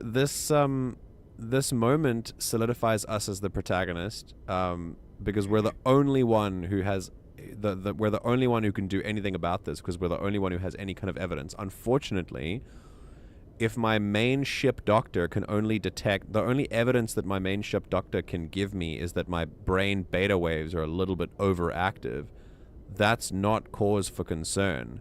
So I've seen this incredible death and destruction, and it's so clear in my mind, there's no other evidence. So very obviously, the Council's going to deny it. I didn't do anything wrong, Captain. Hopefully the Council can see that. I'll stand behind you and your report, Shepard. You're a damned hero in my books. That's not why I'm here. It's Saren, that other Turian. Saren's a Spectre, one of the best, a living legend. But if he's working with the Geth, it means he's gone rogue. What was that about foreshadowing before? A rogue Spectre's trouble. Saren's dangerous, and he hates humans. Sometimes I'm like, I'm right. Sometimes I'm a little clever. He hates humans? Why? He thinks we're growing too fast, taking over the galaxy. A lot of aliens think that way. Most of them don't do anything about it. But Saren has allied himself with the Geth. I don't know how, I don't know why. I only know it had something to do with that beacon.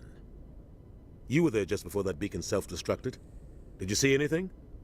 Any clue that might tell us what Saren was after? We're definitely coming clean about this. Just before I lost consciousness, I had some kind of vision. A vision? His neck looks really fucking weird. I saw synthetics. Geth, maybe. Slaughtering people. Butchering them. We need to Jennifer's report voice this to acting the is hard. Council, Shepard. Yes, I love Jennifer Hale's work. What are we gonna tell them? I had a bad dream? We don't know what information was stored in that beacon. Lost Prothean technology? Blueprints for some ancient weapon of mass destruction? Whatever it was. Saren took it. But I know Saren. I know his reputation is politics.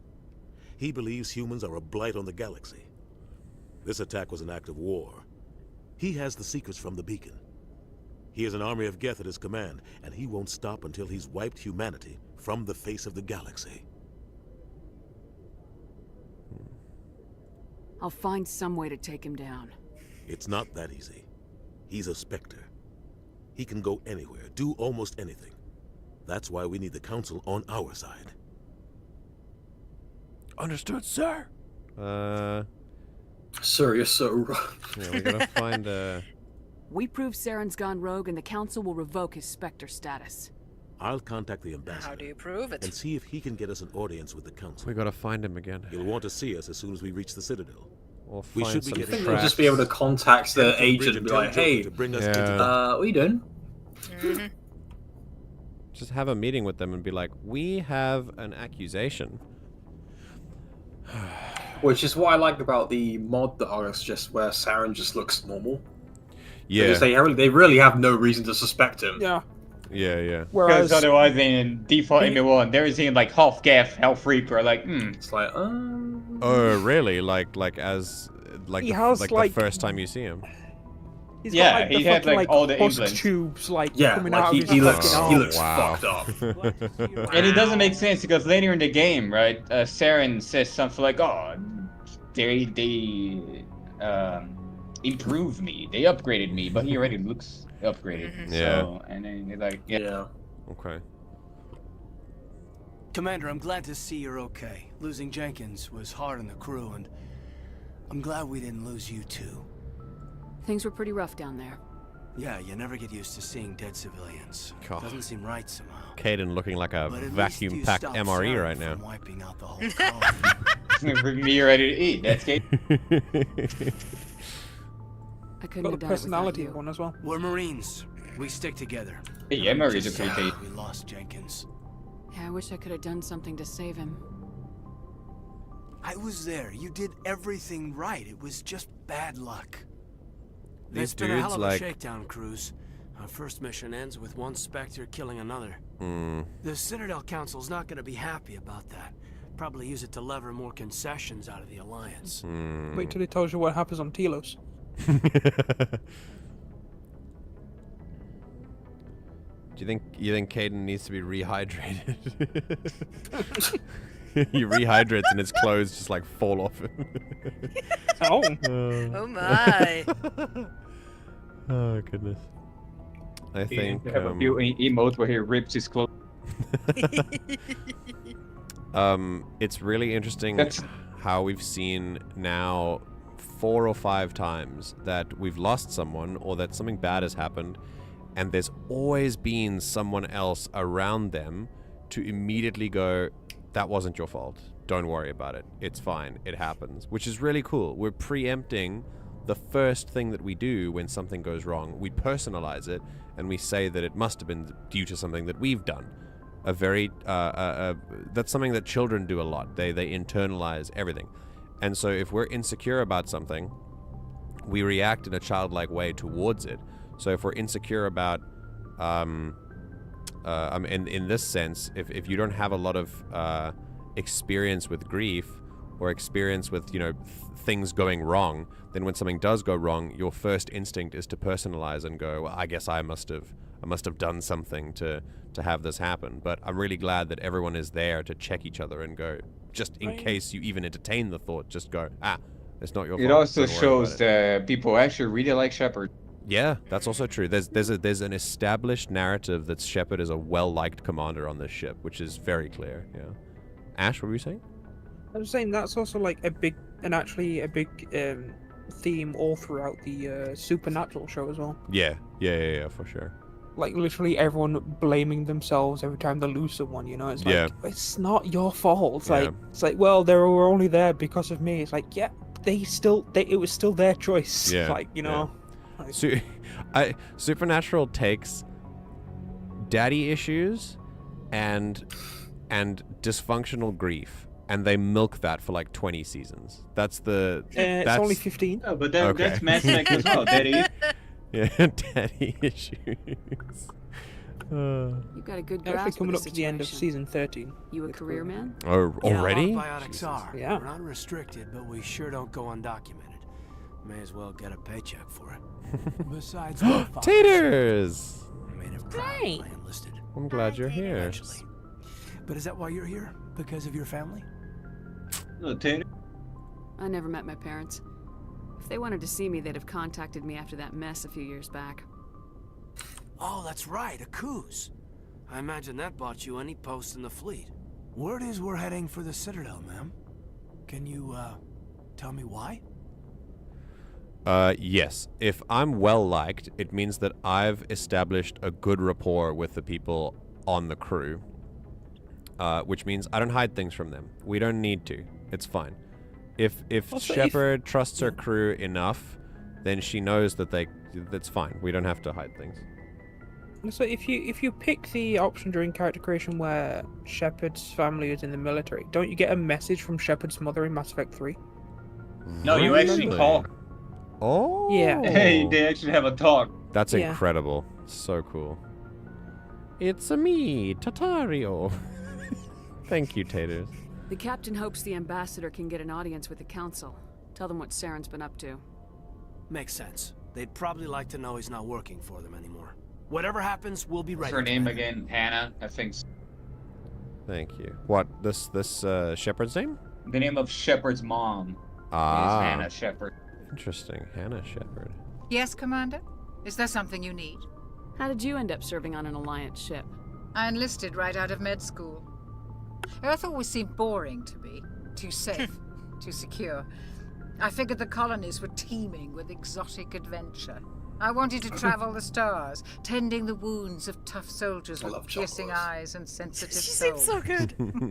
Turns out military life isn't quite as romantic as I'd imagined. I love it that we had her But humanity and Jenkins. needs the Alliance if we want to keep expanding through the Traverse. And the Alliance always needs good doctors. So I stayed on to do my That's a really good catch, actually, Sylph. Yeah, both of them being like that, hey, Earth is too, or where I was living was too boring, time to join the military, but they have such different views on it, like... It clicked for Chocolate, it didn't click for Jenkins. Exactly. Yeah. And I'm gonna go out on a limb and say that the fact that it didn't click for Jenkins is probably played a part in what got him killed. Yeah.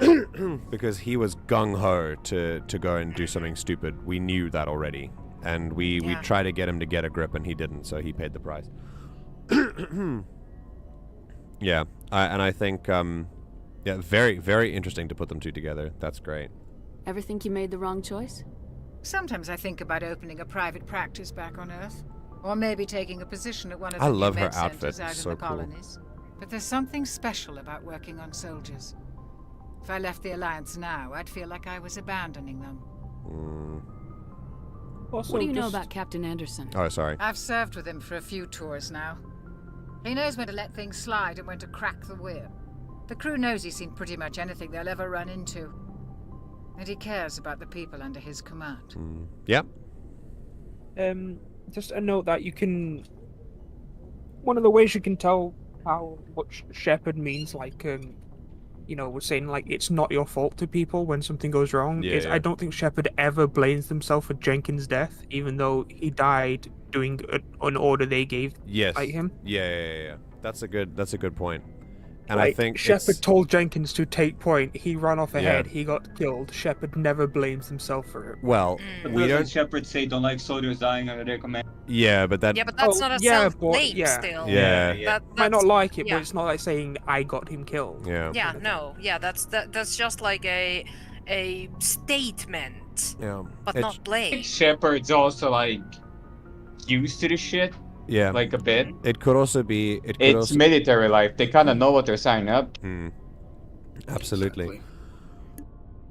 It also could be that Shepard is just a very emotionally intelligent person who is able to regulate as soon as something like this happens, which is why you see as the games go on. She's already been through like the sole survivor stuff in your character. Exactly. I think, so yeah. And you already see as Shepard kind of talks to all of the other characters, you can see how much potentially they know how to connect with other people so incredibly well, so that you kind of think that they would. You kind of think they would apply those same standards to themselves, like they've had enough practice with it, How well do you know the lieutenant?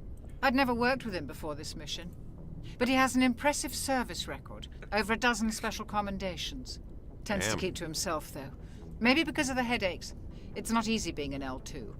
What does that have to do with it? Well, most biotics now use the L3 implants. Lieutenant Alenko was wired with the old L2 configuration. Sometimes there are complications. What kind of complications? Severe mental disabilities, insanity, crippling physical pain. What? There's a long list of horrific side effects. Caden's lucky. He just gets migraines. Fun. That also sounds like foreshadowing. I should go. You shall learn a little more about Helsis's lore as well. Commander Shepard, master of compartmentalization. Yeah. Hey, there's Ashley. Okay. I'm glad you're okay, Commander. The crew could use some good news after what happened to Jenkins. Jenkins was a valuable part of this crew. Part of me feels guilty over what happened. If Jenkins was still alive, I might not be here. Jeez, the game really wants me to do this, huh? It's come up like 7 times. You're a good soldier, Williams. You belong on the Normandy. Thanks, Commander. I appreciate that. We're giving her faith, gonna get to know her, and then maybe try and calm her down a little bit. Things were pretty rough down there. Are you okay? I've seen friends die before. Comes with being a Marine. But to see my whole unit wiped out, and you never get that's a bit seeing rough. dead civilians. But things would have been a lot worse if you hadn't shown up. I don't understand how people can look at someone who's been in the military and believe that that does not change you fundamentally as a person. Especially if you're if you're in active duty, whether you are in, like, if you just do like, if you're like in the Coast Guard and I guess like you're just on patrol and you don't actually see any action, it's very different from being in an active war zone constantly and seeing stuff that would break people that didn't go through basic training. But even that's then, like, yeah, that's like the main thing that I wrote for like Hell's a terrain of mine, like how being a soldier changes you as a person. Yeah. Are you seeing as a tool for your government, or are you seeing as a person that has feelings? Absolutely. That's definitely one way of thinking about it. And I think the way that's like the whole writing that I did for her. You have it provides you with an emotional experience that almost that no one else who hasn't been in the same position can claim to understand, and it definitely does. I mean, it probably does something to your brain chemistry, like, for sure. We couldn't have done it without you, Williams. Thanks, Commander. I have to admit, I was a little worried about being assigned to the Normandy. It's nice when someone makes you feel welcome. I think you're gonna fit in here just fine, Williams. Thanks, Commander. Okay.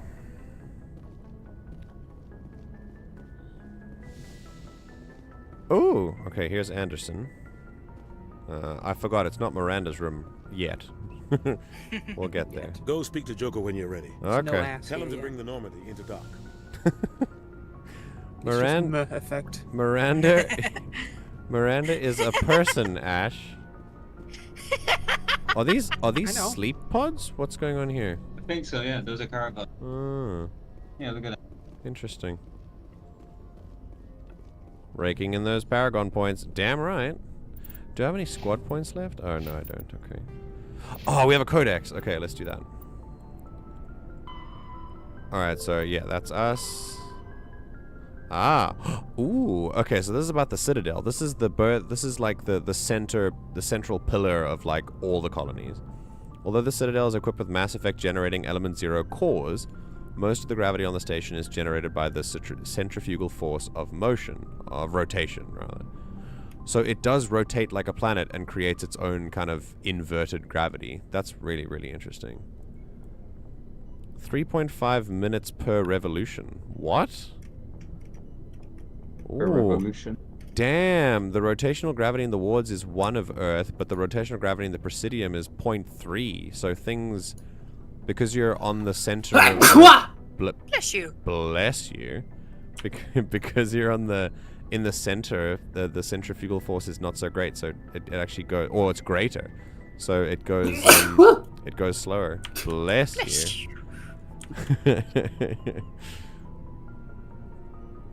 Okay.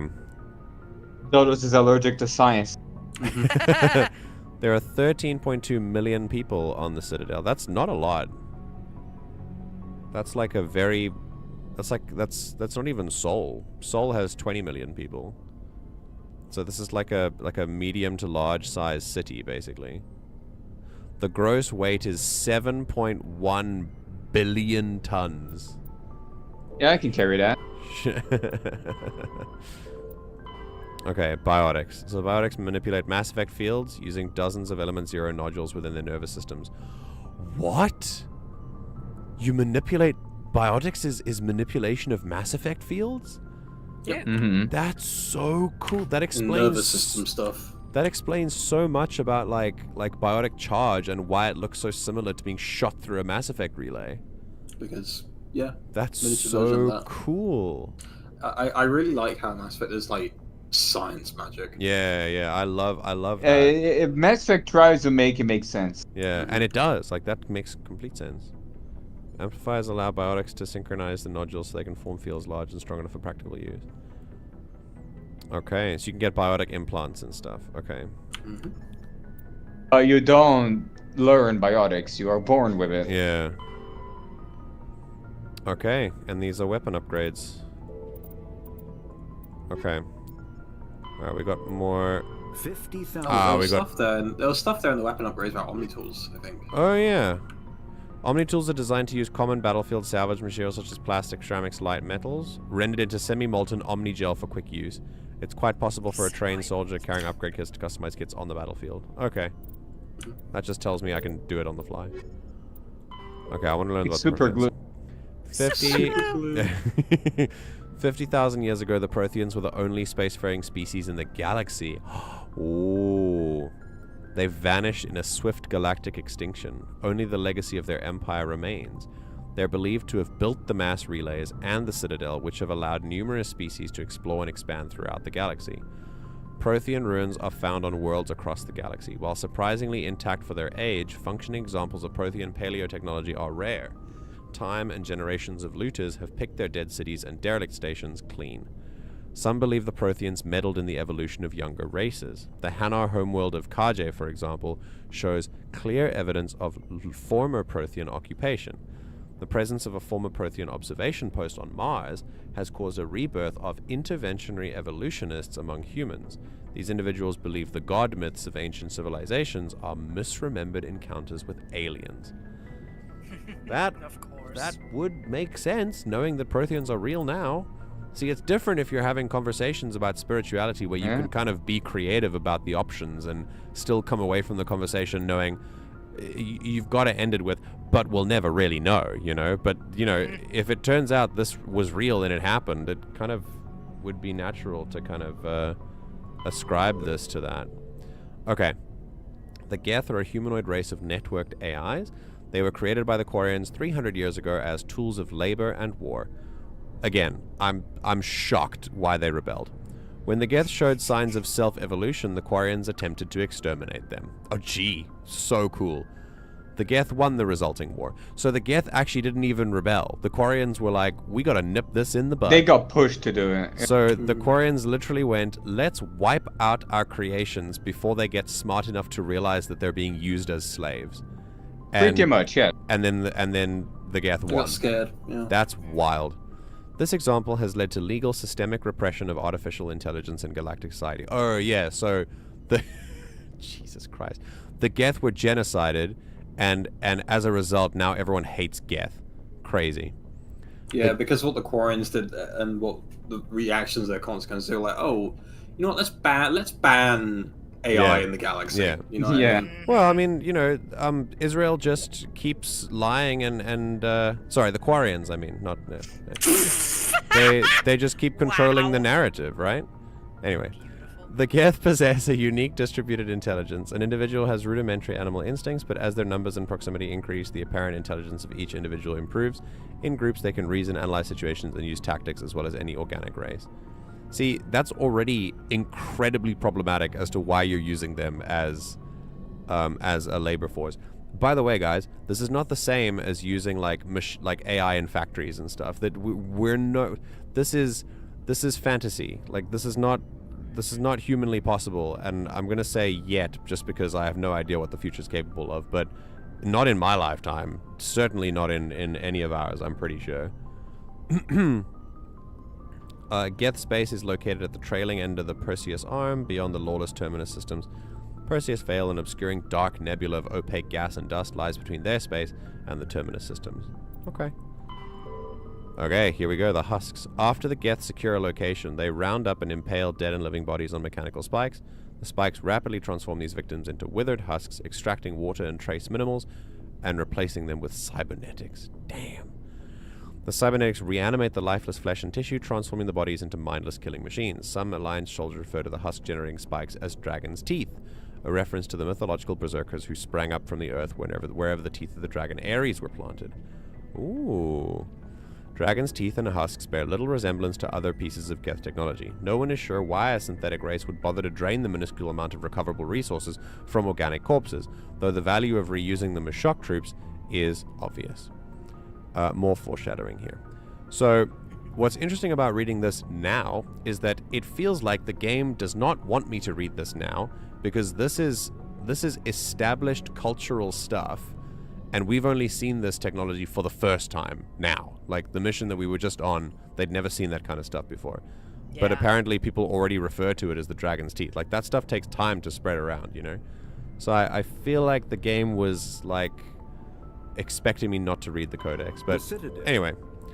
Okay, so we've done this. I think it's just kind of, if you want to know more, like, you do the mission and there's a question mark over your head, like, oh, okay. Yeah. Alright, so the Citadel is basically the home of the thing. The Citadel's virtually indestructible. Like, a friend of mine is trying Baldur's Gate 3 for the first time, but he never played D&D before, so there's a lot of stuff there that he doesn't actually know. Yeah.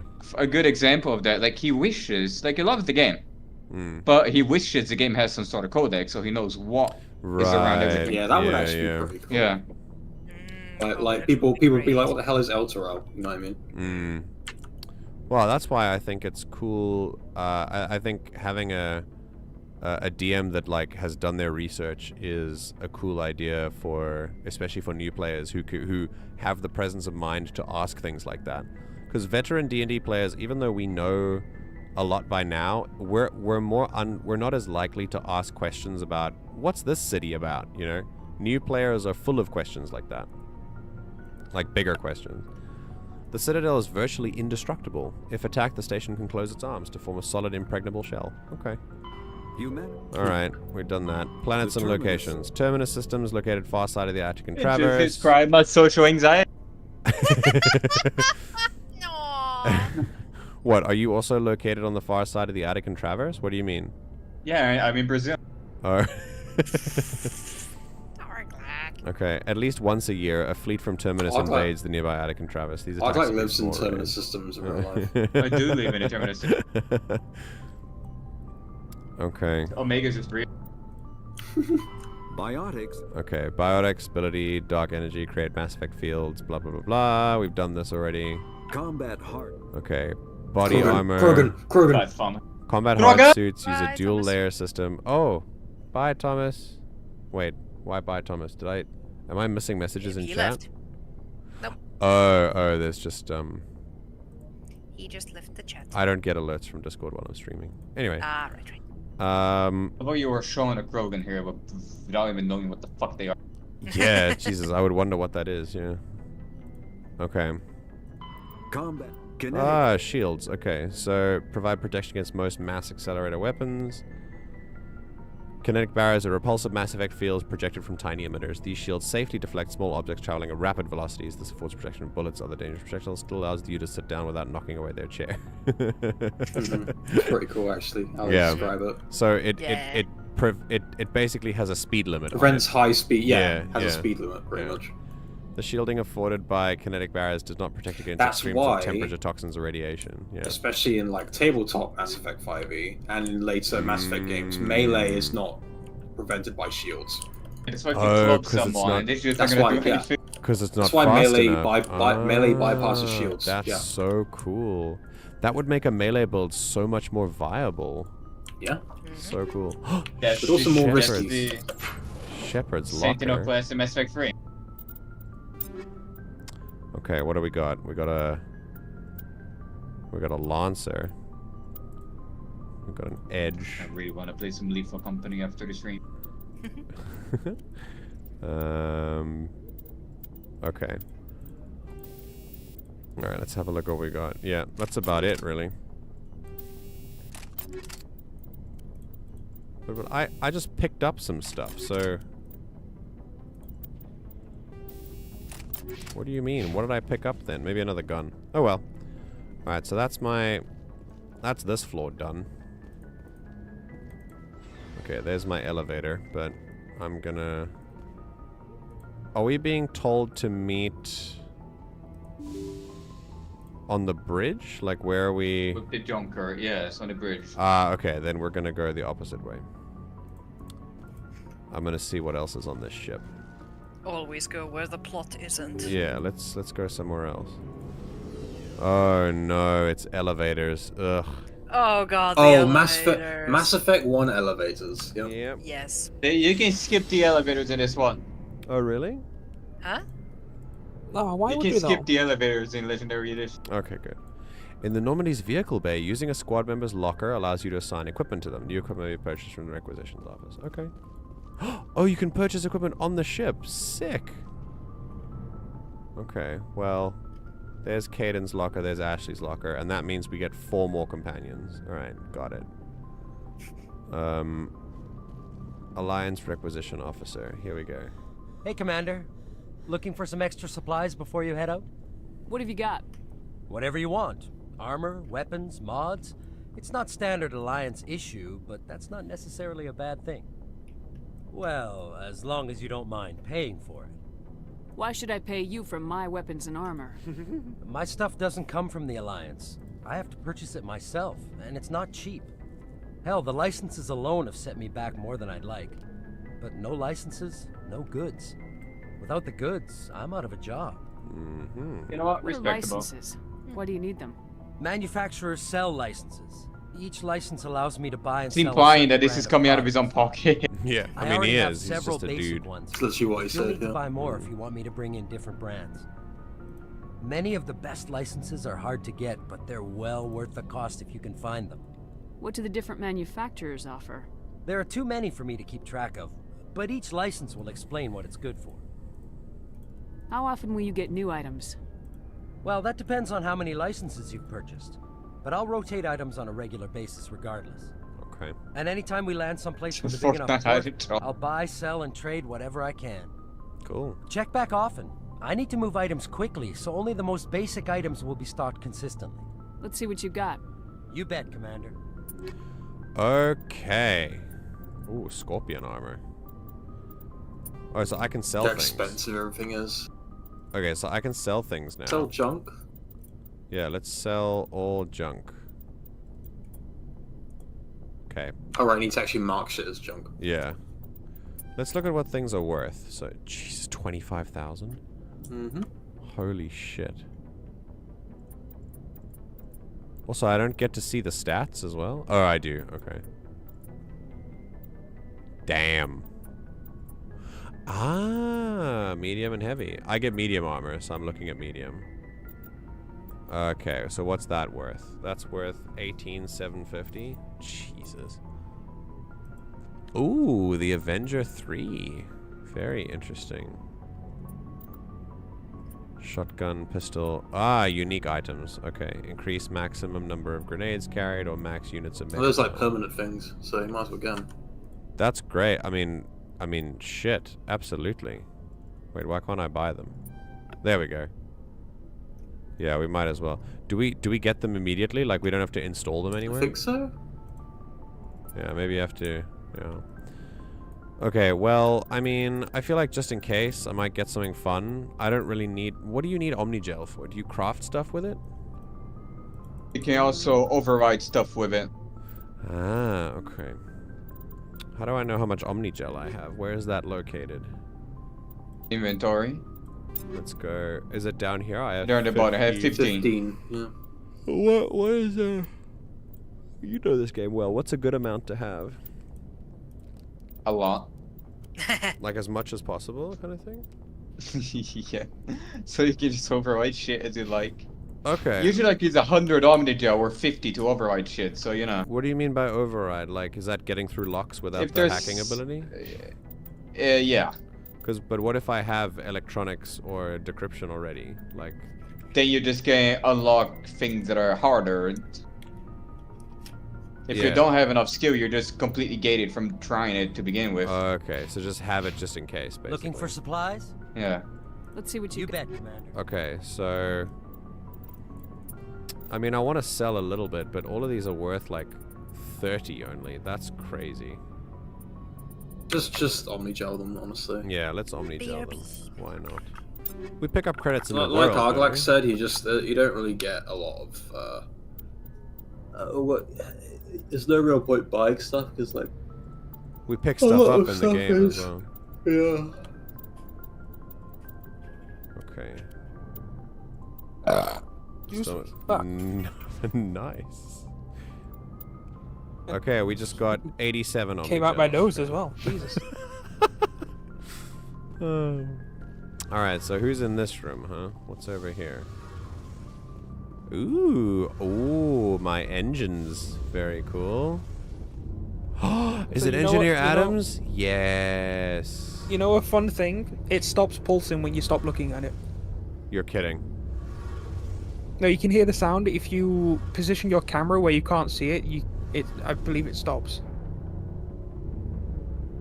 Yeah. Yeah.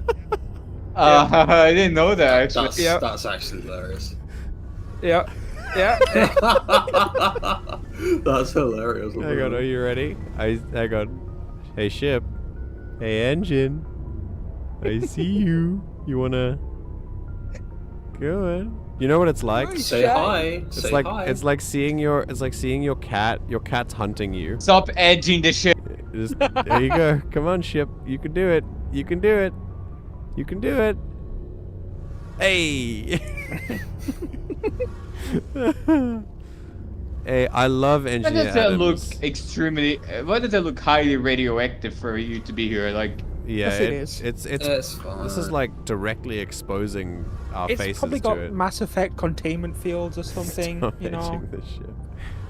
Engineer Adams has the most accurate Scottish accent of anyone ever, and I'd like you to forward that message to every Scottish person. I get dizzy working in that room, dude. Like, oh my god. Just staring at it like, ooh. Look at that. I'm already dizzy looking at it. Oh, you can examine it. Sick. Wait. Codex. I get XP for that. Okay. Shame and a codex injury. Wait. Shame about Jenkins. He's got a codex injury. He's not Scottish in Mass Effect 1. Yo. Shame about Jenkins, Commander. It's not Adams that's the Scottish one. Dude, Engineer Adams is... Oh. It's not Adams, it's the Cerberus guy. Oh, okay, never mind. Alright. Well, hi? Oh, more codex, okay. Yeah, well, it just tells you how the engine is shy. Biotics is the ability. Okay, when subjected to electric current, the rare material dubbed element 0 or ESO emits a dark energy field that raises or lowers the mass of all objects within it. Damn. The mass effect is used in counters, so that's what a mass effect is. Which is why nervous systems and stuff. Interesting. It's just why nervous that's why like nervous systems affected because that's electricity. Damn, that's so they've clearly put a lot of thought into this. Like a lot of thought. That's awesome. Generating artificial gravity to manufacturing high-strength construction materials. It is most prominently used to enable faster-than-light space travel. Basically, it's used to make you like super light so that you can travel super fast, or maybe super heavy, depending on how you think about it. ESO is generated when solid matter is affected by the energy of a star going supernova. The material is common in the asteroid debris that orbits neutron stars and pulsars. Hello, these are dangerous places to mine, requiring extensive use of robotics, telepresence, and shielding to survive the radiation from the Do you want to read the top bit again for Sylph?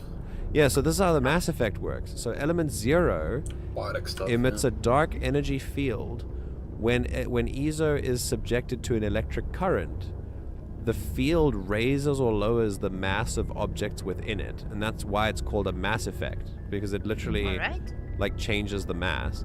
and it's used from generating artificial gravity by making it lighter to manufacturing high-strength construction materials, making it heavier. But it's also used to enable faster-than-light travel. Very cool. How biotics use their powers, because it's Yeah. like electrical signals. Because it's an electrical signal, yeah. So cool. Oh, this is N7. The vocational code system classifies the career path of all serving personnel. The MVC consists of one letter and one number. A soldier's MVC indicates proficiency, not rank. The letter notes career path. The number indicates level of experience, as indicated by service record, technical scores, and commendations.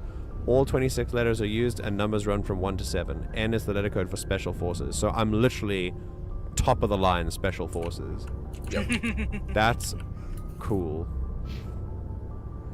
Don't worry, super science space wizard shields are protecting you from the bad invisible bullets. The invisible bullets are radiation. Okay, thank you. Yep.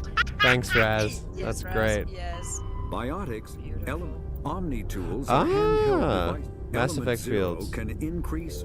Okay, so increase or decrease the mass of volume of space-time when subjected to an electrical current. Okay. So low mass fields allow faster than light travel. High mass fields create artificial gravity. Very interesting. And then what about an Omni tool? Oh, yeah, there you go, Omni tools. Yeah. Handheld devices that combine a computer microframe, sensor analysis pack, and manufacturing fabricator. Versatile and reliable, an Omni tool can be used to analyze and adjust the functionality of most standard equipment, including weapons and armor, from a distance. The fabrication module can rapidly assemble small three-dimensional objects from common reusable industrial plastics, ceramics, light alloys, blah, blah, blah, blah, blah, blah, blah.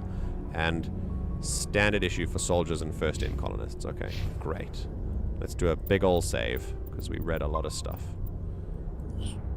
Awesome. So that's the engine room. And this is the vehicle room. Okay. The ship is a great deal smaller than how it is in Mass Effect 2. It's a different ship. Technically, yeah. Bigger and free as well. Alright, here we go. So I don't actually have a bedroom in this one? I don't think so. I can't go up. Oh wait, no, this is where Nihilus was. Alright, let's have a chat to Presley. I'm glad you're okay, Commander. Oh, okay. Losing Jenkins was hard enough. Yeah, I love him in Mass Effect 2. What, Presley? Yeah. He's actually pretty good there. Has a redemption arc. Hey, kitty, where are you going? Oh, I see. Okay. Hi, Joker. Good timing, Commander. I was just about to bring us into the Citadel. See that taxpayer gunk. money at work. Boom.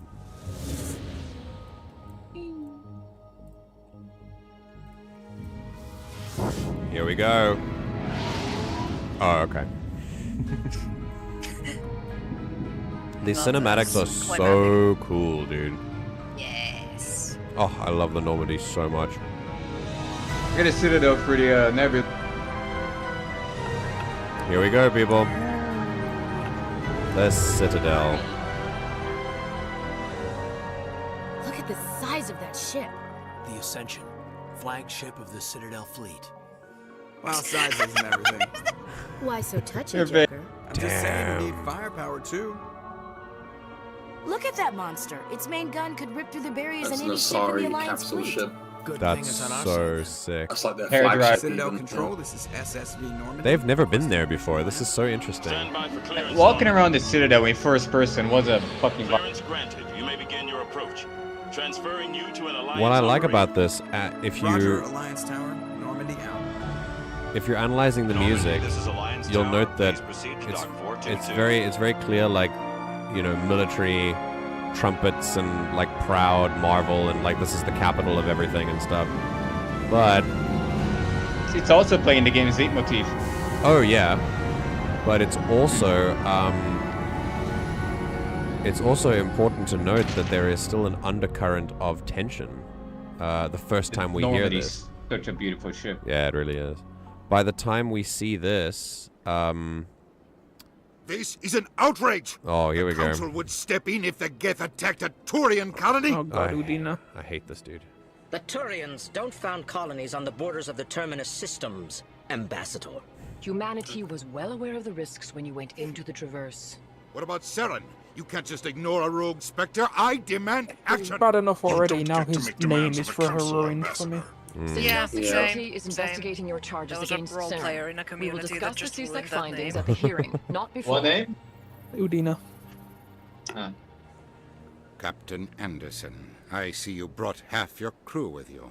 Just the ground team from Eden Prime. In case you Same had person any with a character called I have Yachiada. the mission reports. I assume they're accurate? They are. Sounds like you convinced the I council. don't know who the person is, but I want to have a talk with They him were just so not they learn their happy place. about it. Saren's their top agent. They don't like him being accused of treason. Saren's Hacks a don't threat care to every about your human feelings, colony out darling. there. He needs to be stopped. The council has to listen to us. Settle down, Commander. You've already done more than enough to jeopardize your candidacy for the Spectres. Oh, damn. The mission on Eden Prime was a chance to prove you could get the job done. Instead, Nihilus ended up dead and the beacon was destroyed. That's Saren's fault, not hers. Then we better hope the CSEC investigation turns up evidence to support our accusations. Otherwise, the Council might use this as an excuse to keep you out of the Spectres. What is it Come called? with me, Captain. I want to go over a few things before the hearing. Shepard, you and the others can meet us at the Citadel Tower, top level. I'll make sure you have clearance to get in. And that's why I hate politicians.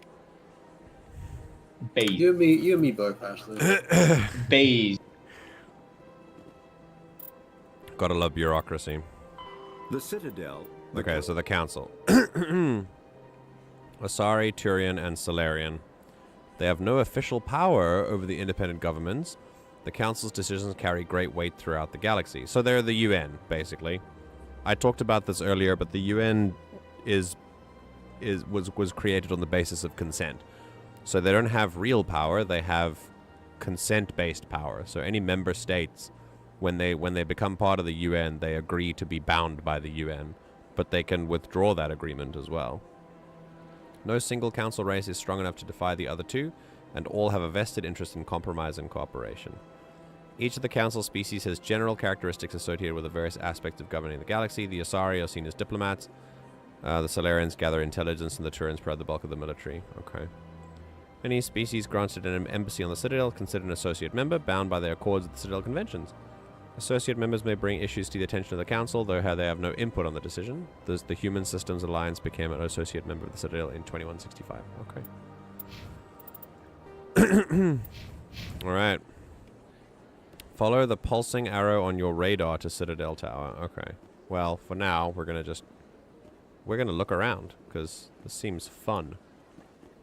Big place. Yeah, tell me about it. I think, Skate. I can't tell the aliens from the animals. So it begins. Jesus Christ. Ashley, 1 minute you were like, this place is Ashley, amazing. what the fuck? What do you mean? You can't just say that. Why would you drop that like that? I can't tell the aliens, but go fuck yourself. Oh my god. I hate the lines so much. Jesus Christ. Jesus, fuck. Holding nothing back. That was so like uncalled for. There's no aliens here at all right now. It's only humans, dude. Just humans. It just felt like being racist. Oh my god. You saw had to an fill up her L-core, races it's like, and that's a quote- weird cow. Mm. Why is that jellyfish flying? Udina seems like the kind of person who was born with a ramrod up his keister and had lemon juice in his mother's milk. Jesus. That's accurate. Beautiful phrasing. Oh, Taters knows the Solarian song. I am the very model of a scientist Solarian. Oh. Oh no. That is fishy stewing and it's herring and the terror. No. Okay, here we go. Ah, you can override. Okay. Here we go. Captain Hendrickson reported some unusual energy readings during a patrol of the Argus Rho cluster. She had particular concern about the Hydra system, but was recalled before her team could investigate further. No patrols are scheduled for that sector. Do we want to send in a recon team? Interesting. Unusual readings. We can investigate the Hydra system. Okay. I think that might be the DLC. Side quest. That might be the No, DLC. No, that's just a side quest. Oh, just a normal side quest? Okay. Well, I guess we're a soldier. We, Ah. Hello. Hey, look, it's an Elcor. No, not an Elcor. What are they called? What are these tiny things called? Oh, it is an Elcor. That's an Elcor. There's an Elcor. They are so fucking jacked. What are these things called again? Those are Volus. Those are Volus. There we go. So we got Volus, we got Asari, we got Tyrion, and we got my favorite race in Mass Effect. Fun. Look how jacked they are. Like I said. They're incredible. You're getting punched by one. Hi. Please greeting. Human, it is always good to see your kind. I am Ambassador Kalen. Genuine query. Is there something I can do for you this day? If I was... Well, they don't really have like any emotion in their voice, so they have to say that. Communicate with pheromones, yeah. Absolutely incredible, kind of for someone who doesn't understand social cues. Just be an Elcor. Easy. They actually, it's less pheromones. It's actually very, very slight body language. Oh wow. Okay. So like a bicep flex or something.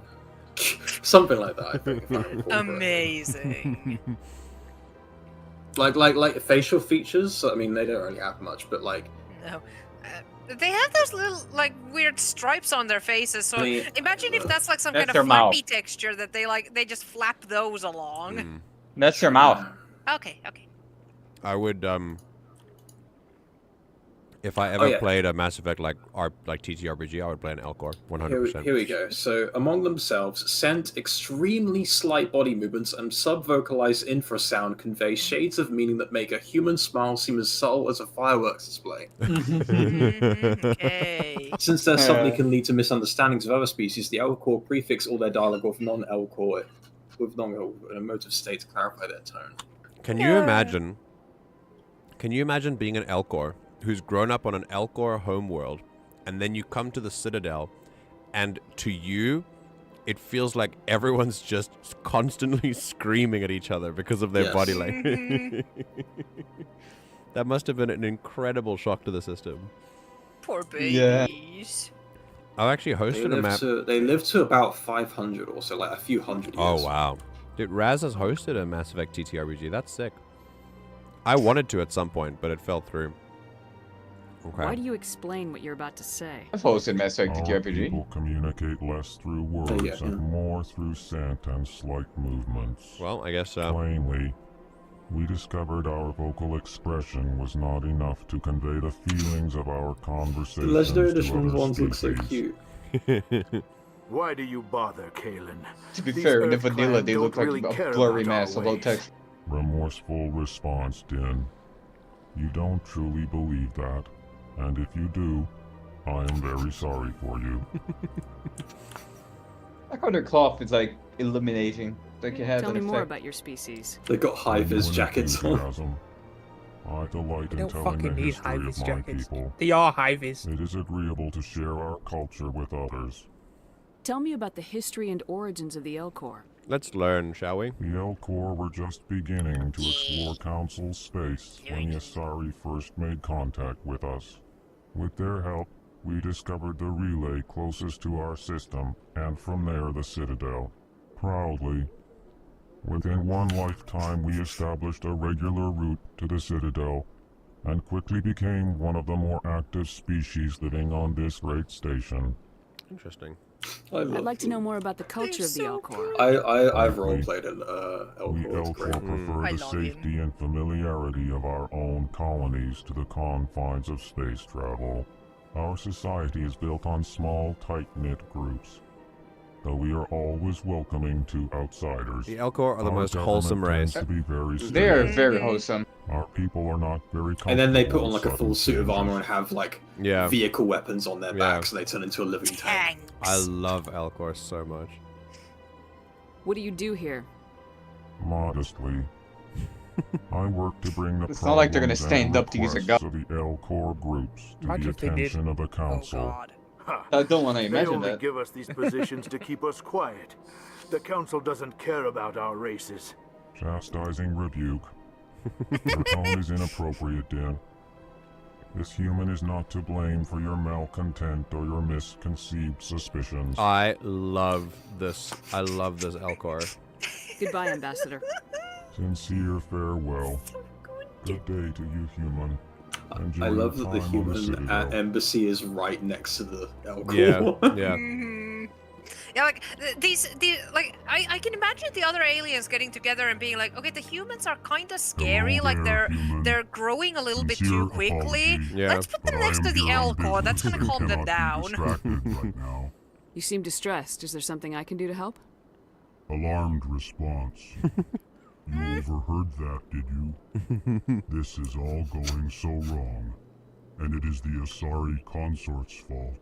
She's the one who started all this. What did this Asari do to get you so upset? I cannot speak more about this problem. It is too sensitive. Suffice it to say, she has compromised my authority as a diplomat. Jesus. Where can I find this Asari consort? She is across the bridge from here. Her offices are easy. Oh, he actually pointed. Yeah, she pointed. Good day, Where? What? Okay, guess we'll find the bridge. You can't talk to the Volus, by the way. Oh. You can. EarthClan, you are in the wrong place, I It's think. because they use option. Your ambassador Only is shows next up the door dialogue in the stuff. large office. Chastising remark. Don't be so rude, Dan. At least introduce yourself. I am Din Korlak, Volus ambassador. Is there I something am I can Din do for you, Djarin, EarthClan? the Volalorian. What is this place? You are in the embassy for the Volus and the Elcor. I forgot they're from the same place. Ambassador is next door. They're not. In his own office. But they share an embassy. What? In this shared space, I thought they were from the aid same my place, fellow but- Volus when I'm not They're being not. interrupted. Otherwise, they'd be both wearing ammonia suits like the Volus are. Oh, yeah, that's fair, actually. The- I the- figured, the I figured maybe Elcor- the Volus just like developed differently because The different Elcor species. the Elcor are from a very high gravity planet. That's why they're built the way they are. Okay. The But also, Volus are like, from like an ammonia world or something. Dodo Zero just saying that the Elcor are built different. Literally, though. but like, so the council just shoved the sort of what they consider to be the nobody species into like this tiny corner of the Citadel with the humans. Yep. This seems very dickish. Yeah, welcome to the council. Yeah. I'd like to know more about the Volus. I'm sure our history and culture would bore you, EarthClan. I mean, I asked, didn't I? Please don't project that onto me. I'd like to know. Actually, I would like to know more about your history. My people came to the Citadel shortly after the Asari and Solarians had discovered it. We were instrumental in establishing a standardized galactic economy. However, despite our long association with the Citadel and our many contributions to galactic society, we still do not hold a seat on the Council. Oh, yeah. I imagine they look like little seals under their suit. they do give that vibe, don't they? Tell me about Volus culture. We are tribal by nature, but our ways are not violent.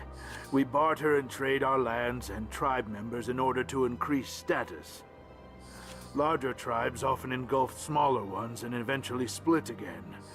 Our society is very malleable, and our government is always shifting and Very changing. interesting. Since we're not physically adept, we trade our services for protection. This is what I'm talking about. I had this conversation with someone in a YouTube comment section under one of my YouTube shorts. To be honest, I'm still having the conversation. It's kind of back and forth. And I'm really trying to reach them about the limits of our creativity as a people.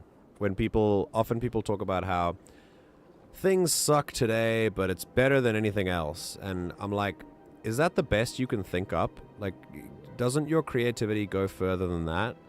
And this is a really good example because I don't really know for sure if any real, like, human civilization or human group has done this.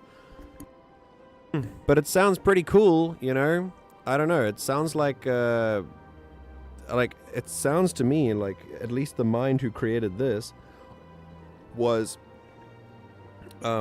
creative enough to think of something that would work theoretically. I mean, or at least something that's worth putting into practice. Also, I don't know. By this guy's own description, the Volus don't seem suited to hold a council position. Yeah, because of how they're constantly always changing. Yeah, because it shifting. changes. Yeah, their society does not value something that is like stagnant and static, like the Citadel Council. Yeah, so like, what would they like instate a new council member like every 5 years or something? Like, yeah, I'd say even more than that. But honestly, that's not a bad thing though, because I think that No, if you're going to but, have like, an elected it's- body, they should change every now and then. Like term limits, right? Like, you should never, ever, ever have an appointed official who can just go on until they die. Like, that's ridiculous. And, yeah. Anyway, I think it's just, it's good to point out that if you ever think of yourself sort of running a defeatist narrative like, well, I guess it's the best we've got. It's not. It's not. There are better things out there. You just haven't thought of them yet. Be more creative. What is it you do here? I look out for the best interests of the Volus people. No easy task considering how often we are overlooked by the Council. Chastising rebuke, Den. The Council favors your species greatly. Seems naive. You are naive. The Earth Clan will be invited to the Council long before our species will. Why aren't the Elcor or Volus part of the Council? All species must prove themselves before they join the Council. All but the Earth Clans, it would seem. Okay. So what is he doing here, right? Dismissive. Ignore the Volus ambassador, human. He is incorrect in his assessment. Really? How long have we been waiting? How long do you think we'll continue to wait? Bah, this talk is wasted on the humans. Okay. So we've already established that the other aliens don't really like, generally, how quickly humans have developed because they feel like we're just undercutting all of their systems and things like that. And I get that. We can empathize with that. But more importantly, look at this guy. He has... His like jabs at us have nothing to do with us. It's very much a personal thing within him. He feels like it's a classic example of transferring control, where he feels like he has no control over the situation with the council, where he wants that, and so they are taking control away from him, and so he's exercising control over us in whatever way he feels he can. It's very, very easy for shit to roll downhill. So that someone from a higher position in a hierarchy, or even a perceived higher position, can punch down when they feel like they don't have the power to punch up, and it's seen all too commonly. So why so cranky then, Din? You seem to have a bit of a chip on your shoulder, Din. You humans are new to the Citadel, and yet the Council has granted you great favor. Chastising rebuke. God, another chastising rebuke. Your species has always been granted many concessions. Volus territory has expanded tenfold since coming to the Citadel. Details. We still have no real say in the decisions that affect Citadel space. I definitely empathize with him. It does feel like at least his interpretation of the events is that the Council is placating by giving them space, because it doesn't matter how much space they give them if they have to obey Council laws anyway, and if he doesn't have a seat on the Council, he doesn't have a voice for his own people. So I totally get the sort of the frustration there. And the other thing is, notice that he's like all of that crankiness is coming down on us because we're here and we're available, whereas his anger should be towards the Council for not treating him properly all these years. Goodbye, Ambassador. Anyway. Yes. Good day, Earth Clan. Earth Clan. This is giving so much incredible context to all the species that I never knew about before. Like I didn't I had never researched. It's just so cool. Okay, so non-council races, the Elcor and the Volus. Yeah, we know about them. We've just learned about them. Okay, hi. That Asari was... What the fuck happened to her? Yeah, that was very interesting. Oh, it's an Avina. Okay. Alright, well, here's the receptionist. Look, it's a female Turian. Oh, game crash. Oh, thank God. No, it wasn't a crash. It wasn't a crash. Okay. Well, this Look, it's just a female Turian. reminds me to say... Yay, female Turians! Oh, shit. Really? Yo! Hi. Very cool. Oh, a Solarian. God. Oh, a human. Ugh. Okay. Solarian is more like a from Gen. Alright. Good day, Commander. The human ambassador is up the stairs, first room on the right. Okay. Commander? You know who I am? Yes, I receive reports on all newly arrived dignitaries and notable people. I'm a notable person. Well, that's pretty cool. What is this place? This is the Presidium. More specifically, you are at the Citadel embassies. If you have more questions, please access Savina. So far, I'm very impressed with the voice acting in this game. The quality is just really good. I also wouldn't want to have someone on the council whose people casually sell their own people. That's a good catch, Raz. But I don't think he... Obviously, he's going to have a biased take on it, so we could... I don't have enough context about that particular, like, practice to know whether it's consensual or not. It's also implied... Like, for example, a lot of communities consider marriage to be a trade-off of people.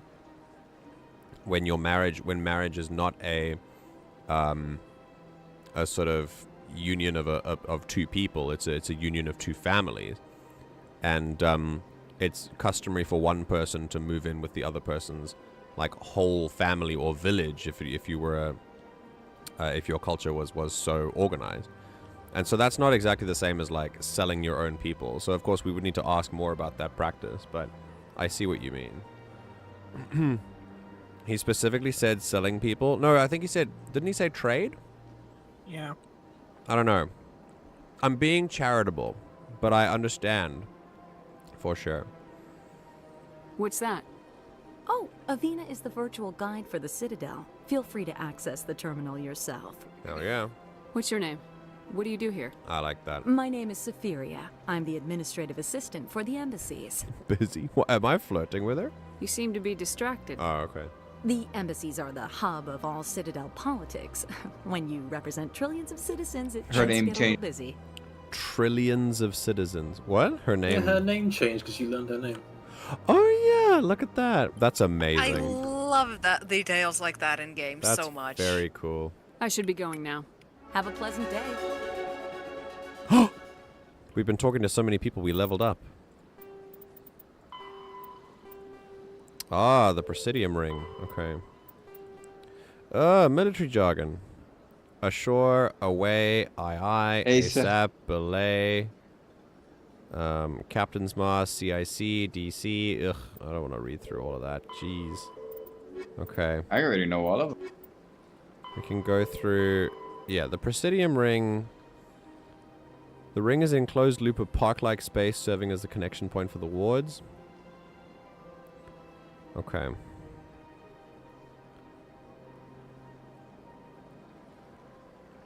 I actually am very interested in this. So this is private residence for the galaxy's elite. There's always got to be an elite class, huh? The Presidium is full of open-air restaurants, bars, and luxurious meeting areas. Gravity is about a third Earth normal. A holographic sky is projected over the ceiling of the ring. Unlike the 24/7 bustle of the wards, the Presidium maintains a 20-hour day schedule with a 6-hour night, where lights are dimmed and the sky goes through a night cycle. I mean, yeah, cool. I think it's interesting that... Do we spend any time in the wards, by the way? in the Citadel? Yeah. Okay, because I'd love to see how different it is compared to the Presidium. Because I only really remember You go to the Ward in this game. Okay. I think we only went to the Presidium in Mass Effect 2 and 3. Because we are... you are in the Presidium right now. Yes, I know. But, like, I don't... In Mass Effect 2, it's literally called the Zakira Ward you're in. Ah, we do go to a ward, don't we? Okay, that's fine. Mass Effect 3, you are in the wards as well. Oh, okay. Especially in the club. Offices and residences are often open to the interior. It's not unusual for the embassies to have no exterior wall at all. This does not cause a crime problem due to the heavy CSEC presence and ubiquitous monitoring devices on the Presidium. Oy. Thieves are quickly identified and apprehended. The ring is the location of the Citadel spaceports. Being closer to the center of spin, there is less motion for a ship to match, and the reduced spin gravity makes handling cargo easier. Hundreds of ships pass through the Citadel every day. Okay. The tower is the council, blah, blah, blah, blah, blah, blah. Okay. Cool. So, there's no crime not due to education policies, but harsh punishments. That's the way to bring it down and cause long-term change. Okay, so I now have 6 more points. Excellent. I can do snipers. Yay! Okay, we're doing that. And then I think it might be a good idea to like spam snipers, and then once that's done, decryption is also pretty good. I think I want to do decryption. What does electronics do? Computers? Electronics also really good. Yeah. Computers, right? Okay. Because I kind of want to, I want to go for, or is decryption for doors or is electronics for doors? Which one's for doors? Yeah, Discord. Huh? My Discord had a strike. Which one is for doors? I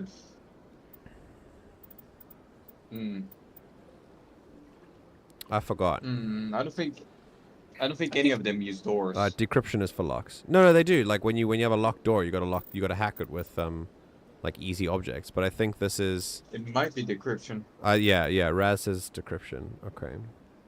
I know you do use electronics for some bonus stuff as well. Yeah. Well, I'm gonna do both, but I want to do one. Yeah, but you can have a party member with high electronics. It's also gonna count for you. So. Oh, really? For example, Garrus has electronics, I think. Okay, well, in that case, I might as well just pick only one if I'm gonna grab, because Caden... So squad members are there to complement your missing, like, powers. Yeah.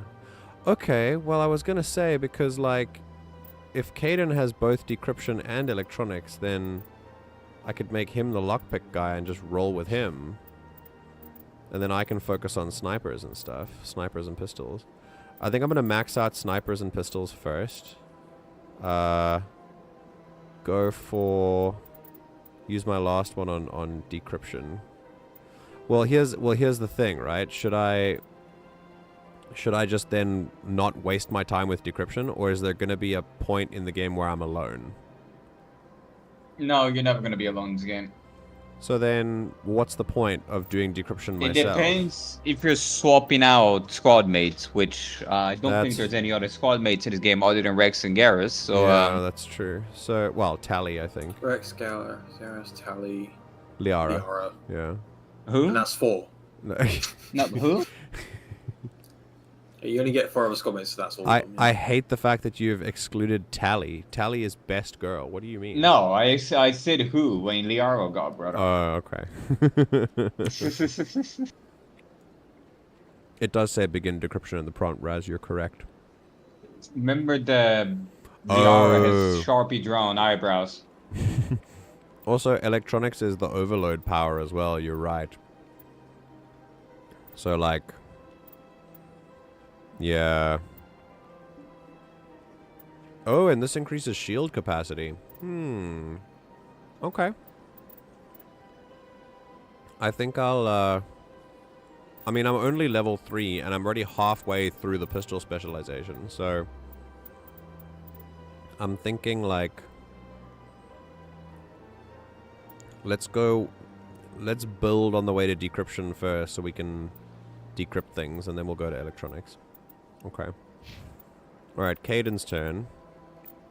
I want to give him 2 points in there so he can just kind of balance out.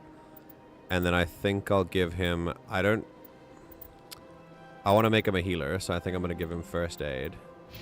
Then with Ashley, I need her with a soldier training. And then I'll increase her assault rifle skill. Great. Awesome. Let's chat to the Avina. Hi. Oh, wait a minute. There's something else up there. Okay, so we'll do the Avina and then we'll go. Greetings and welcome to the Presidium. My name is Avina, and I am pleased to be your virtual guide throughout this level of the Citadel space station. This is so interesting. So are you a person or a program? I am a fully interactive virtual intelligence, programmed to provide spontaneous guidance at predetermined locations of interest throughout this level of the Citadel. I may also be contacted through any of the Presidium VI terminals, should you require VI and AI are different. Yeah, VI and AI. I like that difference as well. Like, AI is known as something very different. Give me the tour. You are standing at Presidium Tourism Terminal 1. On either side of this lobby are the embassies of the various Citadel races. Well, how she actually looks around. It's so cool. On the far end of this level, you can see the Citadel Tower, where the Council meets regularly to discuss matters of interstellar importance. Okay. That's one of the reasons why games like these are still like so highly talked about. Yeah. Everything Like stuff like compared to stuff like the same way people are comparing Baldur's Gate to Mass Effect and Mass Effect and Baldur's Gate to something like Starfield. Right. Right. Is that the Bethesda RPG formula, for example? It's just not working out anymore because of how flat it feels. Like you're talking to the character, you're just staring at the camera. There is no reaction. Yeah. Baldur's Gate and Mass Effect, it does that. It adds cinematics. I really appreciate the addition of cinematic camera movements for sure. I really like it. I think the time It just breathes more life into the character, for example.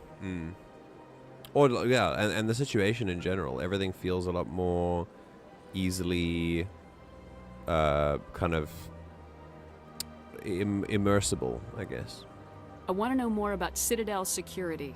Citadel security serves as law enforcement for all regions of the Citadel, though the majority of officers serve in the wards. Executor Palin, a Turian, is the current head of CSEC, but individuals from virtually every species across Citadel space serve as officers beneath him. If you wish to learn more, Executor Palin's office is located in the CSEC headquarters just across the lobby. Tell me about the embassies. Each species in Citadel space important enough to be consulted on matters of galactic politics maintains an embassy on the Presidium. Okay. The Volus were the first non-council species to be granted an embassy, roughly 2,384 galactic standard years ago. As Citadel space has expanded, more embassies have been added. The most recently added embassy belongs to your own species, humanity.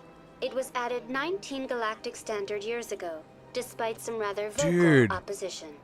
The Volus, we've been here for 19 years, and we're being offered like positions on the council, and the Volus have been here for 2,500 years. That is an unfathomable amount of time. And they're still being passed over for council positions. That's insane. Also, it really puts into perspective narratively the opposition that everyone has to humanity as being a species that is growing too fast. Because these guys are on timelines of hundreds and thousands of years, and we're doing it in decades, and it's just like, what is happening, you know? Very on par with how humanity works. Oh, absolutely. Like, once we have a discovery, it's like, go, go, go. But I guess, I mean... Yeah, like Mass Effect, unlike a lot of other sci-fis where humans are the most boring shit, they managed to make humans, like, one of the most interesting people in Mass Effect. I think what humans have that makes them very... Well, humans in Mass Effect, what they have is ambition. A lot of the main... A lot of the central humans have this ambition to just grow and develop, but not necessarily in good ways, just to grow. And to expand as much. I think it's expansion is the word I'm looking for. Just to expand as much as possible. oftentimes regardless of risk. And I think that does earn them some ire from other species who take things more carefully. But yeah. Why were people trying to keep my species out? Some species felt humanity was given preferential treatment. It often takes a century or more before a new species is granted an embassy. The Council gave a great deal of thought to this matter. In the end, they decided humanity's impact on Citadel space was significant enough to warrant an embassy. Oh, let's see what a VI thinks. Do you agree with their decision? I am not programmed to make that kind of qualified judgment. I love that. To information and simple interaction. Me when someone asks about word event. How come the Volus were the first species given an embassy? In the early years following the formation of the Council, the Volus were, apart from the Asari and Solarians, the most populous and widespread species in Citadel space. They established many new colonies and trading outposts, and they petitioned the Council for a greater role in determining interstellar policy. In recognition of their work to expand interstellar trade and establish a standardized galactic economy, the Volus were granted an embassy here on the Citadel. That's it. That's literally all they got. 2,500 years later, and they're still here in the same position. Crazy, dude. Absolutely crazy. I mean, it becomes so obvious once you just look at the amount of time that has gone by that the Council's decision to not grant the Volus a council seat is purposeful. They're trying to keep them in that position. It's wild. I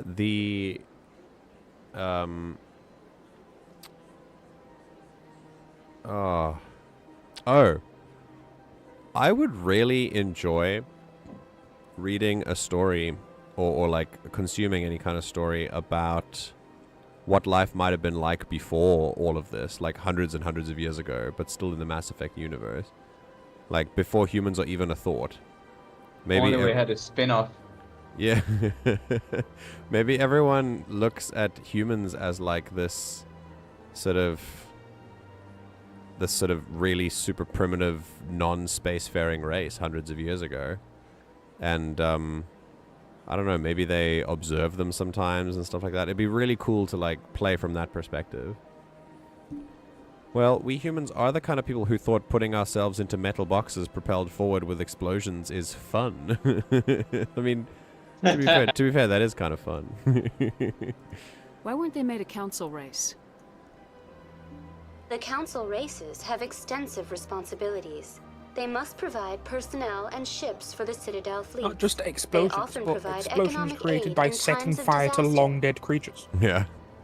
It would be unfair to demand such an enormous burden of a species unable to meet these obligations. The embassies allow lesser species to have a voice on the Citadel. What do you mean unable to meet the obligation? Like they can't provide ships for the fleet? Damn. Lesser species. Oh boy. Alright. So I mean we've been here for like 30 minutes and we're already dealing with systems of racism. And I really hope that people are looking at this and taking away the accurate reading, which is this is not, they're not calling Volus like slurs, and they're not like they're not sort of like kicking them in the street and creating laws that exclude them, but they're not giving them the same opportunity as others, and they've been around for thousands of years. I don't know how you could watch this happen and not see that this is systemic racism. I can't wait until you figure out about the terra firma guy in this game. I think the main issue with the Volus not having a council position is probably because they don't have a military. Yeah, but that shouldn't matter. People bring other things to a table of authority than ships and guns. I feel like... Yeah, but then the other like council members might be like, oh, why do we have to provide so much military if they... Why is there a rule that you have to provide military? Like, these are more important questions. The Volus have given 2,500 years. It's important to remember that the Turians, the largest military force in the galaxy, is also the poster boy for the galaxy with a thumbs up in the front of it. So. Exactly, which means who gets to make the rules? The guy with the biggest gun, which is, once again, a very non-creative way of thinking about it. Yeah, it just feels like the Volus are being exploited, like, for thousands and thousands of years. Let's figure out what this VI says about this. That's pretty damn arrogant. Correct. I apologize if my personality has offended you. Please submit all That's not what I meant, complaints but in okay. writing to the Citadel Tourist and Visitor Board. I didn't. Your personality's fine, Avina. I'm sorry. No, she's racist. It's not you. It's your maker. I'm sorry. Sounds an awful lot like how Canada treat the indigenous population. So again, that's what I'm getting at. It's not outright. You can't see it, but it is structural. The structures are put in place that clearly deny people like Volus a seat on the board, because the rules are made that exclude them, even if laws are not specifically made to be exclusionary to Volus. They exclude some people, and the Volus happen to be those people. Happen to be. It's Yeah, out of curiosity, yes. How long are we gonna keep the stream up? When this conversation is finished, because it is 3:30 in the morning. So I'm just wondering. Yeah. Do you know anything about specters? The term Spectre is derived from the branch of Special Tactics and Reconnaissance. Each Spectre agent is handpicked by the Council. Oh yeah, Spectre. Their primary role is preserving galactic stability and resolving volatile situations that cannot be handled through normal political channels. In this role, they are granted extraterritorial rights and jurisdictions. Spectres answer to no law or authority except the Council itself. Great. What can you tell me about the Citadel Council? Originally, the Council consisted of representatives from the Asari and Solarians, the two dominant species in Citadel space. Roughly 1,304 galactic standard years ago, Turians were invited to join the Council in recognition of the role they played during the Krogan Rebellion. Since then, the three Council races have worked together to ensure the peaceful coexistence of the galactic community, while preserving individual autonomy for each species. This is crazy, dude. The Turians were here for half the time of the Volus, and not only are they on the Council, but they're making the rules that exclude the Volus. Yeah. That's fucking crazy, dude. How, like, oh my god. Welcome to the Turians, extremely xenophobic. Jeez. Wow. I love how uneven that abbreviation. Yeah, the Special Tactics. It's funny how like the Mass Effect fan base, like they make like Turian OCs, right? They make them like all cutesy and funny and stuff like that. When the Turians actually just fucking assholes, xenophobic. Turians are xenophobes. Yeah, exactly. Oh my god. It can't be as simple as that. There must be problems somewhere in the system. Bro, you're looking at one. What do you mean? That kind of qualified judgment. Okay. My code is limited to information and simple interaction simulations. Goodbye. Goodbye, and thank you for using Avina. Please enjoy your visit to the Citadel. Ah, and this is how you fast travel. Okay, so Citadel Tower or CSEC Academy. Okay, we're gonna do some exploring. There's some Hanar. Yay!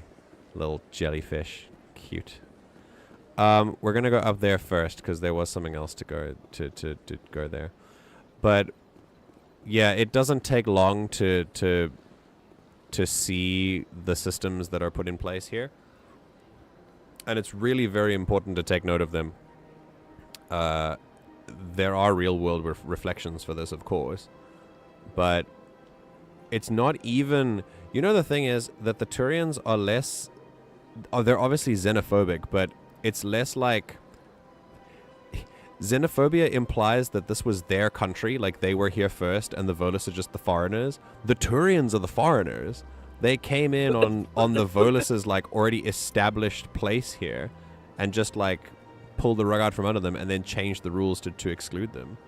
This, I don't know if the Turians did that on purpose necessarily, because because as they've said, no power has the authority to outweigh the other two, like the Solarians and the Asari. But there's something more going on here that is, like, very structural. And it does have something to do with the fact that humans, Elcor, and Volus are just packed into, like, one corner of the embassies. Very interesting distribution of power here. And I find this fascinating. Okay. That is an excellent time to end our first episode of Mass Effect. We've done quite a lot. I am very much looking forward to seeing what the council's going to say, and I'm sure they'll believe you. I'm sure they'll believe me, and then the game is over. They'll believe me that something's happening, and they will work together to finish the job, and we'll stop the Geth. It'll be great. The most the council is gonna do to you is give you a thumbs up emoji. Leave your own read. Yeah. All right. Well. Not even just giving it a thumbs up emoji, just reacting to your message with a thumbs up emoji and not saying anything. Oh, yeah. It's like I draft this incredible email where it's like, please understand that the situation is dire. The Geth are here. They're working with a rogue Spectre, etc., etc., etc. And then it's just like, K sent from my iPhone. That's the response from the council. I love that. I love Mass Effect. I love the Mass Effect universe. I'm so happy that I'm playing this game. I hope that y'all keeping me company in voice chat found it as fun as I did, and thank you for keeping me company here. I do appreciate it. I can't wait for more. Also, we haven't had a crash yet, so I'm thinking maybe it was just Eden Prime, but we'll see. It was probably Eden Prime. Hopefully just Eden Prime, yeah. Well, Arglak, I hope because I also had a crash on Eden Prime, so... I hope that lived up to your expectations, since you were waiting for this for a long time. And it's gonna be a fucking roller coaster, I can tell you that much. Oh. Also, yeah, there's like at least like 2 loops in the middle of it as well. Yeah. Like you've done earlier, while we do analysis, it's definitely open for discussion and dialogue, so please feel free to disagree. Of course, I find you to be far more of the authority on Mass Effect than me, so you can give more context that is very valuable. So I think you're being like on point up now. So. Okay, all right. Well, that's good to know. I've really enjoyed the. This is definitely making me feel nostalgic. Oh, I'm happy to hear that, because that means you'll be back for the next one. Plus, there are times that I am holding my tongue because it's gonna come up later. Oh, so. yeah, that makes sense. Yeah, of course. Yeah, I'm interested to hear when that happens. Well, thank you, voice chat friends. I appreciate your presence as always, and I hope you have a wonderful day. And I will see you all, Star Wars people, not tomorrow, but sometime during the week. Yeah. And we'll see each other again. May I make a request for your Star Wars campaign? Sure. I want for you to add a roll, like at the start of every session. A dice roll? So, yes. Okay. To determine if Rio is gonna stub his toe at the corner of an object this session, and every time he does, you add like a point of injury that you cannot treat. So one day he's just gonna die because he's gonna stub his toe. That's gonna be hard though, because he wears his armor all the fucking time. So? Because when he doesn't, he gets fucking shot in the head. Okay, but he stubs his toe. There's gonna be like this force reaction, right? That's gonna transfer over to his steel-tipped toes, and it's gonna like transfer over, but like twice the force on his fingers. And it's gonna cause like this shockwave on his foot. Rio. Yeah. Stubs toe. Hang on, what should I do? Should I roll like a 1d6 and on a wild die 1 he just stubs his toe? It's like danger sense, exactly. But like if I toe sense. Work it like toe sense. Every session I roll a 1d6 and on a 1 he stubs his toe somewhere. Mm-hmm. And I keep a track of how many. Just have it. Instead of giving him injury, I'll be like, it irritates you, but like slowly it gets more and more intense, and it's the same toe as well. It's like, you know, when you're... Since Rio never takes off his armor, he doesn't cut his toenails. So there's like this swollen, ingrown toenail that when he kicks the wall, it just gets worse. Oh my god. No. Rio has ingrown toenails confirmed. I think Oh, no, Rio, it's okay. As long as you don't take off your helmet, you won't get shot. It'll be fine. You can keep the helmet on. He's just gonna walk around everywhere, just like the fishbowl helmet the fishbowl, on. yeah. It'll be amazing. He takes his shoes off one day for like to shower or something. A sniper bullet goes through. Oh god. I think you should stub the same toe like when you're chewing. You know when you chew like the inside of your cheek by accident and then it leaves a sore, and then just when it's healed you do it again in like the same spot. Oh, amazing. I've written it down. I've literally written it down. So that'll be fun. Thank you, Arglak, for providing me with another method through which I might bully Duddles. I mean, I want to say Rio because he has a stubbed toe, but really, I'm coming for Duddles. He deserves it, so. Thank you, friends. Have a wonderful weekend, whatever's left of it, and I will see you all during the week. Yeah, take care. Goodbye. Take care, MJ. Oh, goodness. Hey, stream chat. I hope y'all have had an amazing time, because I certainly have. I have a feeling I'll end up playing this game myself, too. Amazing. Very cool. What an amazing journey this has been. I hope that you've enjoyed the analysis as much as I have, and if you have anything to add to the analysis, or if there's anything you want to challenge me on, feel free to. I'm always happy to learn if there's more context that I'm missing, or if there's something that you want to add to the conversation. This is really what this is for. It's as open as possible, so please don't be shy. Once again, I'd like to thank you all so much for tuning into this broadcast. It is now 3:39 in the morning, but good thing I have nothing on tomorrow. And I would like to remind you to stay hydrated and to be kinder to yourself than you are currently being. And don't forget, because it is very important. Have a wonderful rest of the evening, no matter where you are in the world. Good morning, good afternoon, or good night. And I will see you on Tuesday, which is going to be about maybe like 48 hours from now. Anyway, on Tuesday, where we do it all over again. Take care.